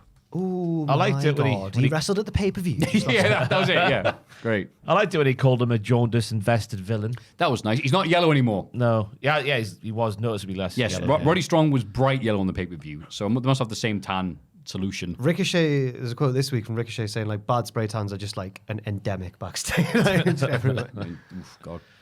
Yeah, I didn't like much of the rest of the promo, to be fair. Yeah, I Didn't might. think many of it needed to be said, but there we go. I thought he looked quite strange this weekend. In what way? I think he was clean shaven or something, and his hair was particularly frizzy. He looked like he just got out of the shower and like I don't know. Clip this, send it to him. There you go. On Twitter. No, we're obviously massive friends now. Well, it's because he was eating that calzone and he had like. He's not Shut Italian. up, be your face blaring in the background. So. So Catholic, MJ. We get a spooky Julia Hart vignette aimed at Jamie Hayter. I thought it was very creative and visually stimulating, and I'm an expert on cinema. I thought it was wonderful. It was all top down. I mean, I thought it was a Yeah, bit I liked it. up in the air, like the bit where she's like, the house always wins. Watch your back, I see you. It's my turn to come back and show you how strong I am. What does it all mean? The pictures on the screen will contradict you to what we're hearing. What does it all mean? Right. It's so, what does it all mean? The music we could hear was. A picture of Hader and then an arrow gets fired into What it. does it And what does mean? that mean? Yeah, The subtext is off the screen. yeah. Did you go back after the MJ? Is this still back? Yeah, cool, yeah. Renee interviews the Acclaimed and the ass backstage. Billy is trying to talk some sense into Caster before his match with Swerve. Max isn't listed. I said it before. This is one of my favorite bits of the show. You're gonna get killed, right? You should stop doing this. Bowen says Caster calls himself the best wrestler alive, so why not prove it? Caster is grateful for finally getting some support around here and heads out all cocky. Bowens looks furious. By Yeah, the way. Bones wasn't trying to help him. Daddy Ass was trying to help him. Yeah. And for some reason played into it. He was like, yeah, we all know you are the best wrestler alive. Well, hang on. Yeah. And then Bones wasn't having any of that. Homie, don't play that, as they say. I've never sounded more white. Oh, day. Never sounded Well more done, white yeah. in my life. Well done. A very timely Jesus reference. Christ. Caster does one of his raps on the way to the ring. It only unnerves, It only annoys Swerve, who just stares at him like this. Who attacks him before the bell and wins a glorified squash. He hits a Swerve stomp and says he's done with Bobby Lashley yet. I thought this was perfectly well suited for what it was supposed to be. Yes. Yeah, I've got a bit of a different feeling from the promo and the match because I felt like the promo was a very good performance from Caster, as he was saying there. The start was like, I'm the best wrestler in the world. I'm the best wrestler in the world. And then he's saying that he's all fine, and then Billy Gunn's like, no, it's not fine, actually. It was a very good performance from Caster, but then as I said earlier, I thought the match was a bit like get back in your lane, you little dick. Because even when he got an offensive move in, Swerve didn't sell it, and then Swerve was taking not ages, but he took a pretty long time to get the pinfall in. Then he took a pretty long time to get to the top rope for the bit after the final bell. It was a bit like, simmer down. If you look at the during Caster's entrance while he's rapping, if you look in the corner, there's a really quiet decibel level to show how not over he. Caster brought a belt with him just to drop accidentally. MJF cuts her. Oh my god! Yeah, all right. Is that what Ellen I was doing? Was that a joke when he dropped the belt? I don't know. think it was. It looked like a shoot drop. It could have Right. been. 'Cause that- It could have not That been. feels like such a wrestler humor thing to do. Whoops, drop my title. I mean, if so, though, you imagine he would get proper bollocks for it. Like, what are you doing, you idiot? Sorry if you mentioned that earlier. And I I just didn't. Oh, No, we were mentioning all the other things that Ross had this down. That's I thought, another you know what? one. Also, he dropped That's the belt. another one. Oh He my- just- I think that what it could have been accidental, or could have been like, because someone sent me a clip of him on the house show doing it as well. I'm like, is he just clumsy? He is. And he is. Look, I like LA Knight. I'm not criticizing, but he is sometimes a bit sloppy. He's just like, I'm walks going to do the superplex, the jump up jump superplex, up, yeah. and I'm going to fall off every time. man. Not every time, but some of the The time. one I always remember is when Dax and Dawson kissed. What were they called back then? Scott Dawson and Dax. What the bloody lads? The FTR, right? Dash and Scotty. Dash and Hund. Oh my god, Dax. Dash and Dawson. Dash and All Dawson. on his throat right now. 2 seconds. Dash. Yeah, Dasher and Dash. Prancer. Yeah. Blitzen. They had that match against Hawkins and Ryder at the WrestleMania pre-show and kissed their belts so many times yeah, before. yeah. They got on the top turnbuckle and were like, yeah, that was great. Good wrestling banter. It's like, 'cause I'm losing this. And then they dangled their balls through the top of the locker and it was all lads having fun. Oh, good, harmless fun. Ugh. Jay White wins a CC match against Pac despite interference from Wheeler Yuta. Yuta tries to attack Jay after the bell, but gets it with the Blade Runner. Marina Shafir distracts Jay so Moxie can attack him from behind and beat him down. The Death Riders go to leave, but Hangman Page makes his entrance. Moxie squares off with him, but is attacked from behind by a member of the production crew. Oh, it's Orange Cassidy. Cassidy takes out the Death Riders and Jay hits a Blade Runner on Moxie, followed by a buckshot lariat from Hangman. The Death Riders drag Moxie away as Christian Cage watches on from the stage with his contract. Try and cash in, mate. Oh, no, the Death Riders were all around him. Agreeing with Hangman as well. You wait there, Christian. Oh, wait, what's going to happen first? Christian. Hangman gives him the sign. No, Hangman gets the first shot at Christian. I confused myself there. But sorry. Christian didn't do it, I'm guessing, because Moxie's lads were around him. I assume so, yeah. Yeah, that'd be a very silly time to do it. The match itself, Sneak attack. at first, I was... Rab! Oh, if he was there. At first, I was annoyed that Pac lost, but then I liked how they've built the Blade Runner up as like an RKO. Like, you get hit with that out of nowhere. It's more like an end of days. You get hit with that, you're done. It's over. You're not agreeing because Pac lost. I can tell you're like, yeah. I'm glad you said that, though, because I didn't like the finish until you just compared the Blade Runner to the RKO. He hits it out of nowhere. That makes sense. Because he got, what was it, the final stretch when he got to blah, blah, blah, blah, blah, blah. That brutalizer that took ages and ages and ages, and Pac holds it on for 4 3/4 before taking off. Then a Boost Psycho knee on the floor. Then it's like adrenaline, rolls back in the ring, Blade Runner, that's it. A shoot Boost Psycho, I think, because I think he was bleeding after it from a bit. Good lad. Yeah. But yeah, the Blade Runner becoming a new RKO is quite nice. Yeah. It's a cool move. Sister Abigail. Yeah. But plus Wheeler Yuta being, first name Wheeler, second name useless. Oh. It cost him the match. And then tried to get Yuta. revenge and just got immediately hit with the Blade Runner again. Yeah. I didn't like Wheeler being there at ringside because You know what I meant? it's the CC. Yeah, but thank you, Ross. AEW, Oh, yeah, it was the CC. yeah, but AEW can't control these I was bad going to say, boys. we're trying to kill the company, so why don't we, we'll honorably have these matches. No, Shut up. no, yeah, but AEW should have done something about this. I sound like They're too busy Zachary Wentz again. dealing I with don't know what Ryan I'm doing. Nemeth backstage. So. I'd say for a match where there was only ever going to be one winner, because Jay White's obviously being built up now as a pretender to the main event scene. I thought it was a nice back and forward. Pac got plenty in. I was happy with that. Yeah, Yeah. but he was never going to win How this many one. finishes have you got to hit Moxley with for him to sell them? Do you see afterwards? He rolls straight out of the ring. I see some people I know complaining he's like the about final it. boss in that. Yeah, that's what I'm going like. He's the big heel right now. Yeah. Like, Jimmy Hayter cuts. Sorry. Jimmy Hayter cuts a backstage promo. Yeah. Backstage promo on Julia Hart. Her mind games won't work on Hayter, who came No, back. say it like she did. It's another case of the Southerners. Mind games don't work for me. Oh, sorry. Mind games don't work for me, mate. Mate. Oh! I came back to settle some scores. She's meant to be a baby face, I thought. she- This has nothing to do with Julia. She is who Tony Storm takes the piss out of in her character. She wants to win the International Women's Cup, but she has to beat Julia in the meantime. That's fine. Toodle pip. See you then. Yeah. What? Oh? Clicks her It's heels. sad because she reminds us in this promo that she returned at Wembley 4 months ago. Oh, God. And it feels like she's done F all Well done. in those 4 months. She won a feud with Penelope Ford. I am so sad she's not an emo anymore. But if she starts to win big matches against big opponents, I'll let it slide. But so far, as Ross said, I'm still waiting. Yeah, I'm ready for it just to batter people. Because back when Hayter was like at a peak in terms of popularity, it was just all about battering people and not these uppity promos like, oh, mind games don't work for me, mate. Yeah. She's just lariatoing people. Why are you gone back to the Victorian age? But you're dressed like you're in the 60s. What's going on? The Victorian age, what, like 02 to 04? The Victorian. Come out with a spider. There you go. Fix everything. All the things she said, man. Hi, guys. Hey, guys. I was all right with this, you know. It was 1 minute. He was advertising stuff so it was worthwhile.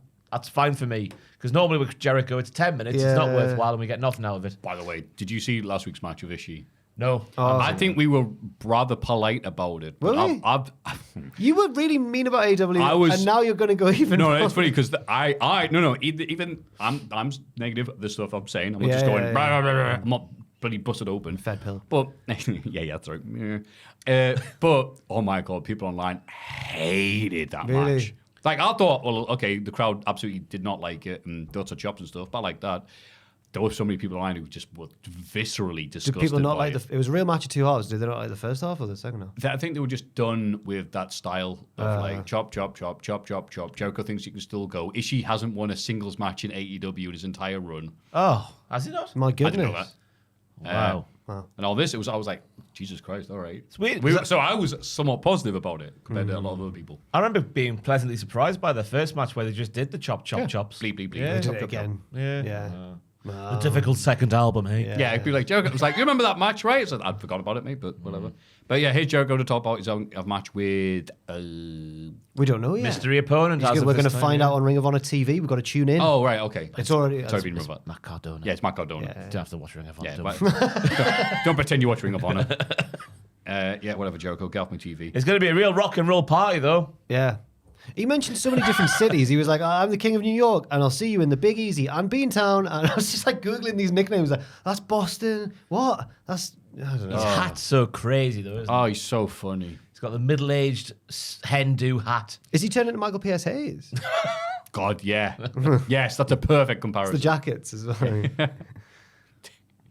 Two cowboys. Oh, this is it. What a promo this is. At first, I thought you were talking about Hayes and Jericho. Just two cowboys. No, two actual cowboys. Two actual shoot cowboys talk about the return of an outlaw to their town. They say he's a wanted man, maybe the most wanted. I'm like, is this not for a TV show? Like, that's what the AEW has subtly snuck on. They put up the poster. It's Bandito. If he comes back and doesn't talk, they've got to ham it up now. Even if he can or he can't. He is a proper cowboy. Jimmy Wang Yang vibes I'm on from this after that promo. Yeah, it's the very literal definition. Oh, like a bandit, right? You did it. You need to do that again because you did it too well compared to these lads. Yeah, they weren't. It was all Sheriff. shot. This was great. I thought you was someone else. I thought you was. I can't say his name. I'm adding stuff to it. I didn't get that. Yeah. There's the first guy comes on. No, Commander's in the CC, idiot. They say he's back in town. I do declare him the most wanted. This is That prime varmint. NXT So 2.0. NXT This. is- Yeah, very un-AEW. Brilliant. You know what, though? I was like, you know what? Change your pace. Yeah. A bit of variety, which I always say is AEW's problem. Yeah, hell yeah. And then Outside the box. Bandito needs to like show up in disguise going, oh, who's that? Oh, he's Bandito. We're looking for... Oh, I'll let you know if I see him. We do have a few weeks of stuff being stolen. Oh. Yeah. Someone getting shot from a distance on screen. And do that same fall off a roof in every West. He leaves a calling card or a little thing in the sand. Yeah. Come on, Bandito. This is clearly a Bandito job. Everyone's trying What to do you mean, Sheriff? He killed a man with a Frankensteiner. Everyone's trying to shoot him with one bloke. You doing it like that for some reason, shooting like I think that afterwards, my favorite bit was it cuts back to the arena and Shivani goes, and that's great news. Clearly, no idea how to take it. Like, yeah, he's a bandit. He's getting a bit redundant again, Tony Schiavone, for me. Bless It's always him, like, he's, the time he got a lot better, but he's back to when he was just like, oh yes, good point. This is all Taz." great. Yeah. It's when they were hyping up a match next week, and he's like, it's going to be such an honor to call that match. Yeah. Cheers, honor. Tony. Yeah. Yeah, I don't know what to say. If everything's the best thing ever, Tony, nothing is the best thing ever. Yeah, the show is desperately in need of Taz to commentate. Oh, yeah. And come back. Nigel's great and everything. I like Daddy but Magic.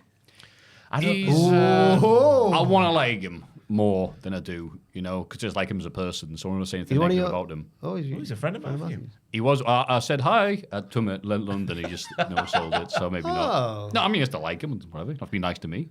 He's a bit reminiscent. Remember when Renee was on commentary in like 2019 as like the third person in the booth? Oh, yeah. He's a bit like that at the minute for me, Daddy Magic. I think he's lessening the load for Tony. I think that's his role. He's doing that well. They could bring Adnan in. Remember Adnan? Oh, Adnan Virk. Yeah. Adnan. Great guy. Yeah. How many weeks did he last? About 3. Yeah. 3. This is the only thing you did. Like, speaking of bad, here's Johnny Gargano. And then the, In that segue backstage, I'm like, what did you just say, Adnan? Oh, no. That's brutal. then he got replaced by Jimmy. Wangy? Bald Jimmy. Oh, Bald Jimmy. Dana White lookalike. Yes, Bald he was. Jimmy? Yeah, Oh, he was God, like yeah. Jimmy Smith? Maybe. Oh, God, maybe it was him then. He was as bland as his name sounds. Those two reigns merged together for me. Yeah. Now we got Joe, and he's better than them. Thank God. Oh, yeah. Joe's just become part of the furniture. We had Kevin Patrick for a while on commentary as well. Oh, it'd be KP. Some of these people, I'm like, oh, yeah, him. Yeah. From a single thing he said. Kevin Patrick. Sorry. But Yeah, they said his name in an Irish accent. he loved to bang, didn't he? Bang. Kevin Patrick. Like He likes to bang that Kevin Patrick. Vic loves to bang as well. Vic's a big, Boom! big banger. Oh, yeah. And Bang, the- bang, and and it's boom. on the replays. If you watch this book, if you see the impact, boom! Yeah. Book is like, yeah. He's actually saying, look at the... Please look at the match. Please. Put your phone away. Palm. Tom's order. It's a deep call. God, I went everywhere but this office. Do you think he's got it by now? It's been like 4 hours. That's what Bandito's on Most Wanted for. Steak bake stealing bastard. Stole a man's pasty. Shoot him on sight. Anna Jay wins a singles match against Penelope Ford. She calls out Monet after the bell, who hits the ring. If Chris Statlander, the biggest and strongest woman on the roster, couldn't beat Mercedes for the TBS title, what makes Anna think she can instead? That's a good point. The twatty cadence there was on point. Making a debut on AEW now. She should come back in 10 years once she's actually done something in this business. Ooh. Anna slaps Monet, who gets ready to fight, for checking her watch and realizing she has better things to do. The match is announced for 2 weeks from now. This was all right. Yeah. Mercedes is back. She is, yeah. Match with Chris is reinvigorated. Did you see that? Yeah. Oh, God. The Of course you did. The full gear one, Sorry, yeah. beg your pardon. That humped that match did. Did. Well done. Yeah, you changed it back. I see that. Really? I shouldn't do the yeah one lazy. The F5 as well. Bust out yeah. an F5. Yep. It was funny because there was loads of people that left in the front two rows. Like they did a sweeping camera shot, and on the hard cam side there was so many empty seats. And then that match turned into what it did. So I was like, they effed up those silly people. Meh. But this match here, for what it was, there was again like the Jay White and Pac match, only one person going to win, but it was competitive. And Penelope looked all right as a heel in this role against Anna Jay. I just think Anna Jay needs something a little bit more to really make you get invested in it, because she's a bit bland at the minute in terms of her character. But the match with Mercedes will be all right, I imagine. If Monet's back on the right track, because that match with Chris Statlander's the best thing she's done all year. Yeah, I'm confident. See, positivity, listening. The second half of that match, Absolutely. it humped like a dog on a pillow. It did. They do like them, don't they? They do. Renee has a sit-down interview with Mariah May and asks about the upcoming match against Mina Shirakawa. Mariah asks if Renee even has any friends. Renee almost leaves, but May stops her and claims to have only given Mina a title shot because she's her best friend. She sarcastically even says she believes in Mina and knows they can have a great match together. Last week, Thunder Rosa held up a sign saying women's wrestling is alive and well. But Mariah says it's dead and buried, and she's the one holding the shovel. Mina prepares to ambush Mariah from behind with a champagne bottle, but hands it to her instead. She tells May to hit her face-to-face, but Mariah is too rattled to do anything. I thought this was great from start to finish. Mariah May says things you're thinking, ooh, she can't say that on TV, but that's the point, isn't it? I love the little camera shot of Mina Shirakawa walking, like strutting back, power walking through the background of the shot as she makes her way around, coming into the shot. Yeah. It was good from start to finish for me. I can't believe the remade Tony Storm already.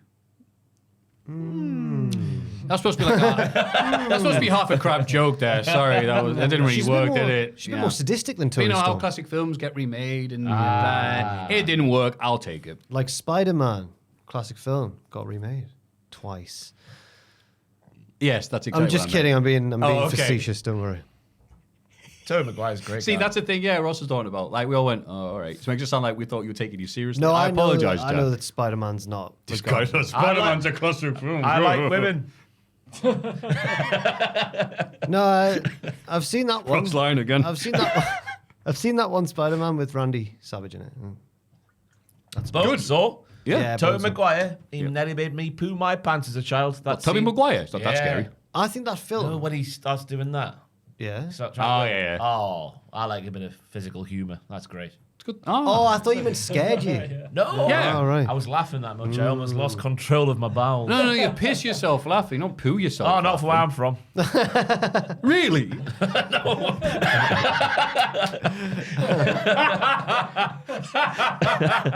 Hook, line, and sinker, Matthew. It's Jesus that Christ. brisk Northumberland air. Just- He's a good comedian. I pooed myself. I love that visual there, Matthew did. In the main event, Claudio wins a CC match against Brody King. But only after a sneaky little blow. Oh, poor Brody, man. I can't believe it. No. Last year's star of the CC getting beaten in his second match in this year's CC. Oh, no. Devastated I am. At least it was to Claudio, I guess. At least he had to use the nuts as well. Exactly. It makes sense. They'll set up Jay White versus CC in the finals, I guess. Is Claudio... Oh, CC, the finals of the CC. It's going to be CC. Yeah. CC. Is CC... Is that... Was the Ricochet match... Is he 2-0 now in the... Oh, they bring up the league tables all the time. I don't need to worry about that. Good for him. Bad for Brody. This was Ron Seal, though. Yeah. They battered each other. Ron Seal, yeah. If it proved anything, we know that Brody King now needs to be the one to take down the Death Riders because he had Claudio's number the entire time until Claudio went for the plums at the end. He can certainly be. He can certainly be one You're pulling of. a shift. He can be one of like an Avengers group who takes down the Death Riders. Because who's he friends with now? Darby Allin. He can nullify Claudio.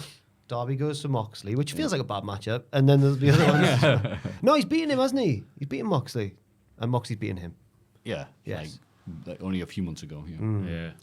But very good match to end the show. Yeah. At least the feed didn't go off the air like last week. Did it? Rory did a cannonball into the guardrails and it somehow knackered one of the cables and this went off. The version I was watching this morning also had when MVP and the lads were doing that bit backstage. Oh, it was so janky. Yeah, that went off as well. Yeah. They must have hit a big. They must have ravened a lead there. Yeah. To ravened to knock a show. Ravened is a good verb. I think Raw was the best show this week by far. I mean, bloody with the New Day bit and the CM Punk and Seth Rollins bit. And the Drew return. The Drew return. I mean, Yes. it's not even a contest. Yes, yes. Oh, this NXT run it close. Thanks, Ross. We missed this last week. The Eddie Thorpe bit. Eddie Thorpe's The dead. Jada Parker promo was arguably better than the New Day promo. The The story of setting down of the ring and then Ava going, no, put it back up. the Love Square, The love the square. Fraction breakup. There was so much Ava at was. hospital. It was the go home show, wasn't it, Yeah. for Deadline? Yeah, go home NXT, you're drunk. Gigi Dolan's wrestling again. Oh, yeah, great. Great Sean scene. Spears is a creep. Yep, Lexis King is so over as a face. yep. Yeah. And Ren Sinclair. NXT was the best show this week. That was the week of wrestling. Let's have a rummage in our mailbags. Mailbag time. Hiya, you diddle wizards. Hiya. I've been listening to last week's podcast and heard your discussion about Harry Potter films. You were saying that the third, Prisoner of Azkaban, these are Jack's thoughts, is considered the best, but you struggled to figure out why. We struggle. And none of you seem to agree with this sentiment. It's not how I remember this book going, but all I right. really like this. Now, I have a tendency to agree with you that it is one of the weaker Harry Potter stories, but the reason it's considered the best film has less to do with the story, but more to do with the aesthetics and cinematography. The aesthetics were a lot darker than the two previous films, and the camera legitimately always moves. Not once does the camera sit still. Is that a good thing? And as such, Kevin Dunn? yeah. And as such, some pretentious movie. Oh no, the Quidditch games like that.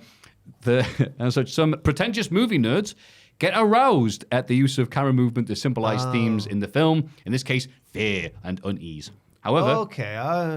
I don't think you could ever argue that Prisoner is the best HP film if you look at the story. Only if you look solely at direction and watch the movie on mute without subtitles. Okay. It's a Since good this point, allegedly is a wrestling podcast, I guess I should somehow relate this to a wrestling question. Who is a wrestler that you love the aesthetic and presentation of, but that you're never excited to watch in the ring? Someone who is really style over substance. My example is Kane. Sorry, Ross. I thought he had the coolest and best presentation, but unless he's dominating a rumble, I'm generally not that interested in watching him wrestle. From legendary Norwegian footballer John Arne Riise. John Honor Reese. John Arne Release the crap. I'm not familiar with his work, I apologise. A.K. Nicholas from Norway. Thank you, Nicholas. sir, Norway. I enjoyed the analysis and I enjoyed how you linked it thematically to the question of wrestling. Well, before we get on to that, obviously, Harry Potter films, Bloody Ross is here. Oh, I've only seen the first 5, I think. Okay, so what's your favourite of the first 5? Oh, the first. It's a classic. I get what the point. Honestly, can't remember. I get I what thought that might be the case. Let's press the issue, see what happens. I get what the point is that they've made there in that like it changed things in the third one. But I the ones I would rather rewatch are the first 2, which are like bright and children's films and everything. But that's where the magic is, you know. It's all around. I mean, yes, that is true.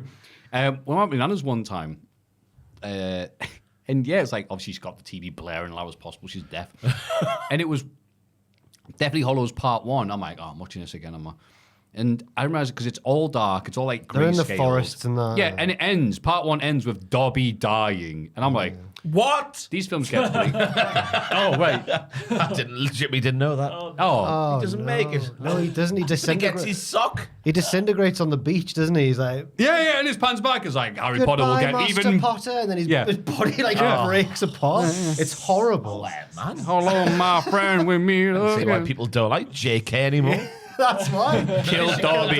That's the only reason they hate JK. Yeah. But Yeah, that I was like, okay, these films are a bit different than when they start off. Bloody hell. She kills Hedwig as well, didn't she? No, man. Is no one safe in Harry Potter? One of the twins, but not the other one, Fred and George. Oh, well, that's all right then. They God. acted like them. I saw them like Pranksters. too happy, weren't they? I saw them like 10 years ago at a comic convention, and they were running for their lives because there was just this a platoon of fangirls chasing after them. The Fred and George Weasley? Yeah. All right. It was just like, hey, that looked like, I wonder if it was them or not. And then 2 seconds later, I went, oh yeah, it was them. Yeah. I watched Goblet of Fire this week. Yeah. Nothing happens in that film. Who dies though, Joel? Cedric. Does he? Yeah. Yeah. My boy!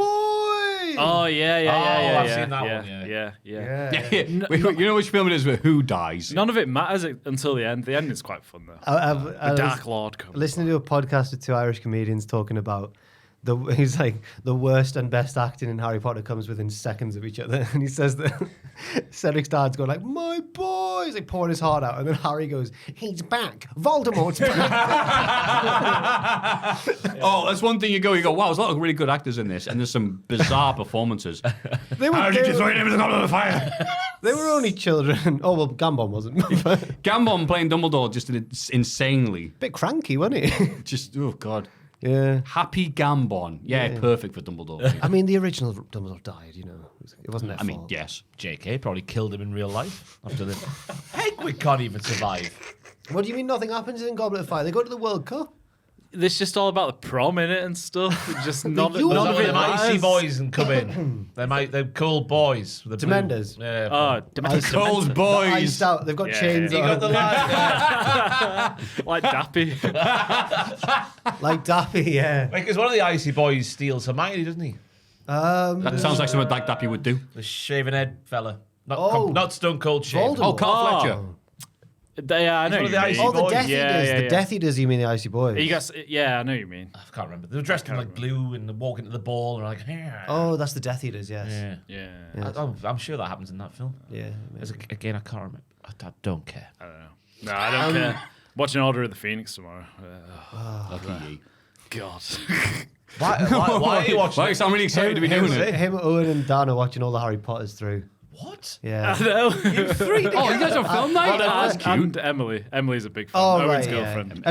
At first, I was about to be like, when Have you Joel seen her? when I've seen Emily. Yeah. Oh, well, okay. What do you mean? Ever seen We've all it? met Owen's What do girlfriend. you mean? I'm trying to do a joke. Oh, it'll I batter you. don't know a joke that doesn't exist, but like it's dying horribly, so I'll stop doing it. Sorry, Owen. Owen was mentioning this, and I was like, "Oh, are you watching it with Emily?" And he was like, "Yeah, and Dan and Joel. All the lads are coming around to watch Harry Potter." Yeah, and maybe at the back she can't see. Yeah, get out of the way. Obstructed view. My boy. Anyway, the question. Oh yeah, the question. Karrion Kross, NXT era. That's a good one. His entrance fantastic. Scarlet tremendous. That he wrestled. Boring. Yeah, what's the Bruce Pritchard? And then the bell rang. Yeah. Mine would be, sadly, over the past few years, Butcher from AEW. Oh, Love his look. Think, harsh God, but fair. What was Wow, he dressed as this amazing. week? Hogan. He had like a bandana on in the Battle Royal. Butcher. You noticed that? Yeah. Cool bandana. Yeah. He looked like Hogan or Savage or something. It was weird. Oh, so he wears a bandana. On look alone, he would be. If I had a promotion, he'd be the world champion on look alone. Yeah, that's what I mean. Like, look at him and go, whoa, cool. But then he's like, oh, he's not done anything, has he? Bless him. Who am I? What about you?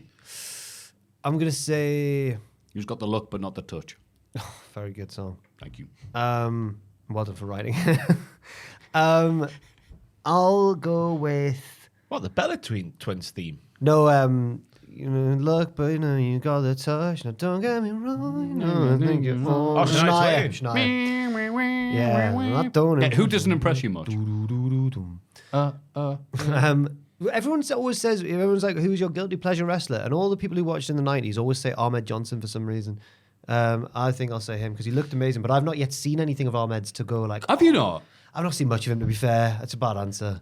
Oh, okay. I saw a gif Never of seen him. a PRP that gets you Yeah. out your chair. I saw a gif of him Everyone did recently. on a card at D-Lo. I saw a gif of him recently leaping headfirst out of the ring terrifyingly. I was Oh, like, what God, are you he doing? would do that on a routine Why are you basis, doing that, 'cause he was Ahmed? nuts. Yeah.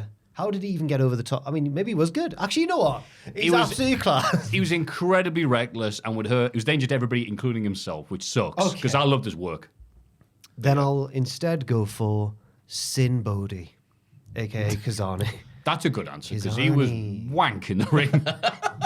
Let's call it what it is. But I mean, yeah, he had a good look and character and stuff. Then he went to Chikara. And they trained him how to wrestle. Oh, Come on, what's your favourite Kazani match? I can't remember any. Exactly. His debut. Great times. Who was it he wrestled? I can't remember. Hedwig. Yeah, now look at him. Jim Hedwig. The ultimate. A racist owl. Ultimate warrior. Come on! I'm fired up like him. I can't believe I came up with I'm that waiting pun. for the post. Oh, here it is. His debut was against MVP. Yeah. Was it? 'Cause He won with a thingy. He won with Oh, something. God, you're right. My goodness me. Greetings, homies.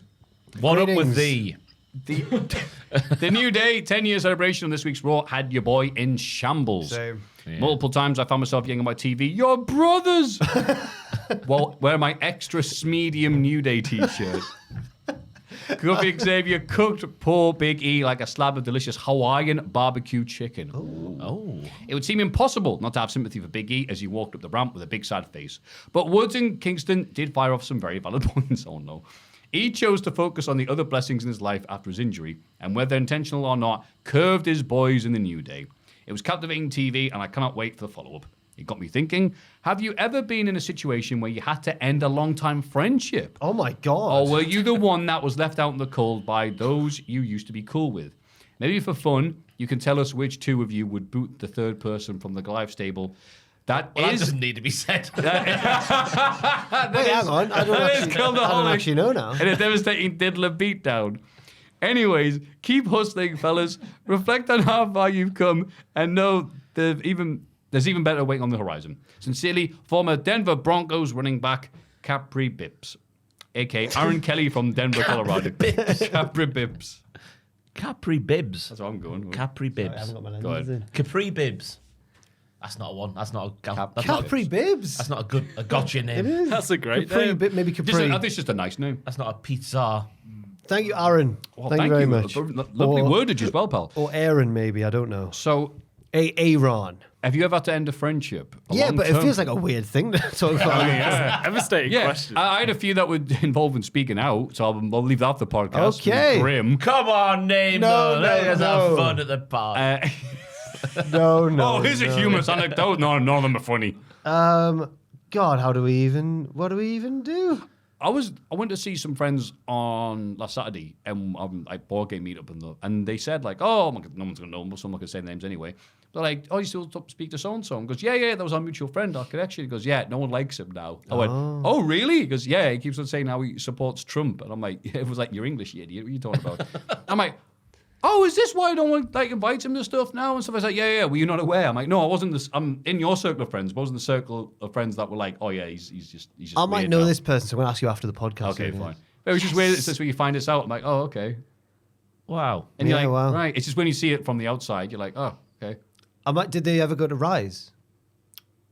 Around 2017. They might have done, my actually. prime. They might have done, yeah. I might know them. Was it Cody Rhodes? I was trying not to say. I had to end my friendship with Cody Rhodes because he stopped replying to my DMs. So, there we go. That's one. Dear Cody, I'm sorry about Kurt Angle. What do you mean? He didn't do anything to each other. They had a Well, match. you did. I didn't. Oh, the seat. Yeah. The bloody seat. I also had to end my real friendship with Kurt Angle because I took his seat. Yeah. I don't know. I mean, there's a friendship that we're famous for not having anymore. And for That's what this person's wanting. I don't yeah. know if they are, but I don't know if we can talk about it. What friendship? The bloke who we used to work with. Oh, right. I was never friends with him. Oh, fair enough. Fair. Worked with him. Aye, fair. Yeah, fair. I can't wait for his next update. Outside, Oh, right.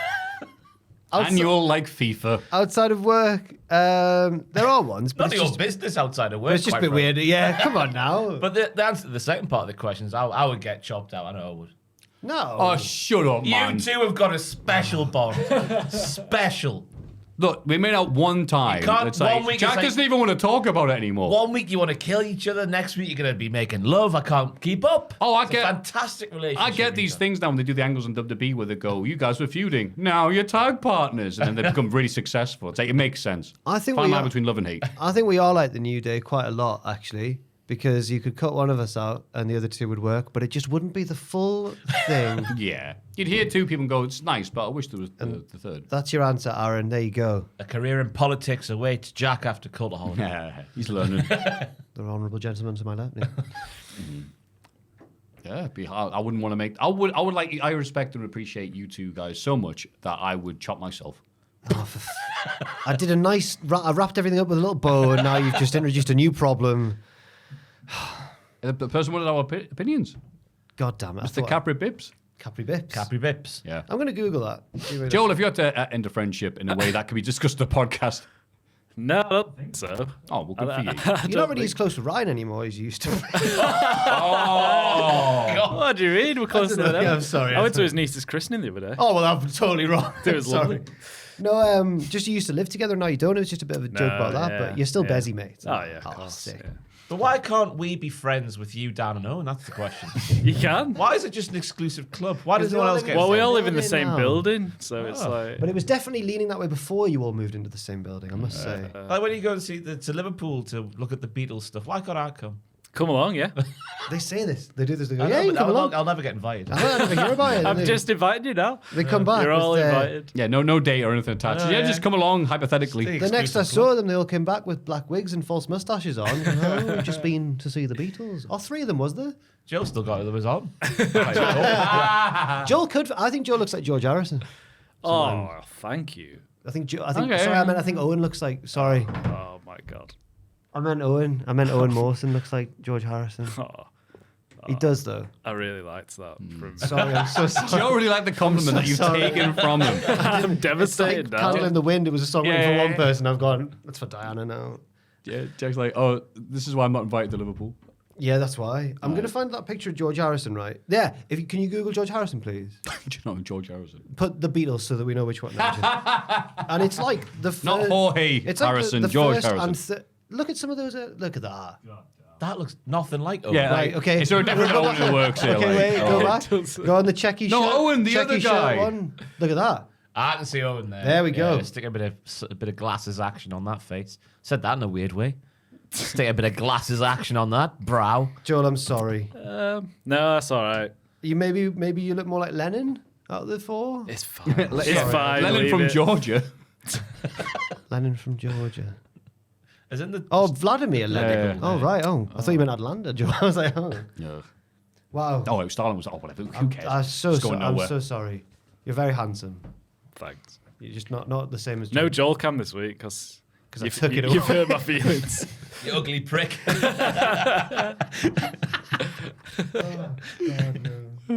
Bonjour, monsieur. Oh yeah. Last week, there was a night I could not go to sleep. My brain did not want to switch off and bounced around through numerous topics. One of the topics I landed on was the 4 pillars of AEW, and right now, they are not living up to that moniker. Sammy Guevara is in Ring of Honor, is he? The scapegoat gimmick for Jack Perry hasn't worked the way they were hoping, I'll say. Darby Allin is close to breaking out the upper mid-card, but hasn't quite just... Turning the page. Yeah.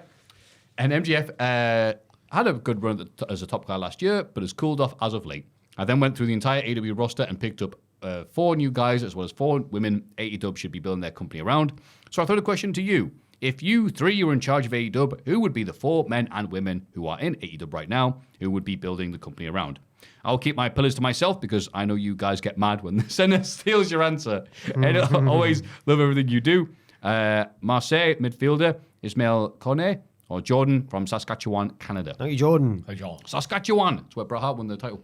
Thank you very much, pal. No one saw it though, did they? Bloody house show. It was on TV. Everyone says it's a house show. What It am was I recorded thinking on the of? TV. It wasn't a live TV show, but they weren't back then. Oh. so- The ladder match was it? No, Am I but he beat Flair. Am I thinking of when Diesel beat Backlund? That was That was MSG. Yeah. But again, that was on TV later on. So, I mean, yeah. Anyway. I would pick 4, and I was about to. I've got the 4 men in mind, but then the ones I picked are actually featured quite heavily. So I feel like AEW are doing all right. But I job. mean, it's like the pillars that should be. well, I would pick We're gone. John Moxley, Same. Swerve Strickland, Same. Will Ospreay, and Not too soon. and Hangman Page, and they are quite featured, all of them. In terms of crowd pops, I mean, those are the big 4. Yeah, I mean, Poppy, smack your body. Heavy. I need to go to bed. Is that Poppy? Oh right, Yeah, oh, Poppy. yeah. She had a new song out this week. I wish she was back in NXT. That's who beat up Eddie Thorpe. Poppy. What a She should be. So she it's should over. be the GM. She can take a door to the face. So instead of Ospreay, who would you pick then? Orange Cassidy. Ah. I think it's a bit too soon for Ospreay to be a pillar. He's more like an extension at the moment. If it's just the headliners, I think. I would say, I wouldn't put Orange Cassidy just because he doesn't play main event, does he? So the idea of the 4 pillars, again, it's so flawed to have in AEW, and they've done a horrible job of going 3 mid-carders and MJF. Is that whether the 4 pillars? I'm like, that's not how it worked. Well, was that the as case you know, when they Mr. first Japan. invented it, though? Wasn't MJF in the mid card as well? Yeah, but that's not the point of the 4 pillars in Old Japan. You can't preordain the 4 pillars. You've got to wait. Right. They have to win stuff, and then you say, well, they're that. But I thought the pillars in AEW were more just people who were there from the ground up of the Which company. is fine, but you shouldn't use the name of something else that means something different. Then. Is this more like the Musketeers in New Japan, who they pre-select before they rise up? You know what? The 3 Musketeers were at least getting that push where they were going to be, and they all won the world title. So Shibata didn't. I'm thinking of the new 3. Oh, you're thinking of the new ones. Yes, yeah. of course. Yeah. Chono and the lads. Yeah, Chono, Muta, and Hashimoto. yeah. R.I.P. I noticed we've been doing that a lot in the podcast for dead people. Test kept getting mentioned, so a lot of pointing up. So it's weird. So you have to say, people who are already main eventing and established. So Moxley, Ospreay is Ospreay could be in the main event and has done quite a bit. So I'm trying to do not the exact same thing Jack's just done. But Swerve's got to be one of them, though. Swerve, Hangman Page. That was the 4 I picked. Bollocks. Then MJF. He's really cooled off now. Isn't he? Cesaro, Claudio? God. Well, no, he's not main event, has he? So the women. I'm just picking. The bloody women. The bloody women folk. Willow. That's good, yeah. Chris. Yep. Mercedes. I'm struggling for a 4th. No, that contradicts my Will Ospreay thing. I was good. Tony. Yeah, right. I'll say Tony Storm. Oh, good shout. For my 4th, I'll go Jamie Hayter if she gets serious again. Right, there you go. Yeah, I'd swap out Mercedes just because of time for Jamie Hayter. Yeah. Just because how valuable she's been. Harley Cameron instead of Monet. Funny lady. Yeah. She could be a pillock. Yes. The 4 pillocks. The 4 pillocks. Of All right. NXT. Yeah. We did do that, didn't we, God? Andre. I would have probably chosen, if she'd signed, Stephanie Vakir, but... Yeah. Took the money and run. Well, thank you very much for those lovely questions from all over the world. All over. Mailbag@cultaholic.com.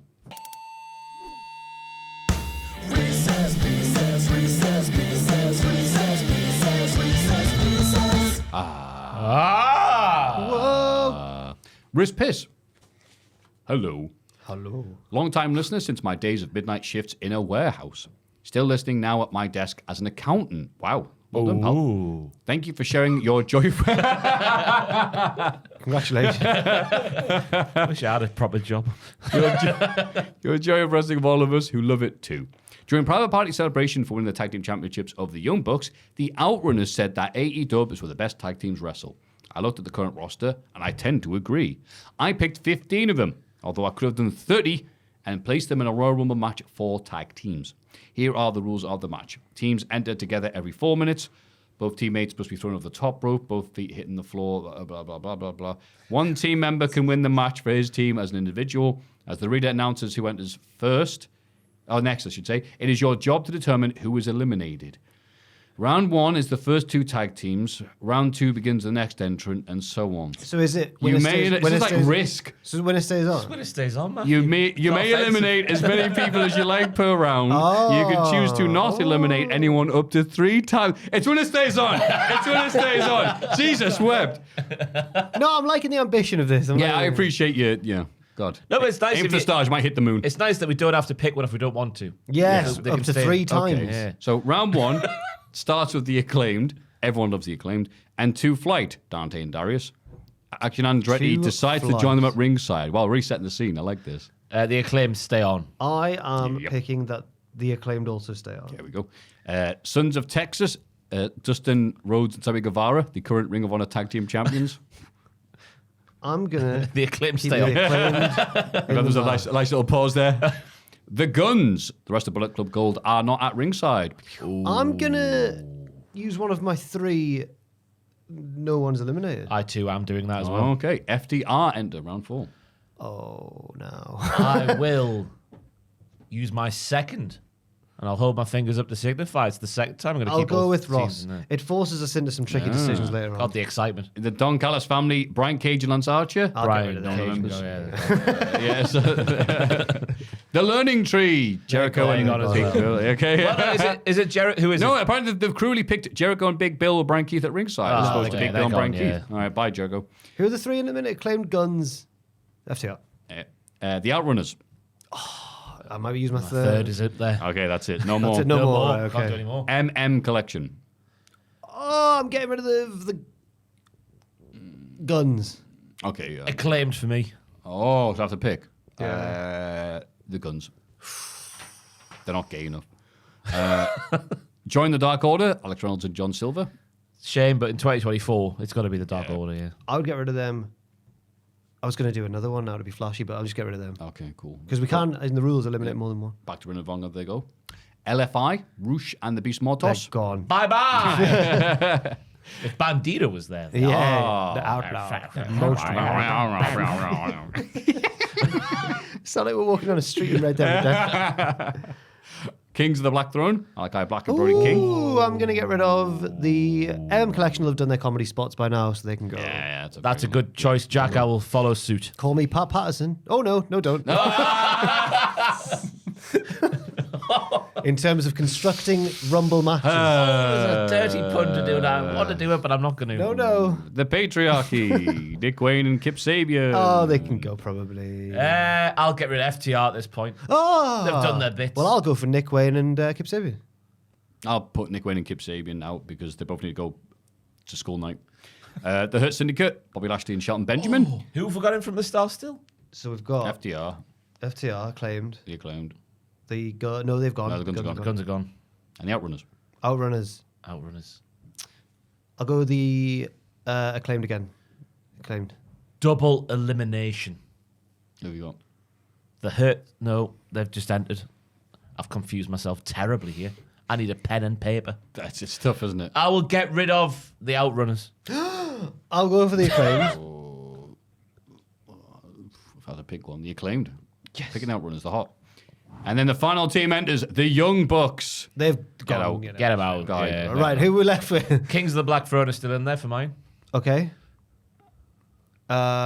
We really should have picked God. the same team, shouldn't we? Instead of booking two separate matches. No, I've stuck with. I think we're all in the same Who one. do you want to win? Let's go think- right to the chase.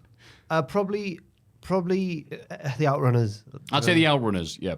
Me Yeah. too. Kings of the Black Throne, baby. Okay. Big Brody. I would have like the Outrunners look like they're gonna lose to a better team. Yeah. But then it's a battle royal. They don't need to pin them. They just Yeah, they can brag about that, maybe not win the tag titles, but go a battle royal's different. At this point, make your final eliminations until you have one team or individual remaining. Well. If you pick the Young Bucks, you lose. Hey, I like this person.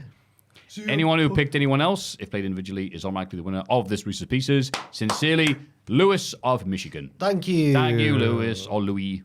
Louis. Is Lewis, is it right? I'm not. It could Lewis, be yeah. either. Yeah. Oh wait, how's it spelled? Oh, Louis. That's like St. Louis. It could be either.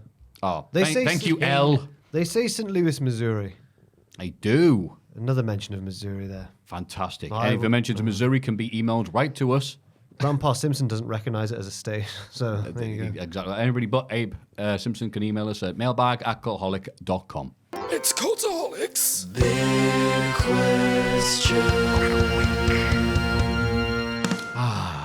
Oh no. Singing time, making its return. Are you ready to help us out, Ross and Burp? Yeah. Fantastic.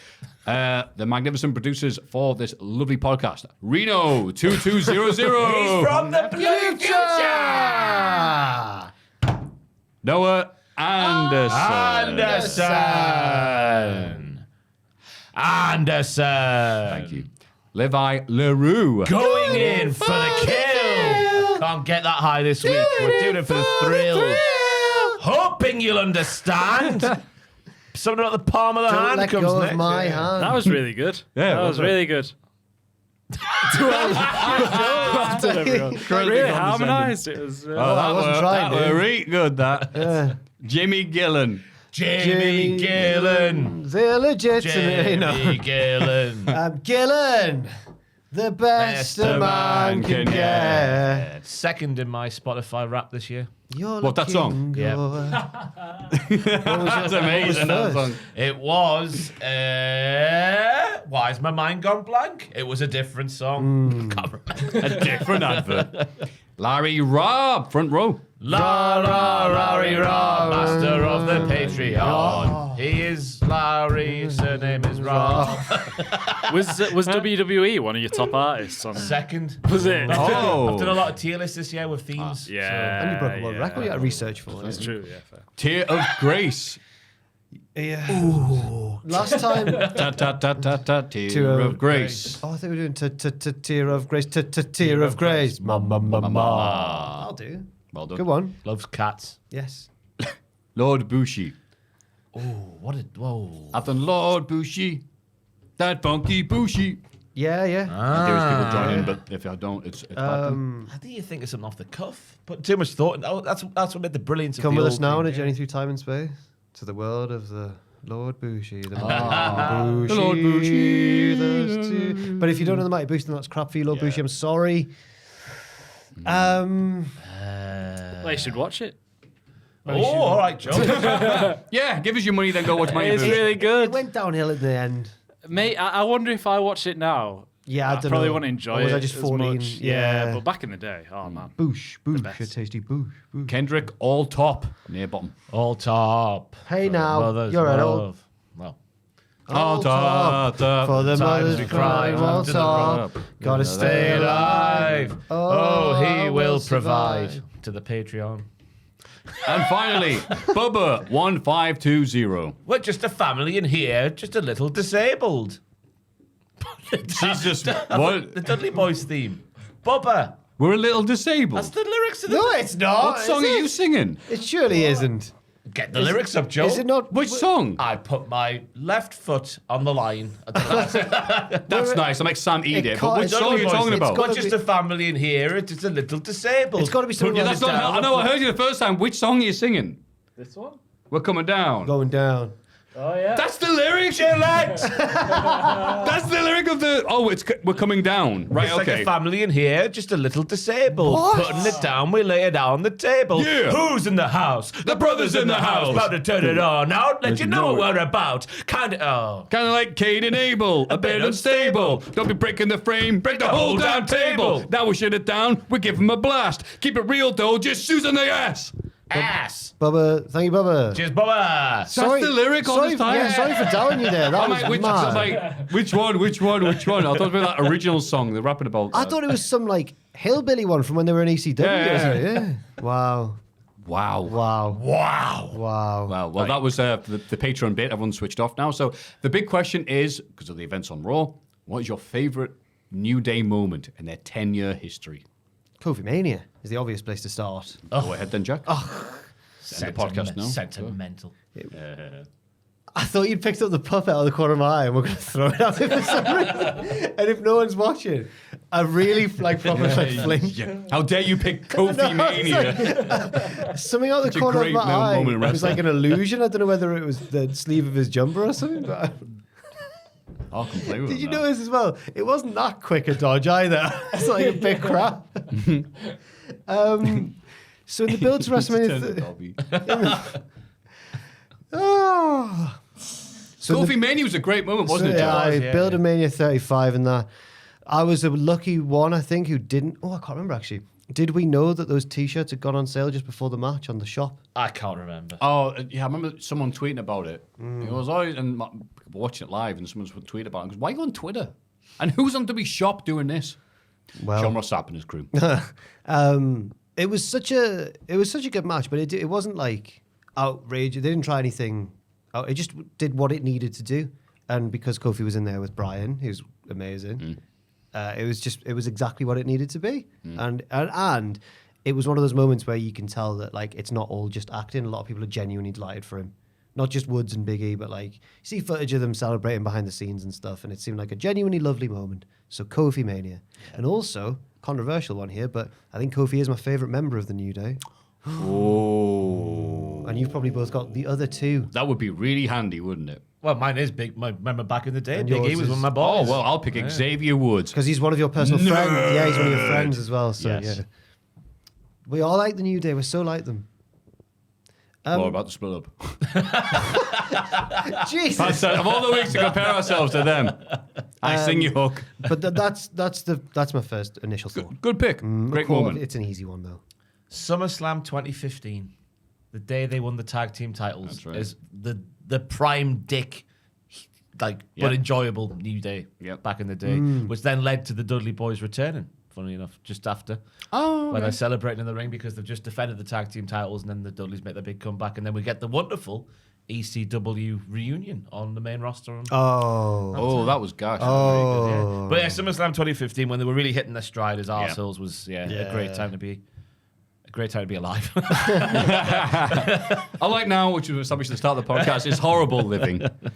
Yeah, I mean, so many major moments off the top of my head. Just the moments from the New Day podcast that have been clipped and relived endlessly. The twins discussion is one of the most naturally funny moments I've seen between guys clearly not planning it. But Big E's Goldberg rant. it's Big Meaty Man. Big going, you all went to school, right? Just yelling and trying to figure out if they're biological twins or whatever. And having to get outside help, and then Big E just in the background going, "Come on now." And then Big meaty men like meat. You think, I want any 5-star match or whatever? Or Goldberg, we're on 3 minutes. Wonderful. It's a shame, obviously, never to get to have like the Meat Planet match or whatever, and other companies have gone with it since. Goldberg's retirement match is unannounced. Could you imagine if Big E retired him? It hits him with a bit of meat. No.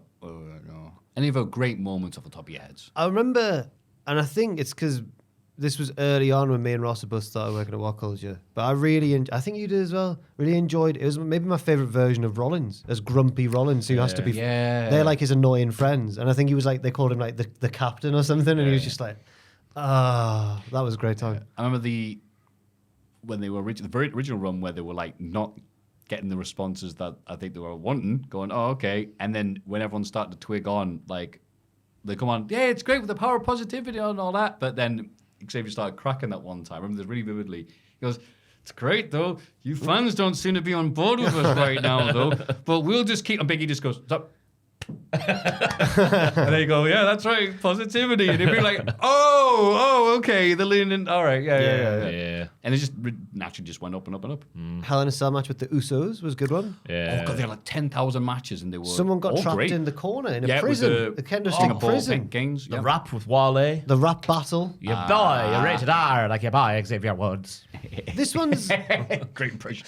this one's silly because it's a moment that was meant because it wasn't the New Day, but when they pretended they were going to be the last entrant in the ladder match at WrestleMania, and then it was the Hardys. Yep. But the New Day did a really good job there. They hosted that. It was very selfless of them. Them coming out dressed as Saiyans at WrestleMania 32 Yeah. out of a giant cereal packet just for Michael Cole to go, well, of course, clearly reading from a script, they're dressed like the Saiyans from Dragon Ball Z on the planet Namek. Everyone knows that. I'm like, God bless whoever gave Michael Cole that to read. We got criticised in our review after that show. It wasn't me or Ross who did it, but the person who did do it said that they came out dressed as the Dallas Cowboys. So it was like, oh dear. Sorry. I remember Kofi cutting. They were all dressed as the Wyatts and Kofi. No. Oh, It was when Kofi was. They were dressed up, I think, as something, and Kofi was cutting a promo about country music. And he's like, oh, my dog died. And I was drinking, and my dog passed away. I forget what the context was of the promo, but it was on Raw, and it happened. And it was a great moment. He's got a weird... There's one he moment can do that voice, and it's really weird when he does it. It's like a different person. The other great story that New Day tell is when they're talking about Kofi and there was just messing with Hornswoggle. They said that Hornswoggle was going to be the early pick to be the evil GM, anonymous GM, and obviously he was in the end. But he was going to do this character. I forget the guy's name, but they said like, all right, Hornswoggle, you're going to be Pittsburgh Pete or something like that. Have a different accent. It's me. I think I'm great. And in this empty arena, watching Hornswoggle audition for it, and Hornswoggle's just dying, just not doing it right. And it's just New Day, and Sam's going, come on, Pittsburgh Pete, you can do it. This is great. And the end, just Hornswoggle couldn't do it, and they went, all right, I'll do something else then. And just on and going, yes, thank you for bringing up this memory again on your podcast so I can relive you taking the piss out of me again. It's only a one-person one, but I really enjoyed Woods bringing back the love for Batista's theme by incessantly singing it. Yeah. And then he finally got his moment when Batista came back at WrestleMania. Yep. And he's backstage now. I think he so- nearly he sings it so hard he's a bit sort of nearly passing out. And all the moments with the brass instruments.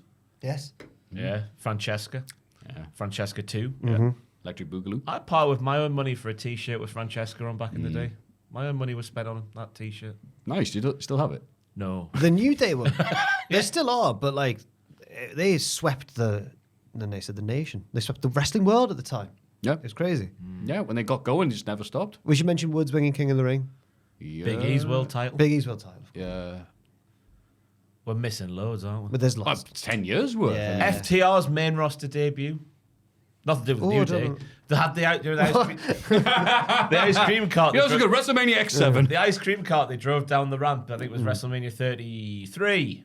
It was the night after WrestleMania 33, and Dax and for God's sake, I forgot His friend. his Dash friend, and Dawson. Dash and Dawson pushed it over and started stomping on it, and there was a crime. Oh. I felt a severe injustice in the waters when I saw that. Joel? We've taken all the big ones.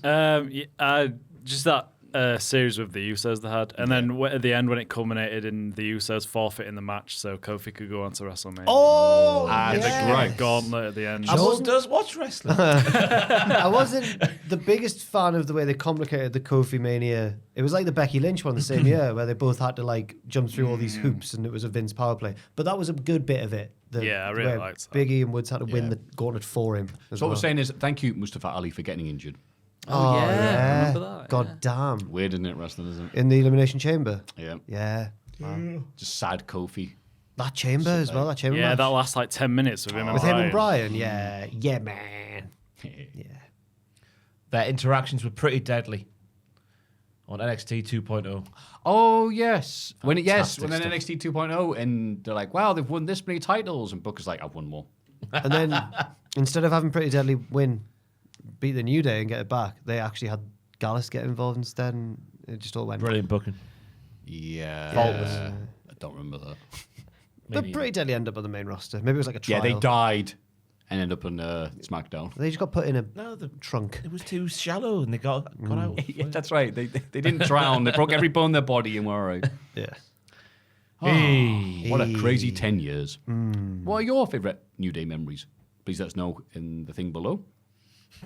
The thing below. The comment section. Leave me alone. Jack, what have you got for us until next week? I'll be doing matches of the month November next week.